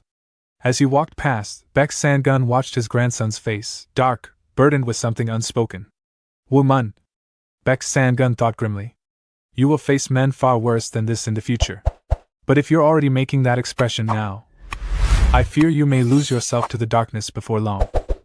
The next morning, as the first rays of sunlight filtered through the windows, Woo Mun and Woo Kang hurried to their mother's room. Their footsteps were quick, their hearts pounding with anticipation and concern. Mother! Woo Mun called as he stepped inside, his voice filled with urgency. Are you really all right? Mother, how are you feeling? Wukong added, his eyes searching her face for any signs of lingering weakness. Jean, their mother, sat upright in bed, her complexion no longer pale but warm and full of life. She turned to her sons with a gentle smile, her eyes glistening with emotion. I'm fine, my sons, she reassured them softly. You don't have to worry anymore. At that moment, Sun Day Wong, their father, knelt by her bedside, his hands trembling as he reached for hers. Tears streamed down his face as he choked out. Dear, what a relief! Your face, it's no longer pale. His voice cracked with emotion as he turned toward Beck Sangun, his father-in-law. Overcome with gratitude, he abruptly stood and threw his arms around the old man in a tight embrace. Father, thank you! Thank you so much! Sun Day Wong sobbed. I swear I will serve you for the rest of my life. Beck Sangun, caught off guard by the sudden hug, let out an exasperated sigh. His expression remained stern, but there was the faintest hint of warmth in his gaze. Enough of that, he grumbled. I merely treated my own daughter. That's not something that requires thanks. But Sun Day Wong only cried harder. No, truly, I thank you from the bottom of my heart. Beck Sangun rubbed his temples, letting out another sigh. What an insufferably noisy son-in-law, he muttered. I swear, if my eardrums burst, it'll be because of you. Perhaps my daughter's illness was caused by your endless racket. Despite the teasing, Jean let out a soft chuckle at her father's words. Woo Mun and Wukong knelt beside their mother, their eyes still filled with tears. Mother, you've endured so much for so long, Wukong said, his voice thick with emotion. It's truly a relief to see you well again. Jean reached out and gently placed a hand on each of their heads. My sons, she murmured, her voice filled with affection. I'm sorry for worrying the two of you. From now on, I hope you can focus on your own lives instead of constantly worrying about me. At those words, both brothers' eyes brimmed with fresh tears. Just then, a small figure wriggled out from the folds of Woo Mun's robes. A fluffy white creature emerged, yawning and stretching its tiny limbs. Jean blinked in surprise. Oh? She tilted her head curiously. And who is this little one? Woo Mun smiled, lifting the small cub in his hands. She's a celestial white tiger's cub, he explained. Her name is Una. As if sensing Jean's warmth, Una immediately leaped into her arms, nuzzling against her chest. Jean instinctively cradled the cub, stroking its soft fur as she let out a gentle laugh. Yes, go on, little one, she cooed, holding Una close. Then, as she looked down at the small creature in her arms, a sudden thought struck her. Her voice grew wistful. Was she the third child? Beck Sangun, who had been observing quietly, nodded. That's right. At his confirmation, Jean's expression changed. Her eyes grew misty, and before she could stop them, tears spilled down her cheeks. She held Una tighter, her shoulders trembling. Then, I suppose Godmother has already passed away. Beck Sangun's face remained solemn. That is the fate of a female celestial white tiger. Woo Mun looked between them, confusion flickering across his face. Godmother? He asked. You knew Una's mother? Why are you crying? Beck Sangun exhaled slowly before answering. Jean's mother was frail. She passed away when Jean was born, he said. After that, I raised her alone in Main Valley until she turned 10.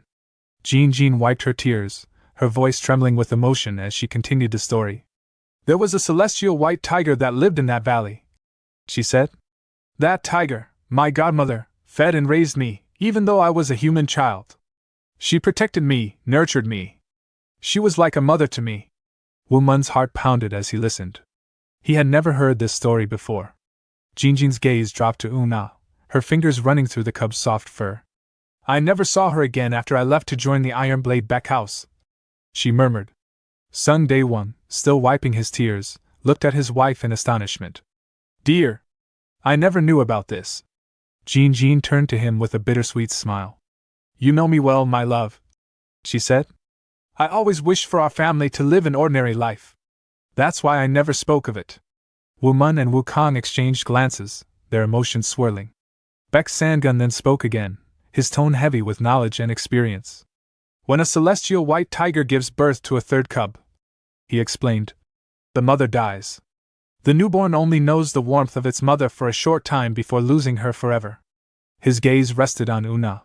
That's why thirdborns love and miss their mothers far more than their older siblings. They are the strongest of the litter, but also the most deprived of love. He looked back at Woo Mun, his expression serious. Raise her well, he said. I guarantee that she will be more loyal than anyone you will ever meet. Woo Mun looked down at Una, who was curled up contentedly in his mother's embrace. I never knew about my mother's past, he thought. So that's why grandfather had me taken Una. He reached out and gently patted the cub's head. I guess I'll have to treat her like family from now on. Beck Sangun then turned his attention to Wukong. What will you do now? He asked. Will you return to the Wasan group? Wukong nodded firmly. Yes, he replied. I've been gone for too long. It's about time I returned, especially now that mother has mostly recovered. As Jean took a deep breath, she closed her eyes and focused inward. A newfound warmth coursed through her body, a sensation she had not felt in years. A small smile formed on her lips as she exhaled slowly. Yes, now that my channels have opened up, I can feel my ki flowing through me again, she murmured. Beck Sangun, watching her carefully, nodded in approval. Of course. I performed an absolute cleanse on you, so that was to be expected, he said. Your internal injuries had lingered for far too long, and you haven't circulated your ki in ages. It was no easy task, I'll have you know. Jin's expression turned serious. Then, I suppose I'll have to start from the beginning again, she said, determination flickering in her eyes. For the sake of my children. Beck Sangun raised an eyebrow. Are you saying you intend to train again? Jean hesitated for only a moment before giving a firm nod. I never planned to get involved with the Murim world ever again, she admitted. But now that both my sons have already stepped onto the path of Murim practitioners, I can't turn away from it anymore. I need to rediscover Murim for myself. At her declaration, Woo Mun and Woo King's eyes lit up with excitement. Wow, mother! They exclaimed in unison, grinning widely. Beck Sangun let out a small sigh of relief, folding his arms across his chest. That's a wise decision, he said. With your innate abilities and talent, it won't take long before you regain the strength you once had. At that moment, a loud, booming voice interrupted their conversation. All right. Now that my wife is healthy, it doesn't matter what she does, Sun Day Wong suddenly declared, his voice filled with enthusiasm. He puffed out his chest and grinned. If you're going to start training again, then I'll make sure to stuff you with food that's good for your body. Without another word, he spun on his heel and bolted toward the kitchen, shouting over his shoulder. Please wait, father! I'll prepare a meal that'll pump you up. Woo Mun and Woo Kong, unable to hold back their laughter, quickly followed after him. We'll help too, father! They chimed in, disappearing into the kitchen. Beck Sangun, watching the whole spectacle unfold, shook his head in exasperation. How in the world did that loud beast become my daughter's husband? He muttered under his breath. Jean chuckled, glancing at her father playfully. Can't you see his lovely charm? She teased. Beck Sangun snorted. Where? 4 days later, the morning air was crisp, and a gentle breeze rustled the leaves outside their home. In the open courtyard, Jean upside down on the earth, her body poised in a stance of focus. Sweat glistened on her skin, her muscles gradually regaining their lost strength. Beck Sangun observed from a short distance away, his sharp eyes scanning her form. Even though your ki channels have been treated, your body must have weakened considerably after all these years, he said. Are you certain you want to begin training again so soon? Jean, wiping the sweat from her brow, met his gaze with unwavering resolve. Even though Woo Mun and Woo Kong are trained warriors, my husband is completely powerless, she said. I need to have the strength to protect our family, just in case. Now that you've come back into our lives, there's no telling what will happen to us. Beck Sangun's eyes widened slightly at her words, and his expression darkened with guilt. His shoulders trembled as he lowered his head. I'm sorry, he whispered, his voice thick with emotion. My very existence has brought trouble to you. Maybe I should never have been born. Jean's expression hardened. She stomped forward and placed her hands on her hips. Quit apologizing, she scolded. And don't say things like that. If you were never born, I wouldn't exist either. I'm just saying I need to protect my husband, that's all. Beck Sangun looked at her, stunned into silence for a moment. Then, as if shaking himself out of his self-pity, he let out a small chuckle. Right, he muttered. Then his tone shifted, becoming more serious. But Jean, I can say with absolute confidence that your husband comes from an extraordinary warrior lineage. Jean, mid-strike, paused. Slowly, she lowered her fists and turned toward her father, frowning. What do you mean? She asked. Beck Sangun folded his arms, his gaze thoughtful. Your husband possesses an incredibly strong life force, doesn't he? He said. To the point where it's almost unbelievable that he's never trained in key cultivation? Jean nodded. Yes. There are times when I wonder if he's even human, she admitted. But I always thought it was just a case of someone being naturally blessed with godlike strength from birth. Beck Sangun exhaled, his expression grim. That's certainly possible, he said. But that's not what's happening here. There are traces of an absolute cleanse in his key channels, one that he must have received when he was very young. There's an incredibly powerful key residue left within him. Jean's eyes widened. That's impossible, she whispered. Beck Sangun shrugged. What would I gain from lying to you? He said. When I briefly touched your husband's arm yesterday, I felt something strange. So I secretly checked his internal ki. He let out a sigh before continuing. He has never been trained in key cultivation. However, he must have consumed an incredibly potent elixir when he was young. Since he never learned how to harness that power, the elixir's effects were never properly utilized. It simply turned into overwhelming, godlike vitality instead. That's what happens when an untrained person consumes such a thing. It's likely that no one, not even he himself, knows about this. Jean stood frozen in shock. That's impossible, she murmured. Beck Sangun narrowed his eyes. Has your husband ever told you about his past? Jean hesitated. Now that you mention it, she said slowly. He once told me that he only remembers the time when he was an orphan. He has no memories of anything before that. Beck Sangun nodded firmly. I knew it, he said. Your husband's past holds a secret. Meanwhile, inside the house, Sun Day Wong was still in the kitchen, happily cooking a meal for Beck Sangun, completely unaware of the discussion taking place outside. Beck Sangun turned his back to Jean and stretched his arms. Well, he said, we'll figure that out in due time. Jean watched him silently before taking a deep breath. Then, as if making a decision, she suddenly spoke. Then, would it be possible for you to train my husband, father? She asked. If you don't plan on leaving right away. Well, if you must leave, then I understand. Beck Sangun stopped mid-step, his body tensing in surprise. Slowly, he turned his head toward her, his expression unreadable. Then, a grin broke across his face. No! I'll do it, he declared. He's my son-in-law, after all. I can't have him getting beaten up by others. Jean smiled softly. Thank you, father. Beck Sangun chuckled to himself as he glanced at his daughter. Is it really all right for me to stay by your side? He wondered. Thank you, my daughter. Then, with renewed energy, he turned and clapped his hands. All right then. I'll turn that wild bear into a tiger, he said. I'll do whatever it takes to make sure you never have to worry about him again. Meanwhile, inside the kitchen, Sun Day Wong suddenly shivered as an ominous chill ran down his spine. Some time later, at the dining table, Sun Day Wong lay sprawled on his side, bound loosely with a cloth, his mouth slightly open as water dripped from his lips. His eyes fluttered, half-lidded, as if caught in a strange limbo between sleep and unconsciousness. Beck Sangun narrowed his eyes at the sight and asked dryly, Is he dead? Woo Mun, observing his father's pitiful state, shook his head. No, he just put too much effort into cooking and collapsed from exhaustion. Wu Kong let out a small chuckle. I think fainted would be a more accurate description. Unfazed, Beck Sangun picked up his chopsticks and took a bite of the meal that had caused all the commotion.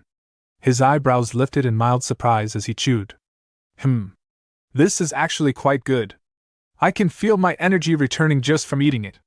Looks like my son-in-law is more than just noise, he's got some real talent. Jean smiled knowingly. He's always been confident in his cooking. If there's one thing he prides himself on, it's this. Wu Kong, savoring a mouthful, sighed with satisfaction. I'd better eat as much as I can before heading back to the Wasan group. You can't find food like Dad's just anywhere. Watching his brother, Wu Mun silently reflected, right? Wu Kong must have missed out on all these little things I took for granted. Just then, Sung Day Wong suddenly jerked upright and blurted out. Mappa tofu paste fist style! The entire table fell silent, startled by his sudden outburst. Beck Sangun, eyebrows furrowing, asked, "What in the world is Mappa tofu paste fist style? Is that some sort of martial technique?" Still half asleep, Sung Day Wong mumbled deliriously. "Such an intense battle!" Before his head wobbled forward again. Jean sighed, placing a gentle hand on her husband's back. "That just means the meal was too intense for him." Moments later, Sung Day Wong shook himself awake and, noticing Beck Sangun, hurriedly sat up straight. "Father! Did the food suit your taste? If you're not satisfied, I'll go make another batch right away." Beck Sangun scoffed. "If you so much as look at the kitchen again, you'll collapse for real." Then his tone turned serious as he leaned back slightly. "There's something I need to ask you all." Jean tilted her head. "What is it?" Beck Sangun studied them for a moment before speaking. "Have you ever considered moving?" Sung Day Wong blinked. "Moving? Where to?" Jean's expression grew thoughtful. "Are you suggesting we relocate to the Ironblade Beck house?" Beck Sangun nodded. "That's right. News spreads quickly in Gango, and it won't take long before people figure out that the Palm Emperor's family is residing here in Wunhan. When that happens, you'll be plagued by trouble, endless visitors, challenges, and worse. More than that, you're my daughter, my son-in-law, and my grandchildren. It's only natural for you to live within my clan." Sung Day Wong turned to his wife without hesitation. "What do you think, dear?" "I'll follow your decision." Wu Mun and Wu Kong also turned to their mother, their voices steady. "Mother, we'll follow whatever you decide." Jean looked at each of them in turn, her gaze lingering on her sons. Finally, she exhaled softly. "Everyone in this family is already walking the path of a martial artist. I can't keep resisting the inevitable, not when it concerns our son's future." She then nodded, determination firm in her voice. "All right. We'll move to the Ironblade Beck house." A smile broke across Beck Sangun's face, a rare glint of approval in his eyes. "A wise choice, Jean. Then let's start preparing for the move." As the sun began its descent, casting golden hues over the quiet home, Wu Mun found himself tidying up the surroundings. His mind, however, was preoccupied with the reality of their impending move. "Leaving the place I've lived my whole life," he mused, his hands working absent-mindedly. Despite the bittersweet nature of the change, an undeniable excitement surged within him. "I wonder what kind of sword style my mother's family uses? Will my skills prove effective in the Ironblade Beck house?" Before he could dwell further on these thoughts, a loud thud echoed through the area.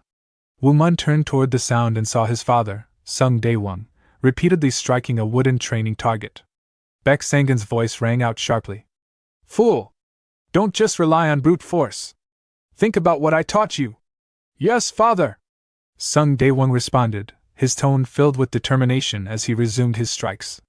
Watching from the sidelines, Wu Mun immediately recognized that his father was beginning with the fist technique first.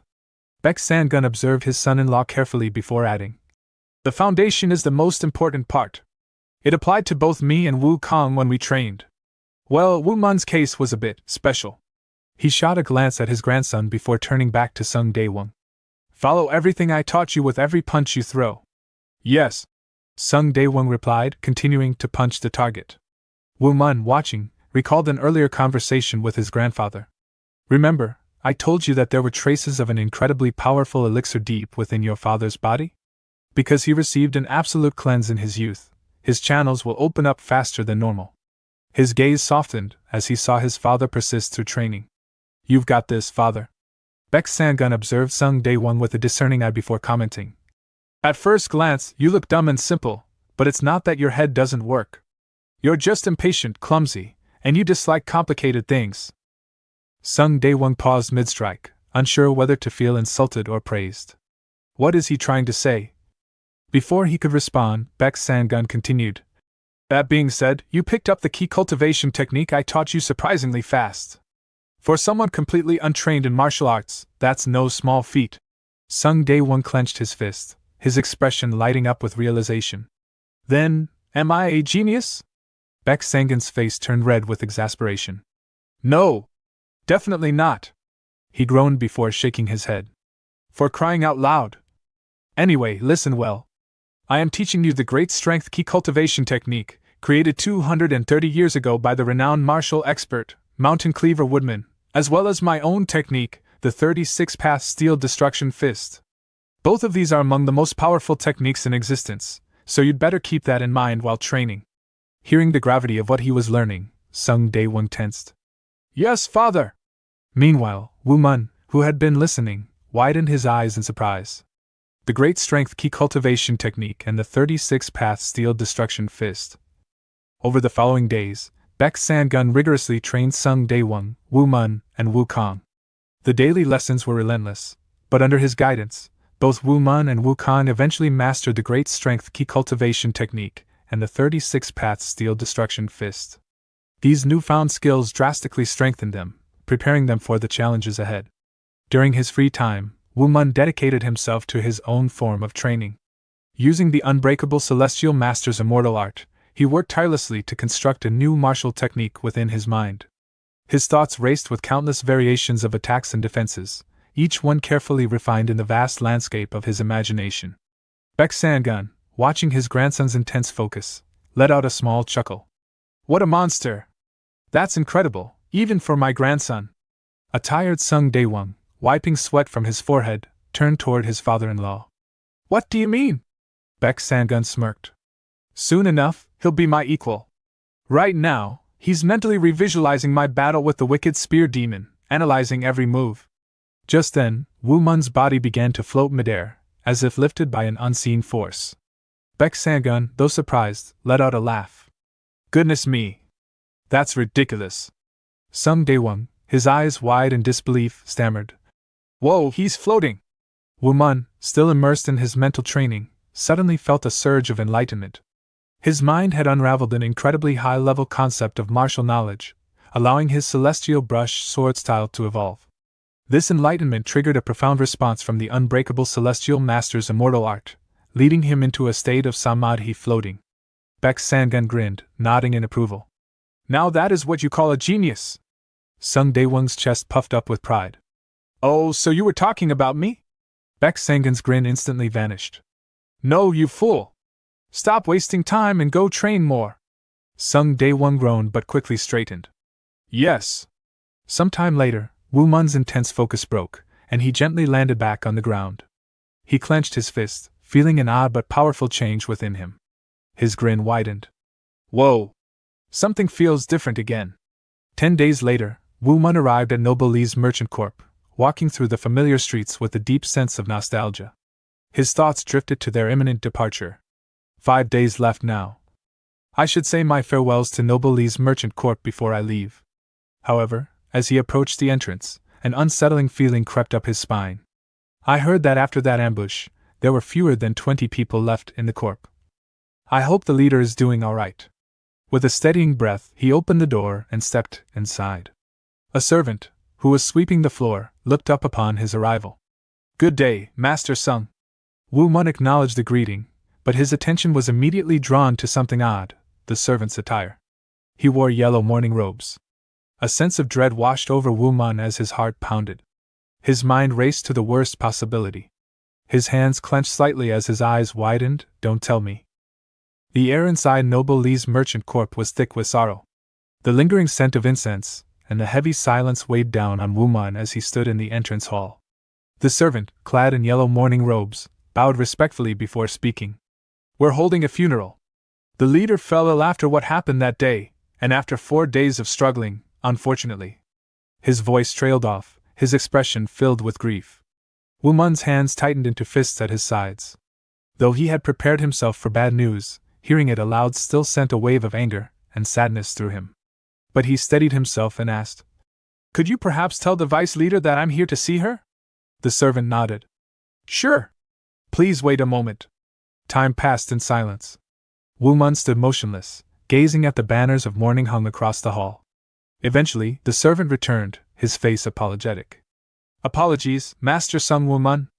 The vice leader said she's unable to attend to guests as of now. Woo Mun exhaled slowly. Yeah, she must be heartbroken. Losing someone so important, especially after such a betrayal, must have devastated her. He offered a small nod and said, I understand. Please send my condolences to the vice leader and tell her that I hope she recovers quickly." The servant bowed again. "Yes, Master Song Woo Mun."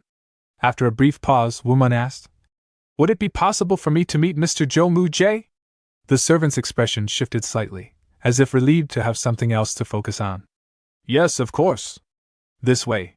He led Woo Mun through the quiet corridors until they reached Jo Moo Jae's quarters. As they stepped inside, both men took seats around the wooden table. Without wasting any time, Woo Mun asked, "What have you learned about the poison?" Jo Moo Jae's expression darkened. "The origin of the poison? I've also been investigating that. Apparently, Chai Nachial's uncle is a commander of the Smokescreen faction. And I've heard that the two of them met recently, so it must have come from them." Woo Mun's brows furrowed. "The Smokescreen faction? Who are they?" Jo Moo Jae leaned forward, his voice low. "They're a medium-sized faction, part of the Dark Path forces within Guangdong province. Like all those who walk the Dark Path, they're a ruthless and heinous group." The words echoed in Woo Mun's mind. His grip on the edge of the table tightened. "They almost killed my family." His nails dug into the wood. "I can't forgive them for providing the poison. Even if it weren't used on my family, bastards who create such deadly poisons with no regard for the consequences must be stopped." Jo Moo Jae hesitated for a moment before speaking again. "But Master Song Woo Mun, if I may request something of you." Woo Mun's sharp gaze met his. "Yes? What is it?" Jo Moo Jae opened his mouth as if to speak, but then, at the last moment, he stopped. A flicker of uncertainty crossed his face. He turned away, shaking his head. "No, never mind. Please forget that. I have business to take care of, so I will take my leave now." "Jo Moo Jae." Woo Mun called his name, but the man didn't turn back. He simply walked away, his figure vanishing into the dimly lit hallways. Woo Mun sat still for a moment, watching the empty doorway. I think I can guess what he was going to ask. If Chai Nachial's uncle was a commander of the Smokescreen faction, then that faction had surely heard the news of his death by now. That meant Noble Lee's Merchant Corp would soon face retaliation. Bastards like them would definitely seek revenge. As Woo Mun prepared to leave, a thought struck him. He turned to the servant and asked, "Do you know where the Smokescreen faction is located?" The servant blinked in surprise but quickly answered, "I believe they're in Jeonnam, within Guangdong province." "Why do you ask?" Woo Mun's eyes darkened, but his voice remained steady. "It's nothing. Thank you. Farewell." As he walked away from the merchant corps, a storm brewed in his chest. His fists clenched as his footsteps echoed against the stone pavement. "Grandfather sent me from the beginning and never asked me about the result." Grinding his teeth, he muttered under his breath, "I'm coming, Smokescreen faction." As Woo Mun advanced toward the Smokescreen faction, he felt an exhilarating rush of speed. The infusion of inner ki into his movements was making a significant difference. So this is how it works. If I channel inner ki while moving, I can accelerate much faster. He adjusted his posture slightly, testing his footing. Right, like this. My feet need to move this way. I only imagined trying it before, but I'm adapting quickly. A smirk tugged at the corner of his lips. Storm step. That's what I'll call it. Despite his focus on refining his technique, something caught his attention. He glanced back discreetly, noting the presence of a figure tailing him. Why has that person been following me for so long? The thought nagged at him. If they were pursuing me with hostility, they would have made a move by now. Maybe we're just heading in the same direction by coincidence. Rather than dwell on it, he chose to concentrate on mastering his newfound speed. His movements became more fluid, his steps lighter yet more explosive. Every second, his pace quickened as he grew more attuned to the storm step. Meanwhile, the figure following him gritted her teeth in frustration. What the hell? Even if he's the Palm Emperor's grandson, I never expected to struggle this much just to keep up. She pushed her blue cloud step to its absolute limit, activating the 12th stage, something she rarely had to do. I heard this guy was a complete fool until recently. So how in the world is he moving like this? A sinking feeling settled in her chest. Damn it, I had to push my movement technique to the 12th stage. And yet, before she could even process what had happened, Woo Mun had vanished from her sight. I lost him? Realization struck her like a thunderclap. That bastard. He knew I was tailing him the entire time. Frustration boiled within her as she clenched her fists. He deliberately pretended not to notice and kept pushing his speed just to throw me off. That little brat played me like a damn fiddle. Her mind flashed back to the first time she had seen Woo Mun. She recalled the day Beck Sangun, the esteemed Palm Emperor, had arrived at Wasan, his powerful voice echoing through the sect. He shouted, "My grandson should be here. I wonder where he is?" Then, with an outstretched hand, he pointed at a fellow martial artist, Woo Kong. "There's your brother, Woo Mun." Woo Mun, standing beside the Palm Emperor, had simply nodded. And then, Beck Sangun made the announcement that had left everyone dumbfounded. "Sun Woo Kong, that boy is my grandson." The entire sect had been stunned.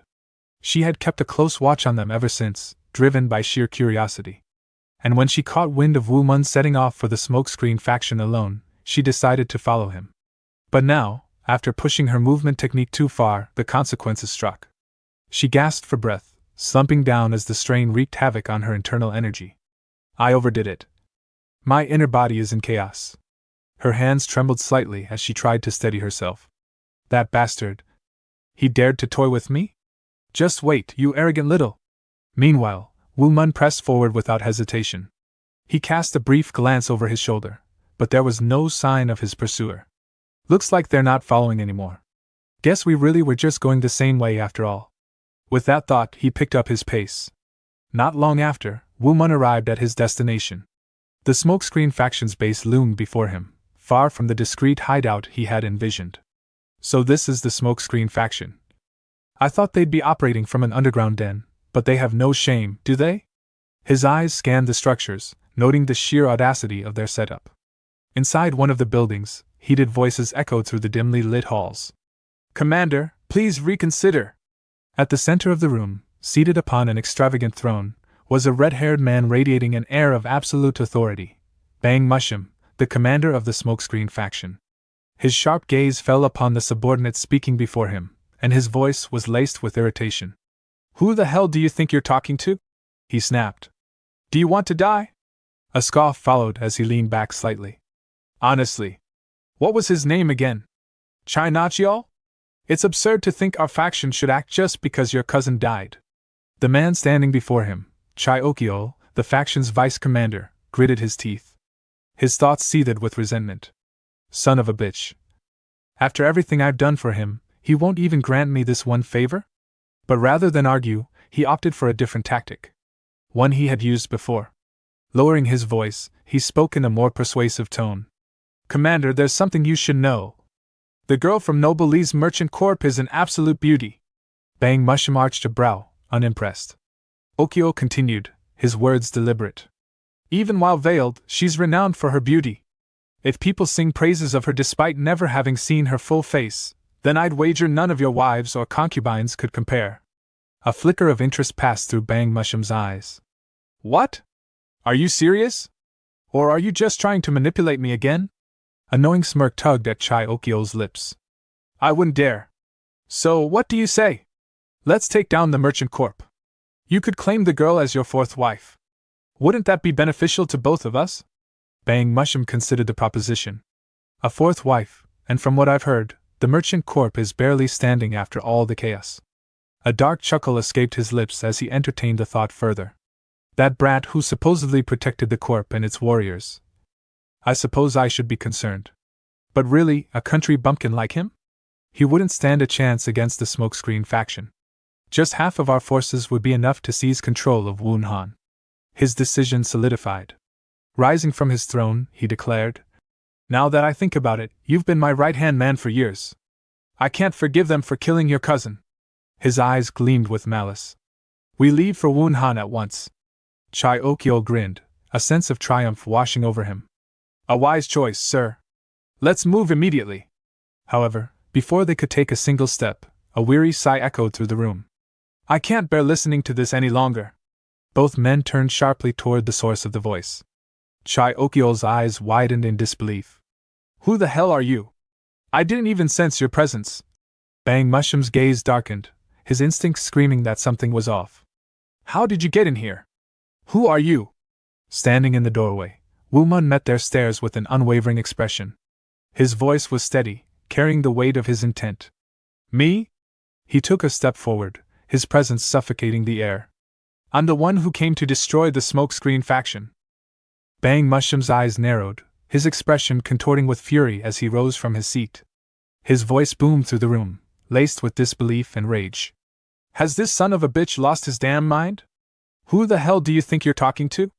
Beside him, Chai Okyo scoffed, stepping forward with an air of arrogance. His eyes burned with disdain as he spat out his words. Listen, brat, don't mess with us. Do you have a death wish? But Woo Mun remained unfazed. His gaze, cold and unwavering, locked on to Bang Mushum. His voice was calm but carried a deadly edge. I heard you were the one who supplied Chai Nachiol with that poison. He took a deliberate step closer. That same poison he used in an attempt to murder my family. A sharp silence fell over the room. Woo Mun's lips curled into a grim smirk. That's why you'll need to repent for what you've done. Chai Okyo's breath hitched. His eyes widened in realization, and a flicker of surprise flashed across his face. So, you're that brat. Before another word could leave his mouth, Woo Mun moved. In an instant, he lunged forward, seizing Chai Okyo by the throat with a vice-like grip. The older man's body tensed, his mind reeling in confusion. He had no time to react. One moment he was standing, and the next, he was being lifted off the ground. His hands clawed at Woo Mun's iron grip, his breath coming in ragged gasps. Bang Mushum's sharp gaze flicked between the two. He exhaled through his nose, suppressing a smirk. He's no ordinary brat, he muttered under his breath. Woo Mun's eyes boring to Chai Okyo, his voice steady but dripping with contempt. Trying to wipe out an innocent family? A family that had nothing to do with you. His grip tightened slightly, making Chai Okyo flinch. How could someone be so utterly vile? Chai Okyo's body trembled involuntarily. Cold sweat trickled down his forehead as he choked out. Wait. Hold on. Before he could finish, a commotion erupted outside the room. The sound of hurried footsteps echoed through the halls. Soldiers burst through the doors, their weapons drawn. One of them called out in alarm. Commander! We heard shouting, what's going on? Bang Mushum wasted no time. His expression darkened as he bellowed. This bastard holds a grudge against the smokescreen faction. Kill him! Without hesitation, the soldiers surged forward, weapons gleaming under the dim light. Woo Mun exhaled sharply, watching them approach. A knowing smirk tugged at his lips. They always move in packs. Yet he did not unsheath his sword. Instead, with fluid precision, he drew his wooden training sword and moved. In the blink of an eye, his form blurred. The dull thud of wood striking flesh filled the air as he struck down each soldier with effortless speed. They barely had time to react before they crumpled to the ground, groaning in pain. Chai Okyo, still clutching his sore neck from Woo Mun's earlier grip, seethed in frustration. His voice cracked with anger as he barked at the fallen soldiers. What the hell are you doing? It's just one kid! Bang Mushum, his patience wearing thin, roared over the chaos. Enough! All of you, charge at him together! This time, the soldiers didn't hesitate. They spread out, surrounding Woo Mun from all directions before launching a synchronized attack. Woo Mun's grip on his sword tightened. His eyes flickered with anticipation as he assessed their movements. As the soldiers lunged, he made his move.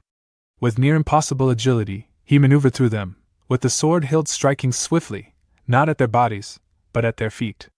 A sharp crack filled the room as he struck pressure points with pinpoint accuracy. One by one, the soldiers howled in pain, their legs giving out beneath them. They collapsed in heaps, unable to stand. The remaining soldiers, witnessing the ease with which he had dismantled their comrades, cursed under their breath. This bastard! One of them snarled. Woo Mun's voice was almost amused as he tilted his head. Stop wasting time and come at me already! That was all it took to push them over the edge. With enraged shouts, they charged, weapons raised. You little shit! You dare mock us? Die, you arrogant brat! But their cries were cut short. Like a ghost weaving through a storm, Woo Mun danced between them. Each of his strikes sent men flying backward, their bodies crashing into walls, furniture, and the cold stone floor. Some clutched their ribs, others their arms, but all of them groaned in agony, completely incapacitated. The once rowdy battlefield fell into eerie silence. Perched on a sturdy tree branch outside the smokescreen faction's base, a lone figure observed the battle. The girl who had been trailing Woo Mun earlier sat with one leg dangling lazily as she leaned against the tree trunk. Her sharp eyes gleamed with curiosity as she gazed through a window, taking in the scene unfolding before her. So it's already begun. She watched Woo Mun move, her lips pressing into a thin line. He's good. But then, her gaze narrowed. That movement technique. Her mind raced as she analyzed his footwork. His form, the way he shifted between attacks, the way his presence seemed to flicker like a mirage. Is that the Kunlun faction's divine mirage steps? A complicated expression crossed her face. So that's how he was able to toy with me earlier. She scoffed, crossing her arms. She stated he is a jerk. At the moment, soldiers lay on the ground. One of them said, "Commander, he's beyond our power." Bang Mushum, angered by that, shouted, "You damned morons. All defeated by a single bastard." Chai Okyol turned and said, "Commander, please kill that brat at once." Woo Mun turned to the commander and vice commander, saying, "You guys stop watching, come."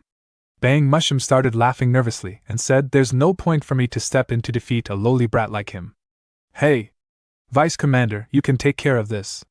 Chai Okyol, surprised, asked, "Me?" Woo Mun had enough, so he moved forward and struck Chai Okyol's shoulder with his sword cover, causing him to fall to the ground in pain. Woo Mun then turned to Bang Mushum, saying, "Now, it's only you left." Bang Mushum lifted his axe, saying, "Not bad, brat, but you won't be able to defend yourself against my axe." He started swinging at Woo Mun, who dodged his attacks with a confused expression on his face. Seeing that, Bang Mushum's soldiers started laughing. One soldier said, as expected of the commander, "He's not giving the bastard a chance to even strike back." Another soldier said, "He's only dodging like a rat." While dodging, Woo Mun said, "Impossible." Bang Mushum, continuing to swing his axe, said, "You look terrified. Have you finally realized what true fear is?" Woo Mun thought, "Is this really it? I thought the commander of the smokescreen faction would have some hidden strength. But someone as weak as him is the reason why so many people died to poison? How terrible." He unsheathed his sword and, with a single swing, cut off one side of the axe cleanly, causing it to fall to the ground. Then he sheathed his sword again while Bang Mushum stood there, still confused about what had happened. Woo Mun rushed toward him with his sheathed sword, saying, "You will never be able to speak again, nor hold that axe with your own hands." He started hitting Bang Mushum's face and hands. With broken fingers, Bang Mushum fell to the ground, shouting in pain. Seeing that, the soldiers and Vice Commander Chai Okyol became nervous and muttered, "Commander, impossible. How did he defeat him?" Woo Mun turned to Chai Okyol and said, "Hey." Chai Okyol immediately asked, "What is the matter, sir?" Woo Mun asked, "This poison, who made it? Did you make it?" Hearing that, Chai Okyol became nervous and started sweating profusely. Before he could say anything, a dart hurled toward Woo Mun and hit his neck before he can notice it. Seeing that, Woo Mun's expression darkened as he thought, a poison dart. A sinister smile appeared on Chai Okyol's face as he said, "Got you." Woo Mun thought, "Shit, I let down my guard," as he started down the dart. Woo Mun focused his energy, spreading his ki throughout his body as he thought, "I'll use the unbreakable Celestial Master's immortal art before the poison spreads any further." With that, a powerful surge of energy coursed through him, neutralizing the deadly toxin. A moment later, he yanked the poisoned dart from his flesh, expelling every last trace of venom.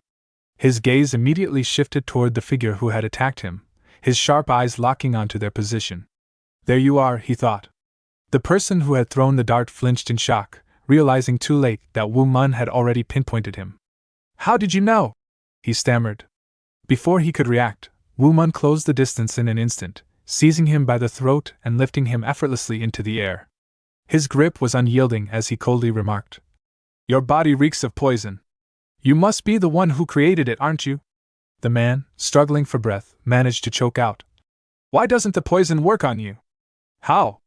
Woo Mun's expression darkened, his jaw tightening as he seethed. "Did you ever stop to consider how the poisons you create are used? Do you even care what happens to the people who are forced to drink them?" The poison maker trembled under Woo Mun's suffocating grip, sweat pouring down his face. "I only did what I had to," he gasped, his voice weak. Woo Mun's eyes burned with fury. "Then I'll make sure you can never do it again."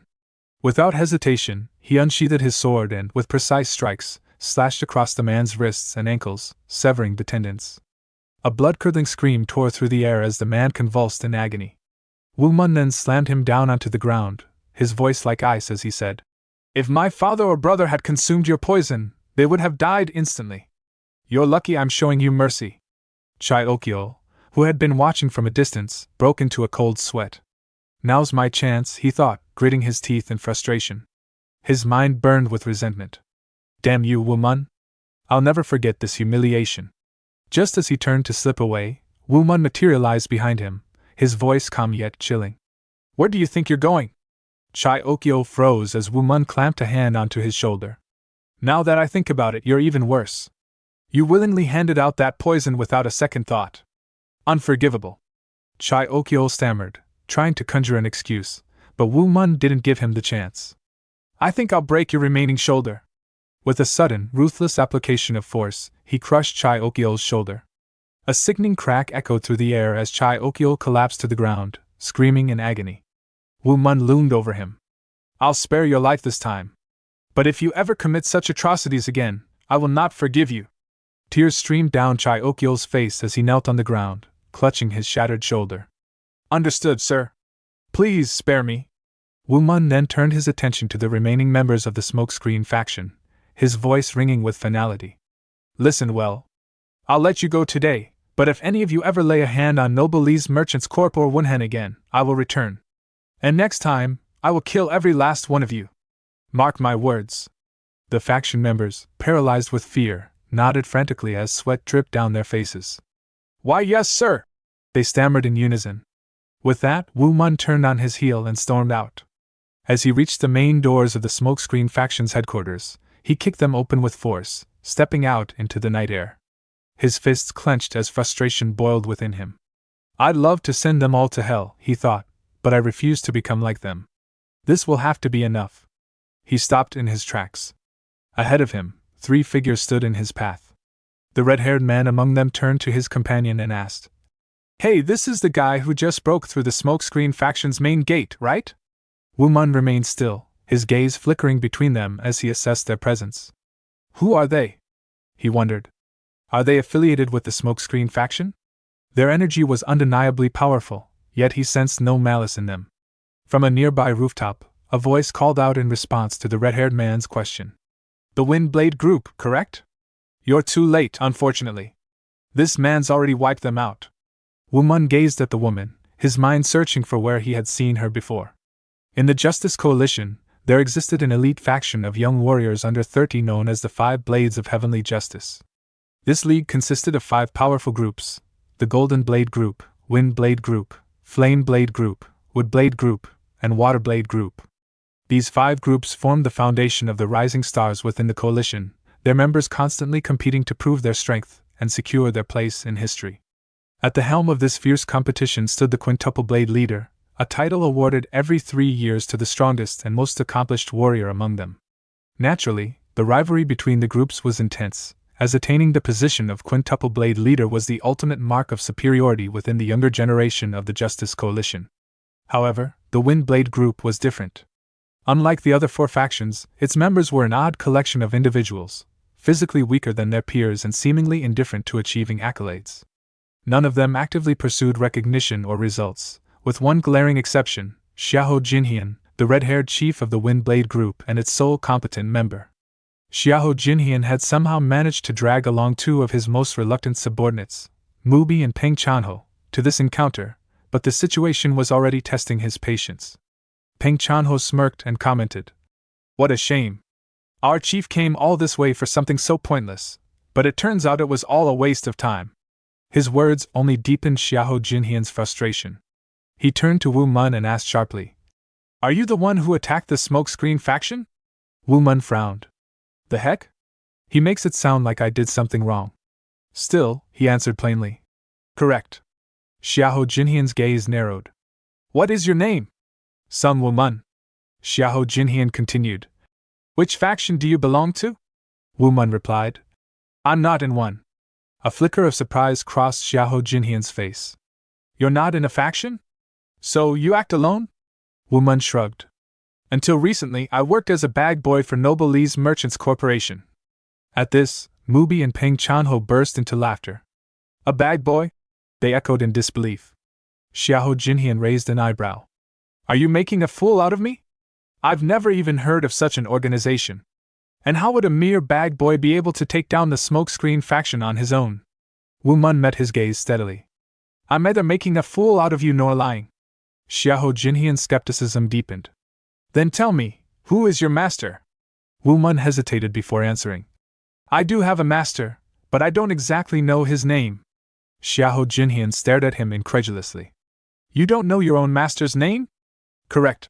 Woo Mun replied without hesitation. I believe he's from the Three Kingdoms period, but he has already ascended to heaven. Then, narrowing his eyes, he added, But why are you interrogating me like this? Xiahou Jinhian, flustered, muttered under his breath. No faction, doesn't know his own master. Does he take me for a fool? He lies with every breath he takes. I can take this as a provocation, yes? Woo Mun clenched his jaw. He's the one jumping to conclusions, treating me like an idiot. Deciding he wouldn't hold back any longer, he said evenly. I believe I've already told you they're not lies. But what will you do if I am provoking you? Xiahou Jinhian's expression darkened. Get a load of this bastard. You dare provoke me, Xiahou Jinhian, chief of the Wind Blade Group? Woo Mun sighed, clearly exasperated. Do you really need to spell that out yourself? Saying it like that, isn't that just embarrassing? Xiahou Jinhian's face twisted with irritation.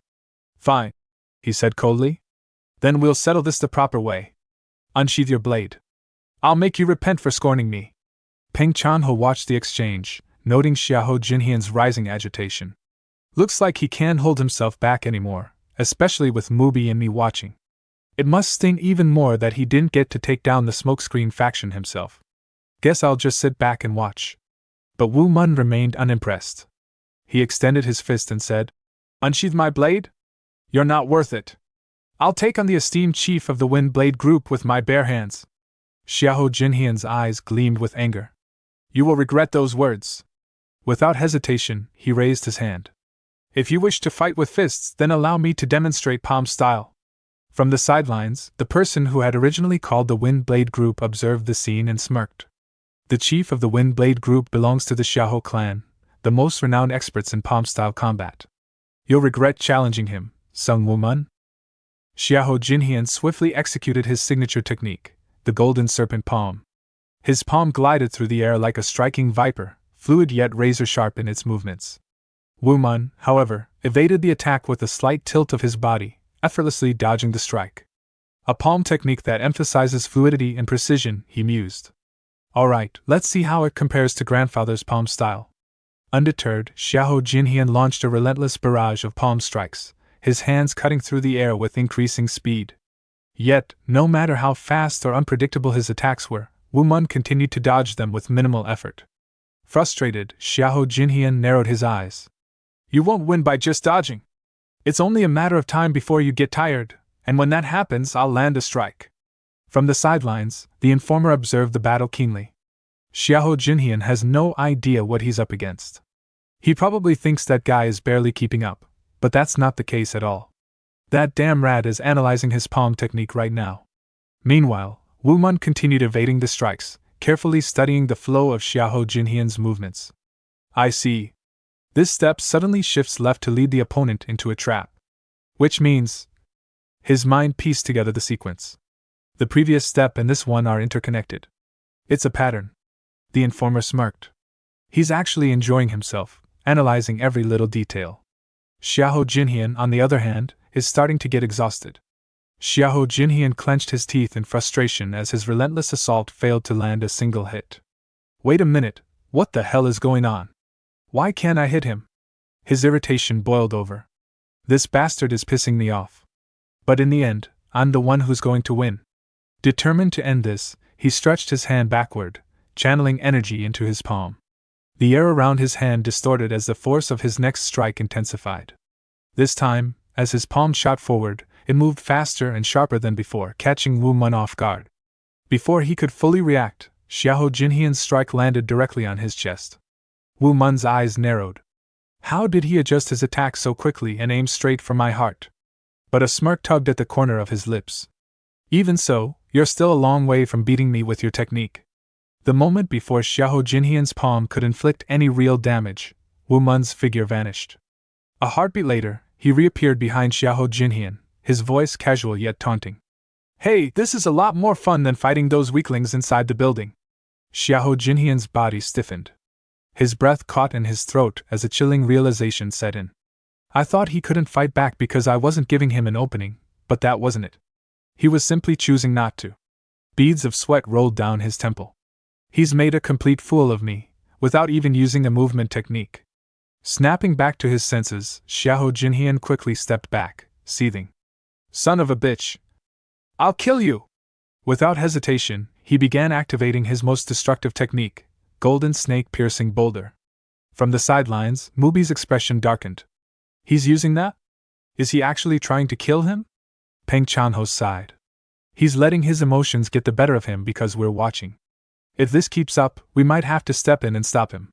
The kid doesn't deserve to die just because he finished our job before us. This is completely Xiahou Jinhian's fault. The informer smirked in amusement. Xiahou Jinhian is going to regret this later. This will leave a nasty dent in his reputation. Wu Mun, watching the shift in Xiahou Jinhian's stance, immediately noticed a change in his energy. His opponent's palm technique exuded a far more dangerous aura than before. So, he's really trying to kill me now? His gaze sharpened. No matter what technique he uses, he can't beat me. He took a slow breath, steadying himself. He's getting desperate. Desperate enough to risk everything. If that's the case, I won't hold back either. Xiahou Jinhian lunged forward, unleashing his most lethal palm strike. At the same moment, Wu Mun met his attack head-on, his own palms surging forward. The instant their strikes clashed, boom! Xiahou Jinhian's body was sent flying backward like a ragdoll. He slammed into the ground with a sickening thud, blood spurting from his mouth. Mubi, Peng Chanho, and the informer all froze in shock. He went down in a single blow. Mubi muttered in disbelief. Wu Mun looked down at Xiahou Jinhian's unconscious form and sighed. I didn't think he'd be knocked out that easily. Then, turning to the other two, he asked, So? Are you two going to fight me now? Mubi suddenly burst into laughter. He raised his thumb and grinned. Good job! And no, we're not fighting you. Peng Chanho chuckled, shaking his head. Honestly, we thought you were going to die. Guess we were worried about the wrong person. Wu Mun blinked in confusion. Wait, weren't they supposed to help him? Mubi let out an exaggerated groan as he hoisted the unconscious Xiahou Jinhian onto his back. I can't believe I'm the one stuck carrying him. Damn it, he's way too heavy. He adjusted his grip, struggling slightly under the dead weight. Peng Chanho turned to Wu Mun with an easy smile. Sorry about all that. It was a misunderstanding on our part. His eyes gleamed with interest. I'd love to compete with you properly next time we meet. Until then, take care. As the two of them began walking away, Wu Mun furrowed his brows. What? You're just leaving like that? He scratched his head absent-mindedly, then thought, well, that was a good workout at least. Almost immediately, he turned his attention to the informer. Oh, hey there. Aren't you one of the people who trains with my brother? His expression was casual, but his words were pointed. I'm Sun Woo Mun. I saw you at the Wasan group quarters before, right? The woman narrowed her eyes, biting back her irritation. What the hell? He knows I was tailing him, and now he's acting all innocent. How annoying. She clicked her tongue and turned her head away in irritation. Wu Mun observed her reaction thoughtfully. Is she mad because she also wanted to take down the smokescreen faction? Is that why she's so frustrated? Deciding not to push the matter further, he said. All right then, I'll be on my way. As he turned to leave, she watched him in disbelief. What? That's it? He's just leaving? Shouldn't he at least apologize for messing with me? Before she could say anything, Wu Mun leaped away, vanishing in an instant. Fuming, she clenched her fists and shouted after him. You're running away again? I'm getting mad. Song Woo Mun, you punk! As he sped off into the distance, Wu Mun's mind lingered on the strange individuals he had encountered.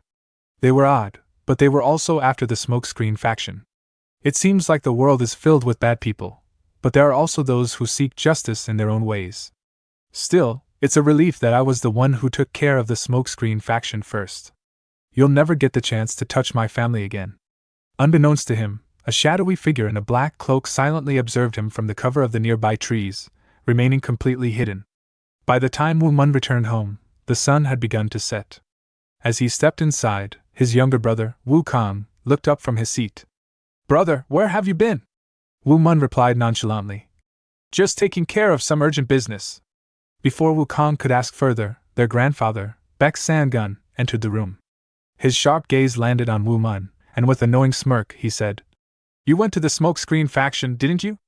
Woo Mun let out a sheepish chuckle. As expected of Grandpa. I can't keep any secrets from you. Beck Sangun nodded approvingly. You must have handled things well, considering you came back unscathed. Woo Mun grinned. Of course. I made sure to teach them a lesson they won't forget.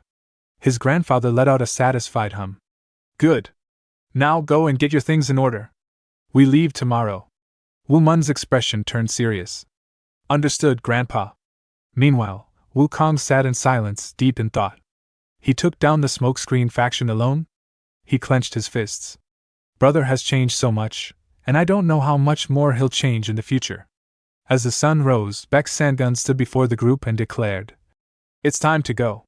Beside him, Sun Day Wong's face was twisted in grief. Tears welled in his eyes as he wailed. My house! We've lived here for so long. His wife, Beck Jin, sighed and patted his back. I know how you feel, dear, but don't cry too much. We'll be safer once we move. Wukong, preparing to leave separately, turned to them. I'm heading back to Wasan.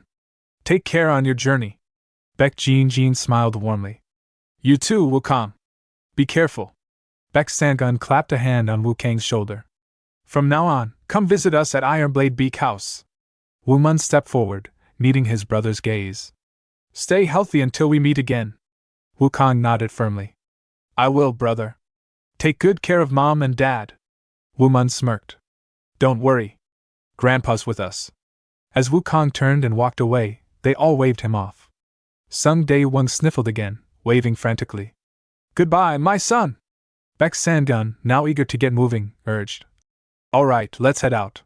Woo Mun nodded. Yes, Grandpa. Riding through the streets on horseback, their group pressed forward. However, Sun Day Wong was still wiping his tears. Beck Jin sighed in exasperation. We can build another house there. Now stop crying already. Sun Day Wong sniffled but didn't respond. Just then, Beck Sangun suddenly turned his head, his expression shifting. They're here. Woo Mun frowned. Who? Following his grandfather's gaze, he spotted two figures approaching on horseback, Yun Si-hyun and Jo Mu-jae. Yun Si-hyun greeted them with a polite nod. Good afternoon. Beck Sangun smiled. You're right on time. Yun Si-hyun bowed his head slightly. Of course, Master. Woo Mun's eyes widened in shock. Wait. Master? Beck Sangun's smile widened. That's right. I took Yun Si-hyun in as my student. Woo Mun thought to himself, I assumed it would be difficult to see her again after everything that happened. But I never expected her to become Grandpa's disciple. Meanwhile, Beck Jin turned to Beck Sangun and asked, But what about the hierarchy? She's younger than Woo Mun. If she becomes your disciple, that would put her at the same rank as me and my husband. Hearing this, Woo Mun mused, I always thought she was older because she was so dependable, but she's actually younger than me. Beck Sangun burst into laughter after hearing Jin's concerns. You always used to complain about hierarchies back at the Ironblade Beck house, and now you're the one bringing them up? Fine then. Let's just say Yun Si-hyun will be a subordinate disciple. Si-hyun, from now on, just call me Great Master. Jin let out a sigh. Honestly, how have you not changed at all after all this time? You always do whatever you want. Yun Si-hyun then looked at Beck Sangun and asked. In that case, I'll address Sun Woo Mun as brother and his parents as masters. Would that be appropriate, Great Master? With a grin, Beck Sangun nodded. Yes, that works just fine. See? No more problems. Jin sighed again, muttering under her breath. I just hope this doesn't get even more complicated. Woo Mun turned to Si-hyun and asked. Leader, when did you meet up with grandfather again and become his disciple? Si-hyun shook her head. You shouldn't call me leader anymore. From now on, address me as Sister Si-hyun. Oh. Right. Woo Mun replied. I'll do that from now on. She smiled. And there's no need to be so formal. You're my elder brother now. Letting out a nervous chuckle, Woo Mun responded. I'll do my best. Si-hyun nodded firmly. Please do, quickly. After a moment, Woo Mun asked. But sister, is it really alright for you to come with us? What about the merchant's core? There's not much left of it anyway. Si-hyun replied. We sold off the manor and gave half the money to those who remained loyal until the end. The rest of us have decided to follow Great Master to Anhui Hufei, where the Ironblade Beck house is. Though Great Master still hasn't told me what exactly we'll be doing when we get there. Woo Mun smiled. Oh, I see. He thought to himself, still, it's a relief. She seems to have moved past her grief, though I'm sure she still carries some sorrow. Just then, Beck Sangun suddenly shouted. All right. Now that we're all reacquainted, let's get moving. Giddy up. Wait. You can't just leave without us. Woo Mun called out. His mother chuckled. Let him be. Your grandfather's just excited. As they continued their journey, time passed swiftly. After 3 days of travel, they crossed through Jiangxi and finally reached the borders of Anhui, arriving in a city called Anqing. Beck Sangun reined in his horse. All right, let's stop here for the night and let the horses rest. Later, inside their lodgings, Woo Mun collapsed onto a cushion with a sigh. Phew, I didn't realize how far away this place was. I'm exhausted. Si Hyan, still composed, reassured him.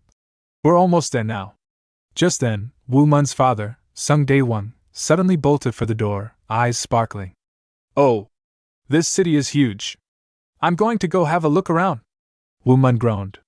How is Dad not tired? Even the horses are exhausted. His mother smirked. Your father isn't human after all. It's not surprising.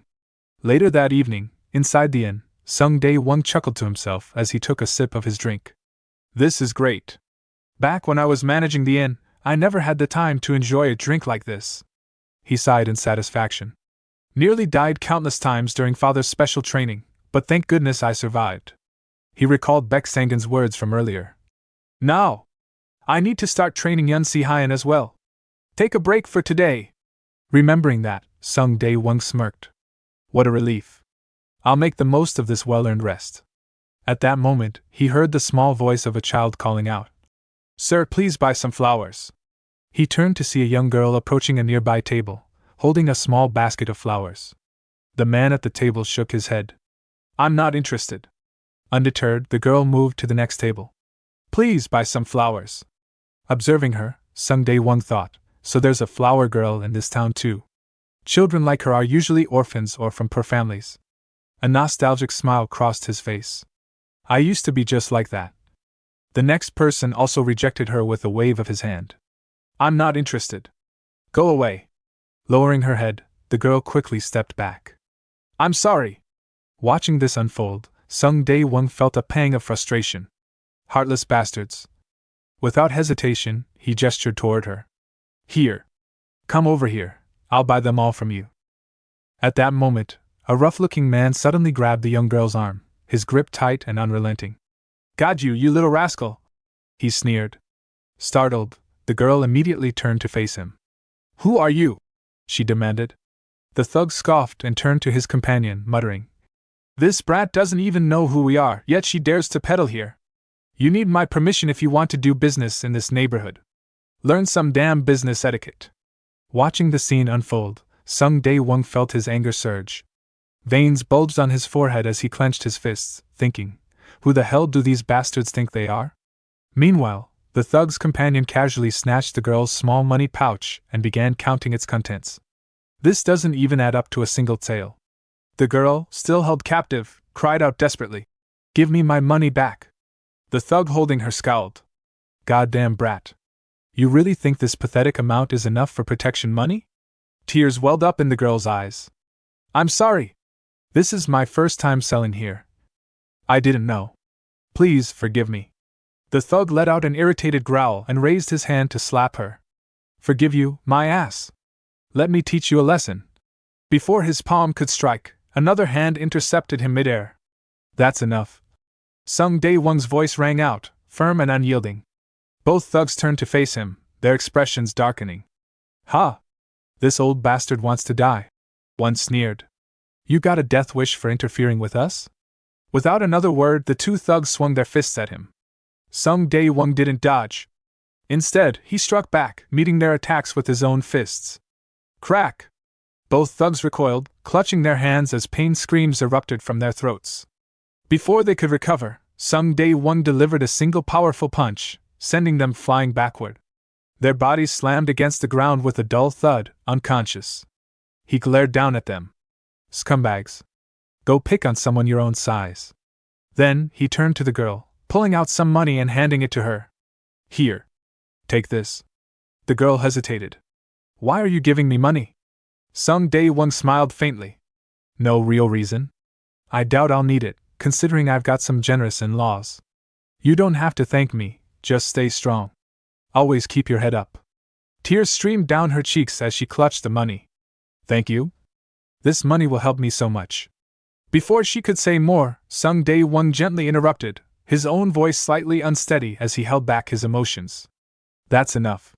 Hurry and leave before those bastards wake up. The girl cast a quick glance at the unconscious thugs, then turned and ran off. Thank you so much, Mr. Monster, she called out as she disappeared into the streets. Just then, Beck Jean arrived at the scene and noticed the serious look on Sung Day Wong's face. What happened here, dear? She asked suspiciously. At once, Sung Day Wong's demeanor changed. He brightened up with an awkward laugh. Oh. It's nothing. Let's just head back. Jean narrowed her eyes as he quickly pushed her toward the lodging. It seems like something happened here, she said, glancing back at the unconscious men. You got yourself into trouble again, didn't you? And who are those guys? Oh, it's fine. Sung Day Wong said hastily, waving a hand dismissively. Let's go, my dear. Meanwhile, one of the thugs, named Dokdu, slowly cracked open an eye, pretending to be unconscious. Once he was sure Sung Day Wong had left, he whispered to his fellow thug. Hey, he's gone. Stop playing dead. The other thug groaned and slowly sat up. Yeah, Hyungnim. Dokdu clenched his fists, his face twisted with fury. That bastard thinks he can mess with me in Anqing? I, Dokdu, will beat the living hell out of him. His companion hesitated, rubbing his sore arms. But how? He's too strong. My whole body feels like it's been shattered after just 2 hits from him. Dokdu sneered. You don't fight strength head-on when dealing with a meathead like that. You use your head. A sinister grin spread across his face. That woman from earlier, she's his wife, right? If we take her hostage, we'll have him completely at our mercy. The other thug's eyes lit up with realization. Ha! You're right. And they seemed like outsiders. I'll follow them and find out which lodge they're staying in, Hyungnim. Dokdu smirked. Good. Go quickly. I'll round up the boys, and get Gwang Yukwi involved. Sometime later, just outside the lodging where Sung Day Wong and his family were staying, a group of thugs lay hidden behind the bushes, waiting in the shadows. Among them, one of the men hesitated before speaking to Dokdu. Is this really necessary? He asked in a hushed tone. We could just storm in and trash the place. Why bother taking a hostage? Dokdu let out a slow exhale, glancing at the man who had spoken. I know how strong you are, Gwang Yukwi, he admitted. But it's better to be safe than sorry. Just as he finished speaking, one of the thugs nudged his companion and gestured toward the lodging's entrance. Their eyes widened as they saw a woman stepping outside. Whoa, now that I get a good look at her, the thug murmured, his voice filled with admiration. She's really beautiful. Gwang Yukwi smirked. Oh? So she is. Dokdu, however, looked utterly flustered. How the hell is that blockhead's wife so gorgeous? This world is so unfair. His frustration grew, and he clenched his fists. Now I'm even more pissed off. Another thug chuckled darkly. All the better. We'll just kill the bastard and take his woman. Before the man could utter another word, Gwang Yukwi turned and struck him with such force that he collapsed to the ground, groaning in pain. The air around them grew tense as Gwang Yukwi scowled at the fallen thug. Who the hell is this son of a bitch? He demanded, his voice filled with disdain. Where do you even find this scumbag? He turned to the rest of his group, his gaze cold and unforgiving. I told you before, we don't kill, and we don't rape. Anyone who crosses that line is dead to me. Dokdu clicked his tongue in irritation and spat on the ground. Gwang Yukwi, we didn't know we had picked up trash like this. I'll deal with him myself, beat him half to death and toss him in a ditch somewhere. He sneered at the injured man. Disgusting bastard. Gwang Yukwi scanned the rest of his men, his voice firm. The rest of you better watch yourselves. But before he could say another word, a calm yet sharp voice interrupted them. You all. The group flinched, turning in shock. Standing before them, unnoticed until now, was Jean. Her arms were crossed as she gazed at them with a sharp, knowing look. I saw you at the diner earlier, she said evenly. What are you doing here? Both Gwang Yukwi and Dokdu stiffened, their eyes widening. What? When did she? Gwang Yukwi muttered. Dokdu, regaining his composure, forced a smirk. All the better, he said, though there was nervousness in his voice. Hyungnim boys, get her!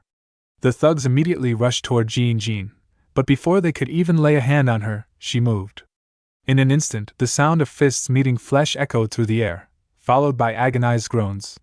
Within moments, the men were sprawled on the ground, groaning and clutching their injuries.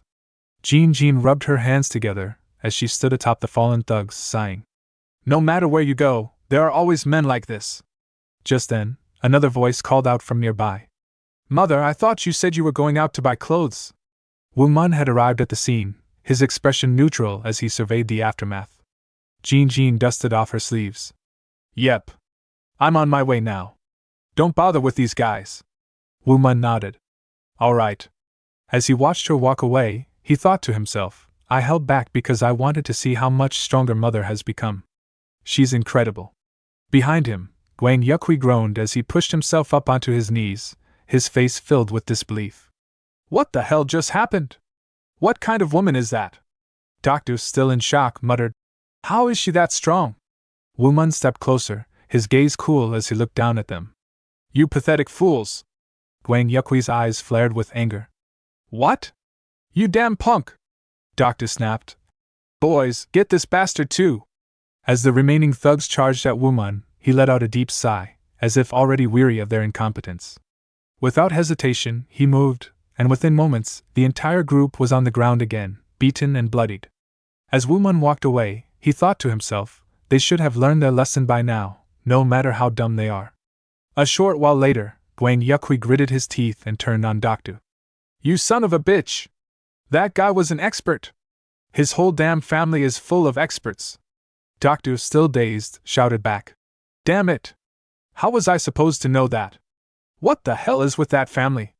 One of the thugs, groaning on the ground, looked up and asked. What do we do now, Hyungnim? Dokdu let out a long, frustrated sigh. What do you think? If even Gwang Yukwi Hyungnim can't handle them, we're screwed. We gotta give up. Shit! Gwang Yukwi clenched his fists. Damn it! At that moment, the sound of approaching footsteps caught their attention. A figure emerged from the shadows, looking down at them with an amused expression. What happened here, boys? The man asked, his voice laced with mockery. Who beat you up this badly? Every thug turned their head toward the newcomer, and their eyes widened in alarm. Why is Wangpei Hyungnim here? They whispered among themselves, their voices filled with dread. The man standing before them was none other than Wangpei, the infamous leader of the Wild Fox Gang. He scoffed as he glanced around at their bruised and battered bodies. Ridiculous, he muttered. Then his expression darkened, and his tone became sharp. Who the fuck had the nerve to mess with the Wild Fox Gang's mutts? Gwang Yukwi and Dokdu stiffened at the insult but didn't dare retaliate. Despite being called mutts, they knew better than to challenge Wangpei. The Wild Fox Gang wasn't just any group of thugs. They were ruthless, known for their merciless ways. Whenever they raided villages, they left nothing behind, not even dogs. Nearly 10 villages had been reduced to ruins under their hands. Even the regional clan had attempted to hunt them down, deploying their finest warriors, yet the Wild Fox Gang had always managed to slip away like sly foxes. For Gwang Yukwi and Dokdu, who prided themselves on avoiding murder and worse crimes, Wangpei was the one person they feared most. The Wild Fox Gang had beaten them senseless more than once, reminding them of their place. They had no choice but to procure supplies for the gang, lest they risked being slaughtered themselves. Now, as Wangpei towered over them, his sharp eyes gleaming with curiosity and menace, they knew they were in trouble. Wangpei's sharp gaze swept over the battered thugs as he took a step forward, his presence alone suffocating. His voice was low and dangerous. I asked you, who did this? Gwang Yukwi stiffened, his body breaking out in a cold sweat. He hesitated before muttering. It's nothing. Before he could finish, Wangpei moved. In the blink of an eye, he seized Gwang Yukwi's jaw in a vice grip, forcing his mouth open. Without warning, he shoved daggers between his teeth, their cold steel pressing against his tongue and the inside of his cheeks. Wangpei's lips curled into a sinister smile. I don't care whether you lot live or die, he said, his voice laced with cruelty. But they mess with my source of income. And that means I'm going to have to skin them alive. Now, who did it? Speak. Gwang Yukwi's breath hitched, his whole body trembling as beads of sweat rolled down his forehead. Some time later, at the lodging where Sun Day Wong and his family were staying, the tension was thick in the air. Gwang Yukwi, still shaken, led Wang Pei and his men to the entrance. He swallowed hard before muttering, "The person you're looking for is staying here." Wang Pei studied the building for a moment, then turned to Gwang Yukwi with a smirk. "You do realize this place is within the Nangong clan's territory, don't you?" he said. "If we go through with this, they might send another hunting squad after us." His eyes gleamed with amusement as he added, "Since I'm taking this risk for you, you're going to pay me several times more next month. Got it?" Gwang Yukwi clenched his teeth, his hands balling into fists. "We never even asked for this," he thought bitterly. "What the hell is wrong with this bastard? We just wanted to rough them up, not kill them." Before he could say anything, a few of his subordinates dragged a struggling man toward Wang Pei. "Boss," one of them said, shoving the man to the ground. "This fool ran away the moment he saw us." The captive trembled, his face pale with terror. Please! Spare my life! I won't tell anyone you were here." Wang Pei sneered, amusement flickering in his eyes. He turned to his men and gave a lazy wave of his hand. "Kill him!" The captive's face contorted in horror. "No, please! I beg you! I won't say a word!" One of Wang Pei's subordinates drew his sword, preparing to execute him. But just as he was about to swing, a voice rang out. "What are you all doing here?" The thugs froze. "You're killing who?" Everyone turned in unison toward the source of the voice. Wang Pei narrowed his eyes at the intruder, his expression darkening. "Who the hell is this son of a bitch?" The man was Beck Sangun, who grinned widely, completely unfazed by the hostile atmosphere. "Me?" he said with a laugh. "I'm just someone passing by." "And who are you sons of bitches?" Wang Pei's brows furrowed at the sheer audacity. Before he could respond, one of his subordinates snarled, "This crazy motherfucker, you're dead." Wang Pei held up a hand, signaling for them to wait. He studied the man carefully before speaking again. "We're here to kill a musclehead and his family." "You know them?" Beck Sangun chuckled. "A musclehead, huh?" His grin widened. "Oh, I know him very well." He straightened up slightly. "I'm his family." A wicked grin spread across Wang Pei's face. "Yeah? Well, that makes things easier." He turned to his men and gave a simple command. "Kill this bastard and the rest of his family." His subordinates grinned, their hands moving to their weapons. "Yes, boss." But before they could make a move, Beck Sangun laughed, his body shifting into a stance. An eerie energy began to swirl around him, condensing at his palm. "You're gonna kill my family?" he said, his voice dripping with amusement. Then his expression turned cold. "You sure do reek of blood." His palm technique activated, and a sudden burst of energy exploded outward in a violent wind blast. The force of the attack sent Wang Pei's subordinates flying backward. They crashed into the ground, coughing up blood. Some lay motionless, their bodies twitching. Gwang Yukwi and his men stood frozen, their faces drained of color. "Impossible," they thought in unison. "He's not human. Such power. He nearly wiped out the Wild Fox gang with a single attack."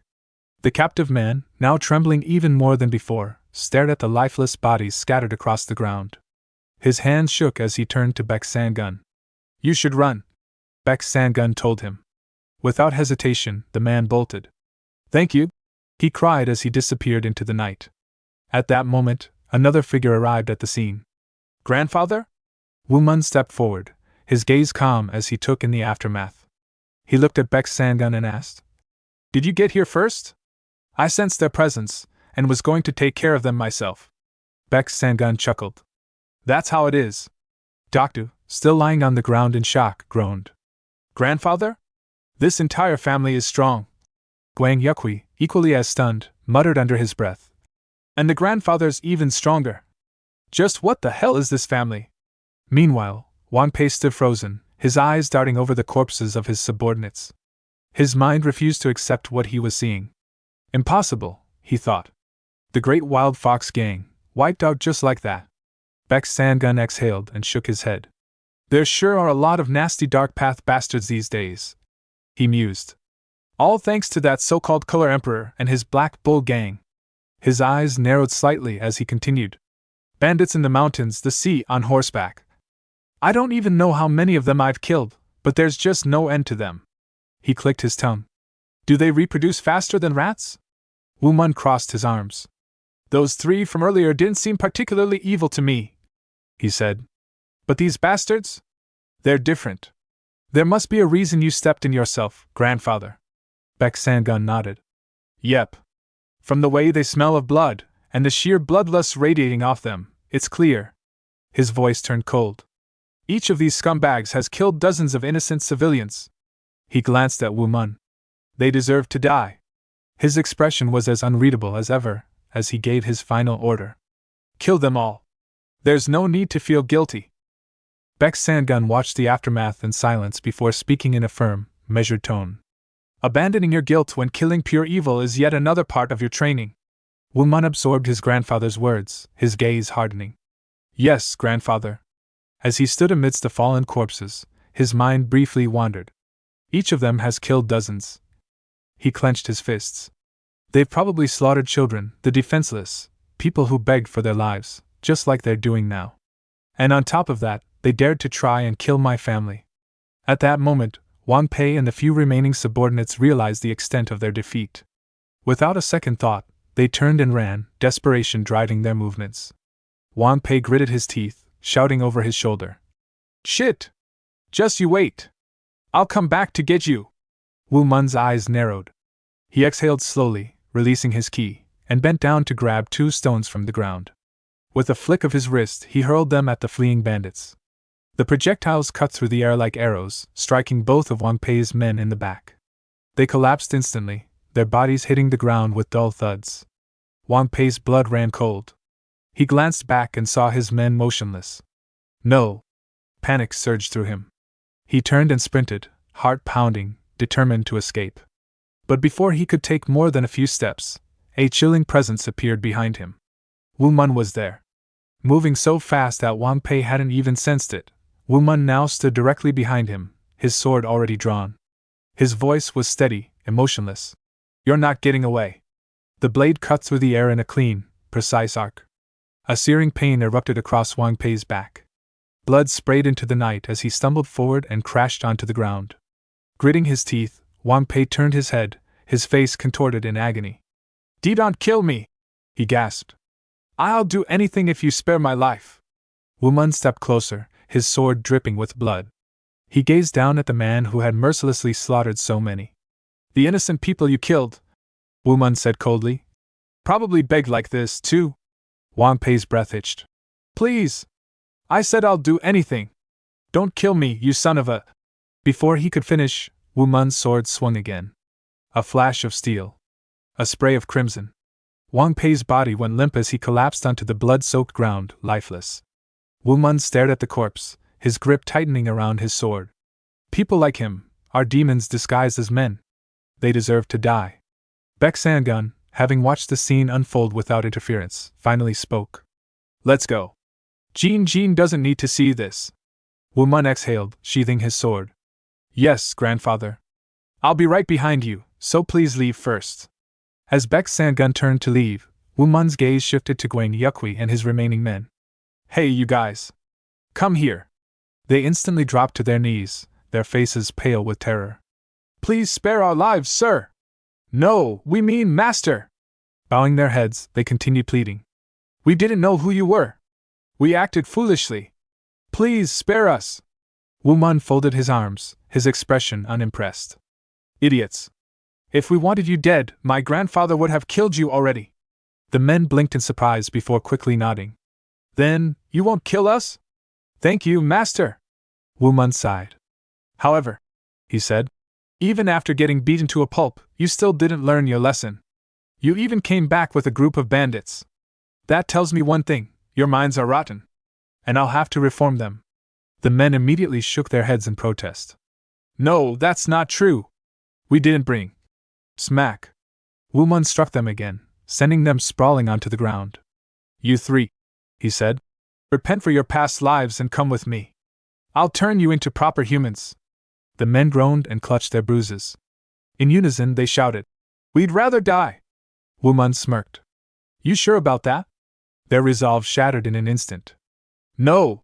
We'll follow you. Please don't kill us.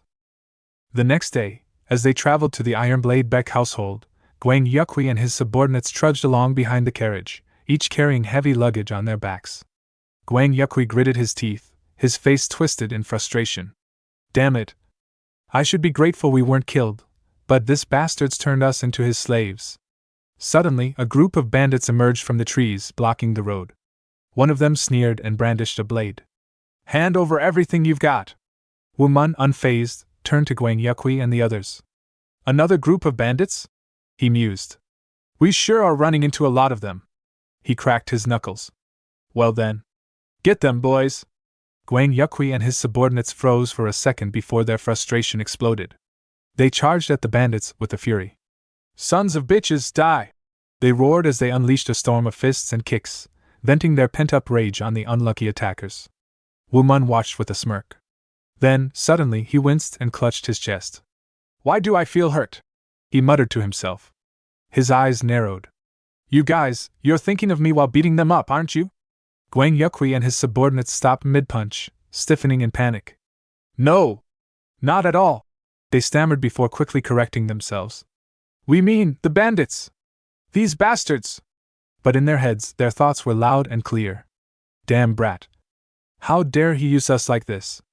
Inside the carriage, Beck Sangun watched the whole ordeal from the window. A smile spread across his lips. Woo Mun's good at this, he said, clearly amused.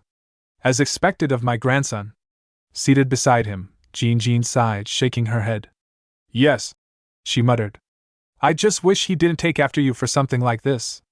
A few days later, they finally arrived in Hefei, Anhui province. As they stepped into the city, Woo Mun turned to Gwang Yukwi and his subordinates, acknowledging their efforts. You did well coming all the way here, he said. Gwang Yukwi and his men exchanged glances before breaking into smiles. Oh, please! It was an honor to serve you, master, they said in unison. We're extremely grateful to have worked for you all. But even as they spoke those words, their true feelings were far from what they expressed. Without wasting another second, they swiftly turned around and started walking away. Well then, goodbye, they said hastily. Internally, they could barely contain their relief. Finally, we're free. That damned family, we hope we never cross paths with them again. Seriously, we almost died so many times serving that lunatic. However, just as they were about to disappear into the bustling streets, Woo Mun's voice rang out once more. Why are you saying your farewells? You're still coming with us. Gwang Yukwi and his subordinates froze mid-step, their bodies stiffening in shock. Slowly, they turned around to face him, their expressions filled with disbelief. What? But why? Gwang Yukwi asked hesitantly. Woo Mun crossed his arms and smirked. You guys haven't reformed yet. There's still a lot of work to be done before your rotten minds are fixed. So, you're coming with me to the Ironblade Beck house.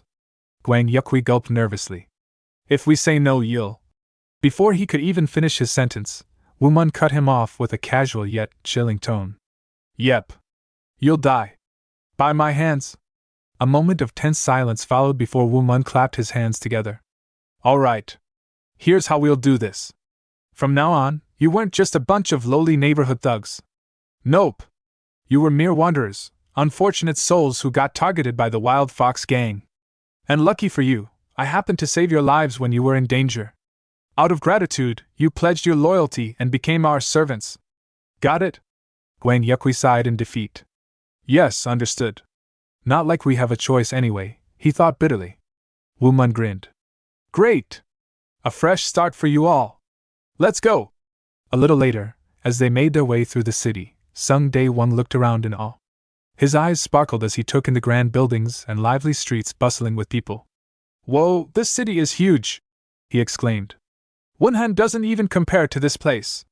Whoa! Incredible! Woo Mun, let's try all the food here! Woo Mun chuckled at his enthusiasm. Sure! But while the others were enjoying the sights, Jean's expression remained tense. She frowned slightly, deep in thought. Those hags are probably still here. Meanwhile, Beck Sangun pointed at a nearby building and turned to Yun Si-hyun. All right, Si-hyun, you stay here for now. Yun Si-hyun nodded. Understood. Beck Sangun then looked at Woo Mun with a smirk. Check on your sister every now and then, even if I'm not with you. Got it? Woo Mun nodded. Yes, understood. Satisfied, Beck's Sangun turned toward the road ahead. All right, let's head to the Ironblade Beck house. The Ironblade Beck house, though called a manor, was more akin to a castle. It was an imposing structure, grand and fortified, exuding the might and prestige of the Beck clan. In a world where a clan was the highest and most powerful form of a family, its members alone numbered in the hundreds. And with such an enormous family came the necessity for an even greater number of servants, warriors, and attendants. The Ironblade Beck house, the ruling clan of this region, reflected that power in its sheer size and presence. As they approached the grand entrance, a guard stationed at the gate stepped forward and blocked their path. Halt! The guard commanded, eyeing Woo Mun and his group. What business do you have at the Ironblade Beck house? Woo Mun stepped forward, offering a polite nod. My name is Song Woo Mun. The guard frowned slightly, his eyes narrowing in thought. Song Woo Mun? I've never heard of that name before. After a brief pause, the guard finally spoke. I am Yonghwa Payong of the Ironblade Beck house. He then asked, State the purpose of your visit. Woo Mun was just about to respond when a sharp, irritated voice cut through the air. What the hell is that carriage? Why is it blocking my path? Heads turned as a lavish carriage rolled out from the manor, its occupant, a woman, leaning out with an unmistakable air of arrogance. I need to get to the banquet quickly. Move that damned carriage out of my sight this instant, she snapped. Woo Mun's eyes narrowed slightly as he watched the scene unfold. Who is this woman? We were here first. We got plenty more where that came from. Hit the subscribe button and stay tuned for even more amazing content.